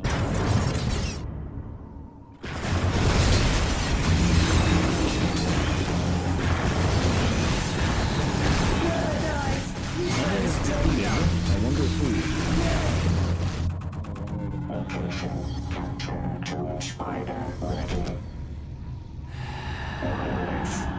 That was me killing the Eldar. Place some monolith down, just a dab on them. And we're gonna work our way over here. Who the fuck are you? Okay, lesser demon portal. So there is definitely some demon infrastructure right next to us. Monolith ready. Redeploying. For the sake of brevity, we're just going to teleport. Monolith ready. You are fortunate that I permit you to bask in my glory. You can't teleport to a building. Ground Alright, let's hide the flayed ones away.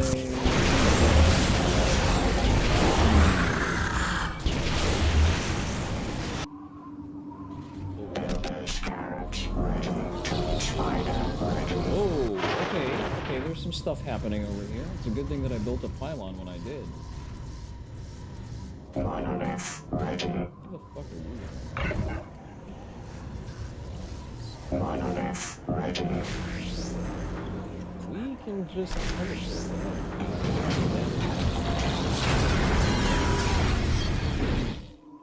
go there.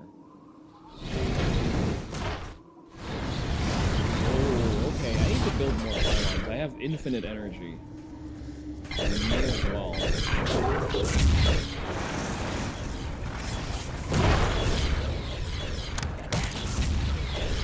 Leave one squad of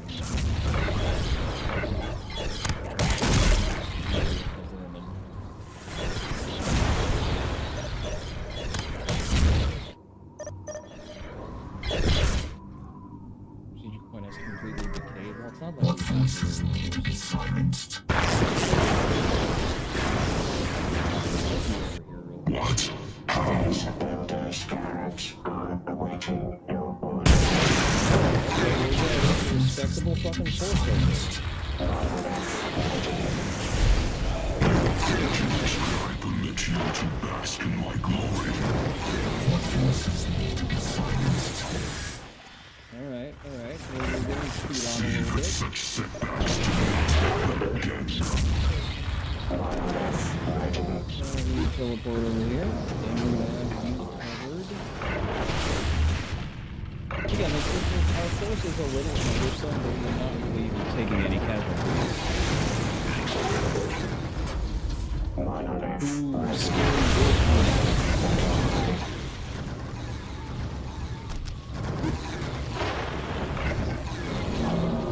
You gotta be faster. We have been discovered.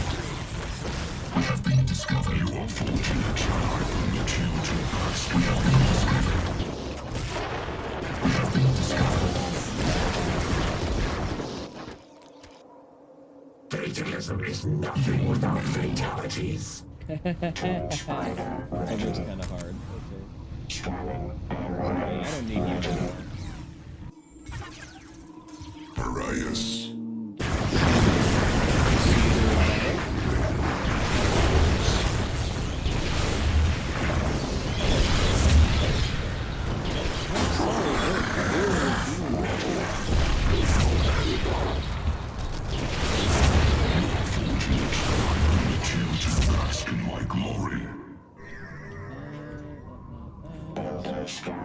Yeah, you know what? It's gonna be faster to just delete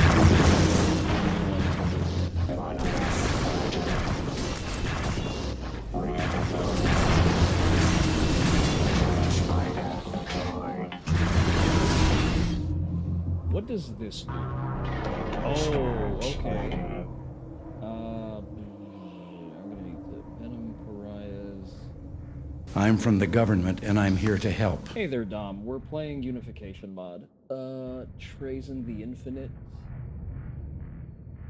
You know what? Just Lich guards. Hell yeah, I want lich guards. You know what? Never mind. This is a significantly better location. Fortunate, and I permit you to bask in my glory. Blow out the camera.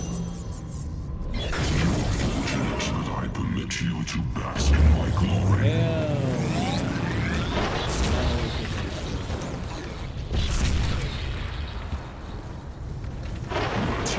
Game is very loud, FYI. One of the total worst. No, this is not. It requires significantly less Tylenol use by your mother. Effects, voice, ambient volume. You cannot hear me at all? Really? No, Terry, have you lied to me?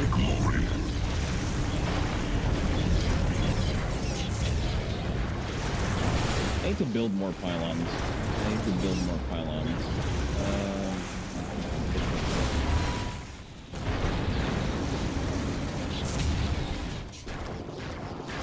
Build another one over here.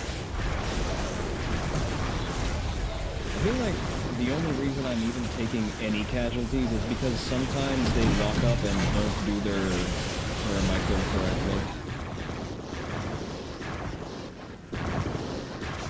What the fuck do you even do? Star God's Wisdom? Okay.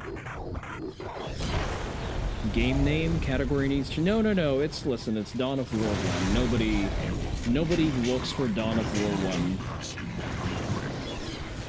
That's... there's a reason why I marked it this way.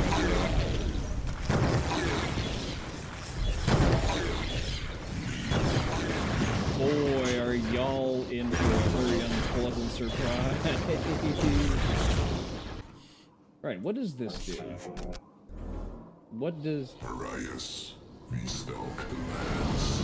You don't stalk shit, you just stand there and do nothing. Alright.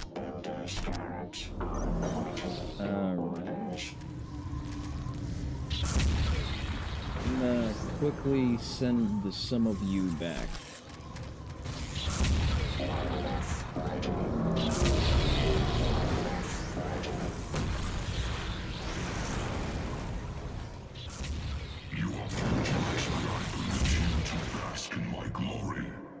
See, the Necrons are scary when they actually develop into late game, but it's not like you can really shit down their neck in early game because they just have free units.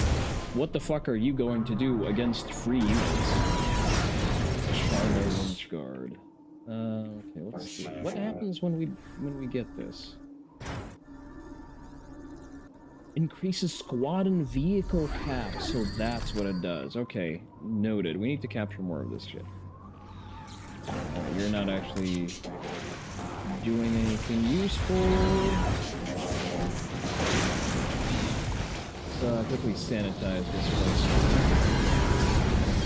Again, shit's floating everywhere. Something's happening all of the damn time. What are we doing here? Infantry? No, we're gonna spawn a couple of destroyers real quick.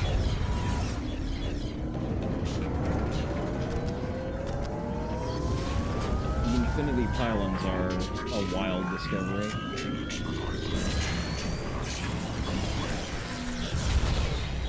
This is where the real disgusting strat comes in. When I double up my Veil of Darkness equipped Necron Lord with an awakened monolith. This is when it's officially over for the opposition.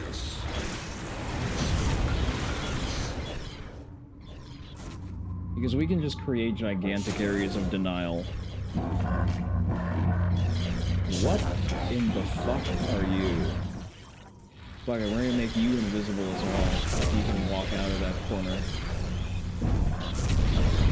That is terrifying. Do you see why Soulstorm is actually cool once you give it a little bit of love? Oh, Mr. Hellion! Long time no see. How are you doing? We're playing an actually good game today. Welcome, Raiders. Welcome. My name is Onii-san. Never Tactical Onii-san. We're playing some Dawn of War Unification now. Feel free to stick around. What were you doing today?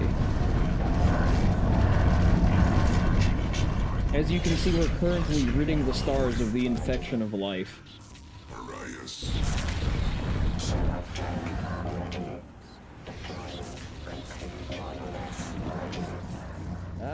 I can't, damn it. Let's have you build. There you are. Okay, let's have you capture. Some Ocarina of Time randomizer. I hear it's very fun. I understand very little about it because I've never played any in Nintendo games. At least not direct Nintendo games. I'm just gonna teleport my shit up your ass, and that's gonna be GG well played. How about that? This is not even the most diabolical strat I have. This is not the worst I can do.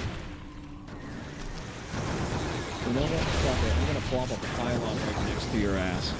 Just to fucking choke you out.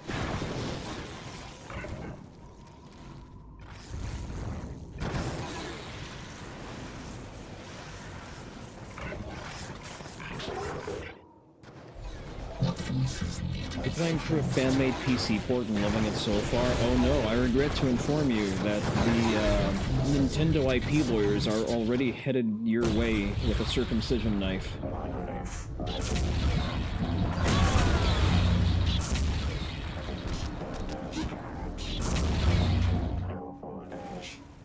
Yeah, as I've said, you know what? The Necrons are just not fun to play against, because it's not that you need to wait for them to start steamrolling you, they just fucking steamroll you because they can. There's not really a lot you can do to stop them, too. Because this is standard difficulty AI, and I'm bad at the game. Probably the only weakness I had is not seeing infiltrated units. And I guess the demons aren't infiltrated very well. So, we're gonna build a couple of strategic points over here. We're just gonna gas them out, and that's it. GG well played.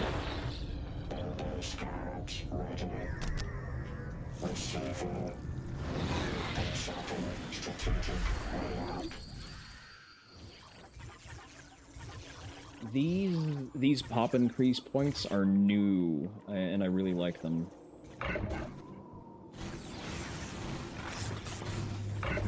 Gives me something to work towards. As a Necron player, it gets a little samey very fast. Notice that I'm not even using Immortals. I'm not even using the correct unit types to do the shit that I'm doing. You cap? No, you can't cap.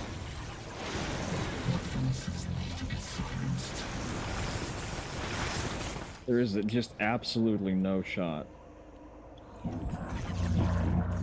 You had to give both of your pinkies at this point? Understandable. The sacrifices that being a Nintendo fan requires.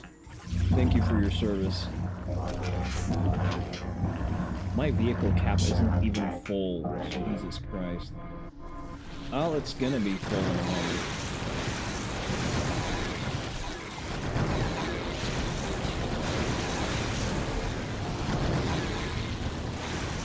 Geist.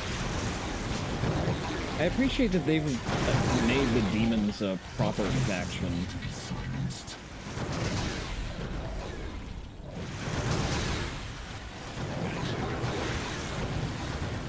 And again, I remind you, this is not— oh my god, Mr. Hellion, thank you for gifting a sub.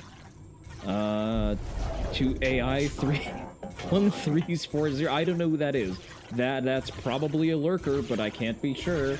But thank you for the gifted sub. If you have just purchased a subscription to the Kuromaru Onii-san channel, your penis has increased in length by an entire 3 inches, and an additional inch for each subsequent tier of subscription. Effects do not last after subscriptions expire. Thank you, thank you. I appreciate it. I appreciate that my absolute dog shit micro has earned the gift sub. If only Nintendo didn't cut it off, yeah. Don't worry, with enough gift subs we can regrow it. That is the reason that my channel has become a point of pilgrimage for Nintendo fans worldwide. What the fuck are you, Herald of Zeech? How about you herald yourself the fuck back into the warp? Because we're about to evict you out of reality.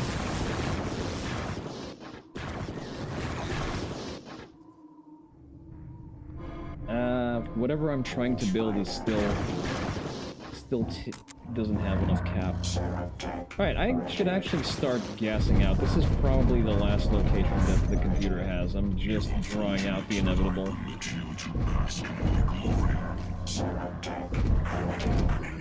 just gonna teleport behind your base and call it a day.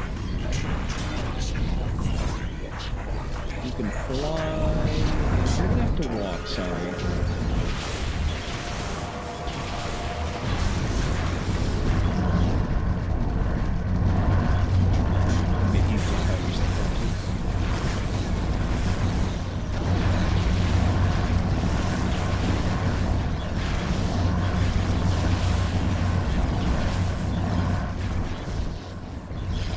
To bed. Thank you. Have a good night. Thank you for the raid and thank you for checking in. Let me give just a second. This is horrible, horrible streamer etiquette. Let me give you a shout out, Mr. Hellion. The Mr. Hellion. I thought you were already left. There you go. I am very bad, and fortunately, my mods are just as bad. So that's it. Alright, do I finally have enough pop? Or do I need more pop? Is there another secret point that I can take somewhere? Put you to sleep for now. I need your population. There we go.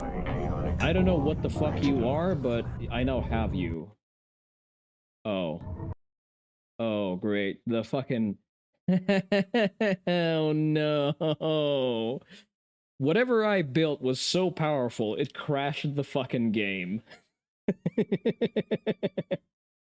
I'll chalk it up as a W just because, damn, Necrons are just something else. Alright, we're actually gonna tap out for the day. I like playing Dawn of War. Again, even however bad I may be at the game, I enjoy it. It's nice, silly fun. And it's an acceptable alternative to painting minis. So, you know what? I'll take my licks with that. Let me know if you want me to play more Dawn of War. You know what? If anything, I have half a mind to make Dawn of War a community game. I will make all of you like Dawn of War, whether you like it or not.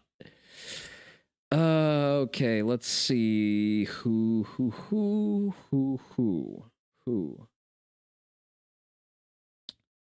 Just a second. I am looking through people who are live. And you know what?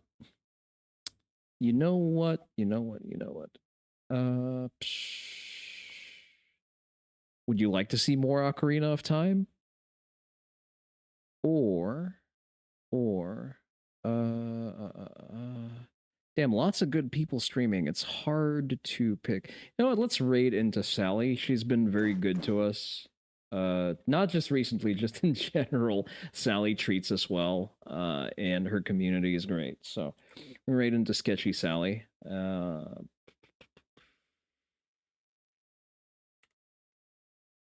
She's playing another looter shooter to break up the monotony of playing Gray Zone, I guess. So she's playing another game that's totally not Gray Zone. We're also in the middle of an... I thought I had a subscription. No, that's okay. We still have audio, so we're ready to raid out. Yeah, so remember to follow the socials.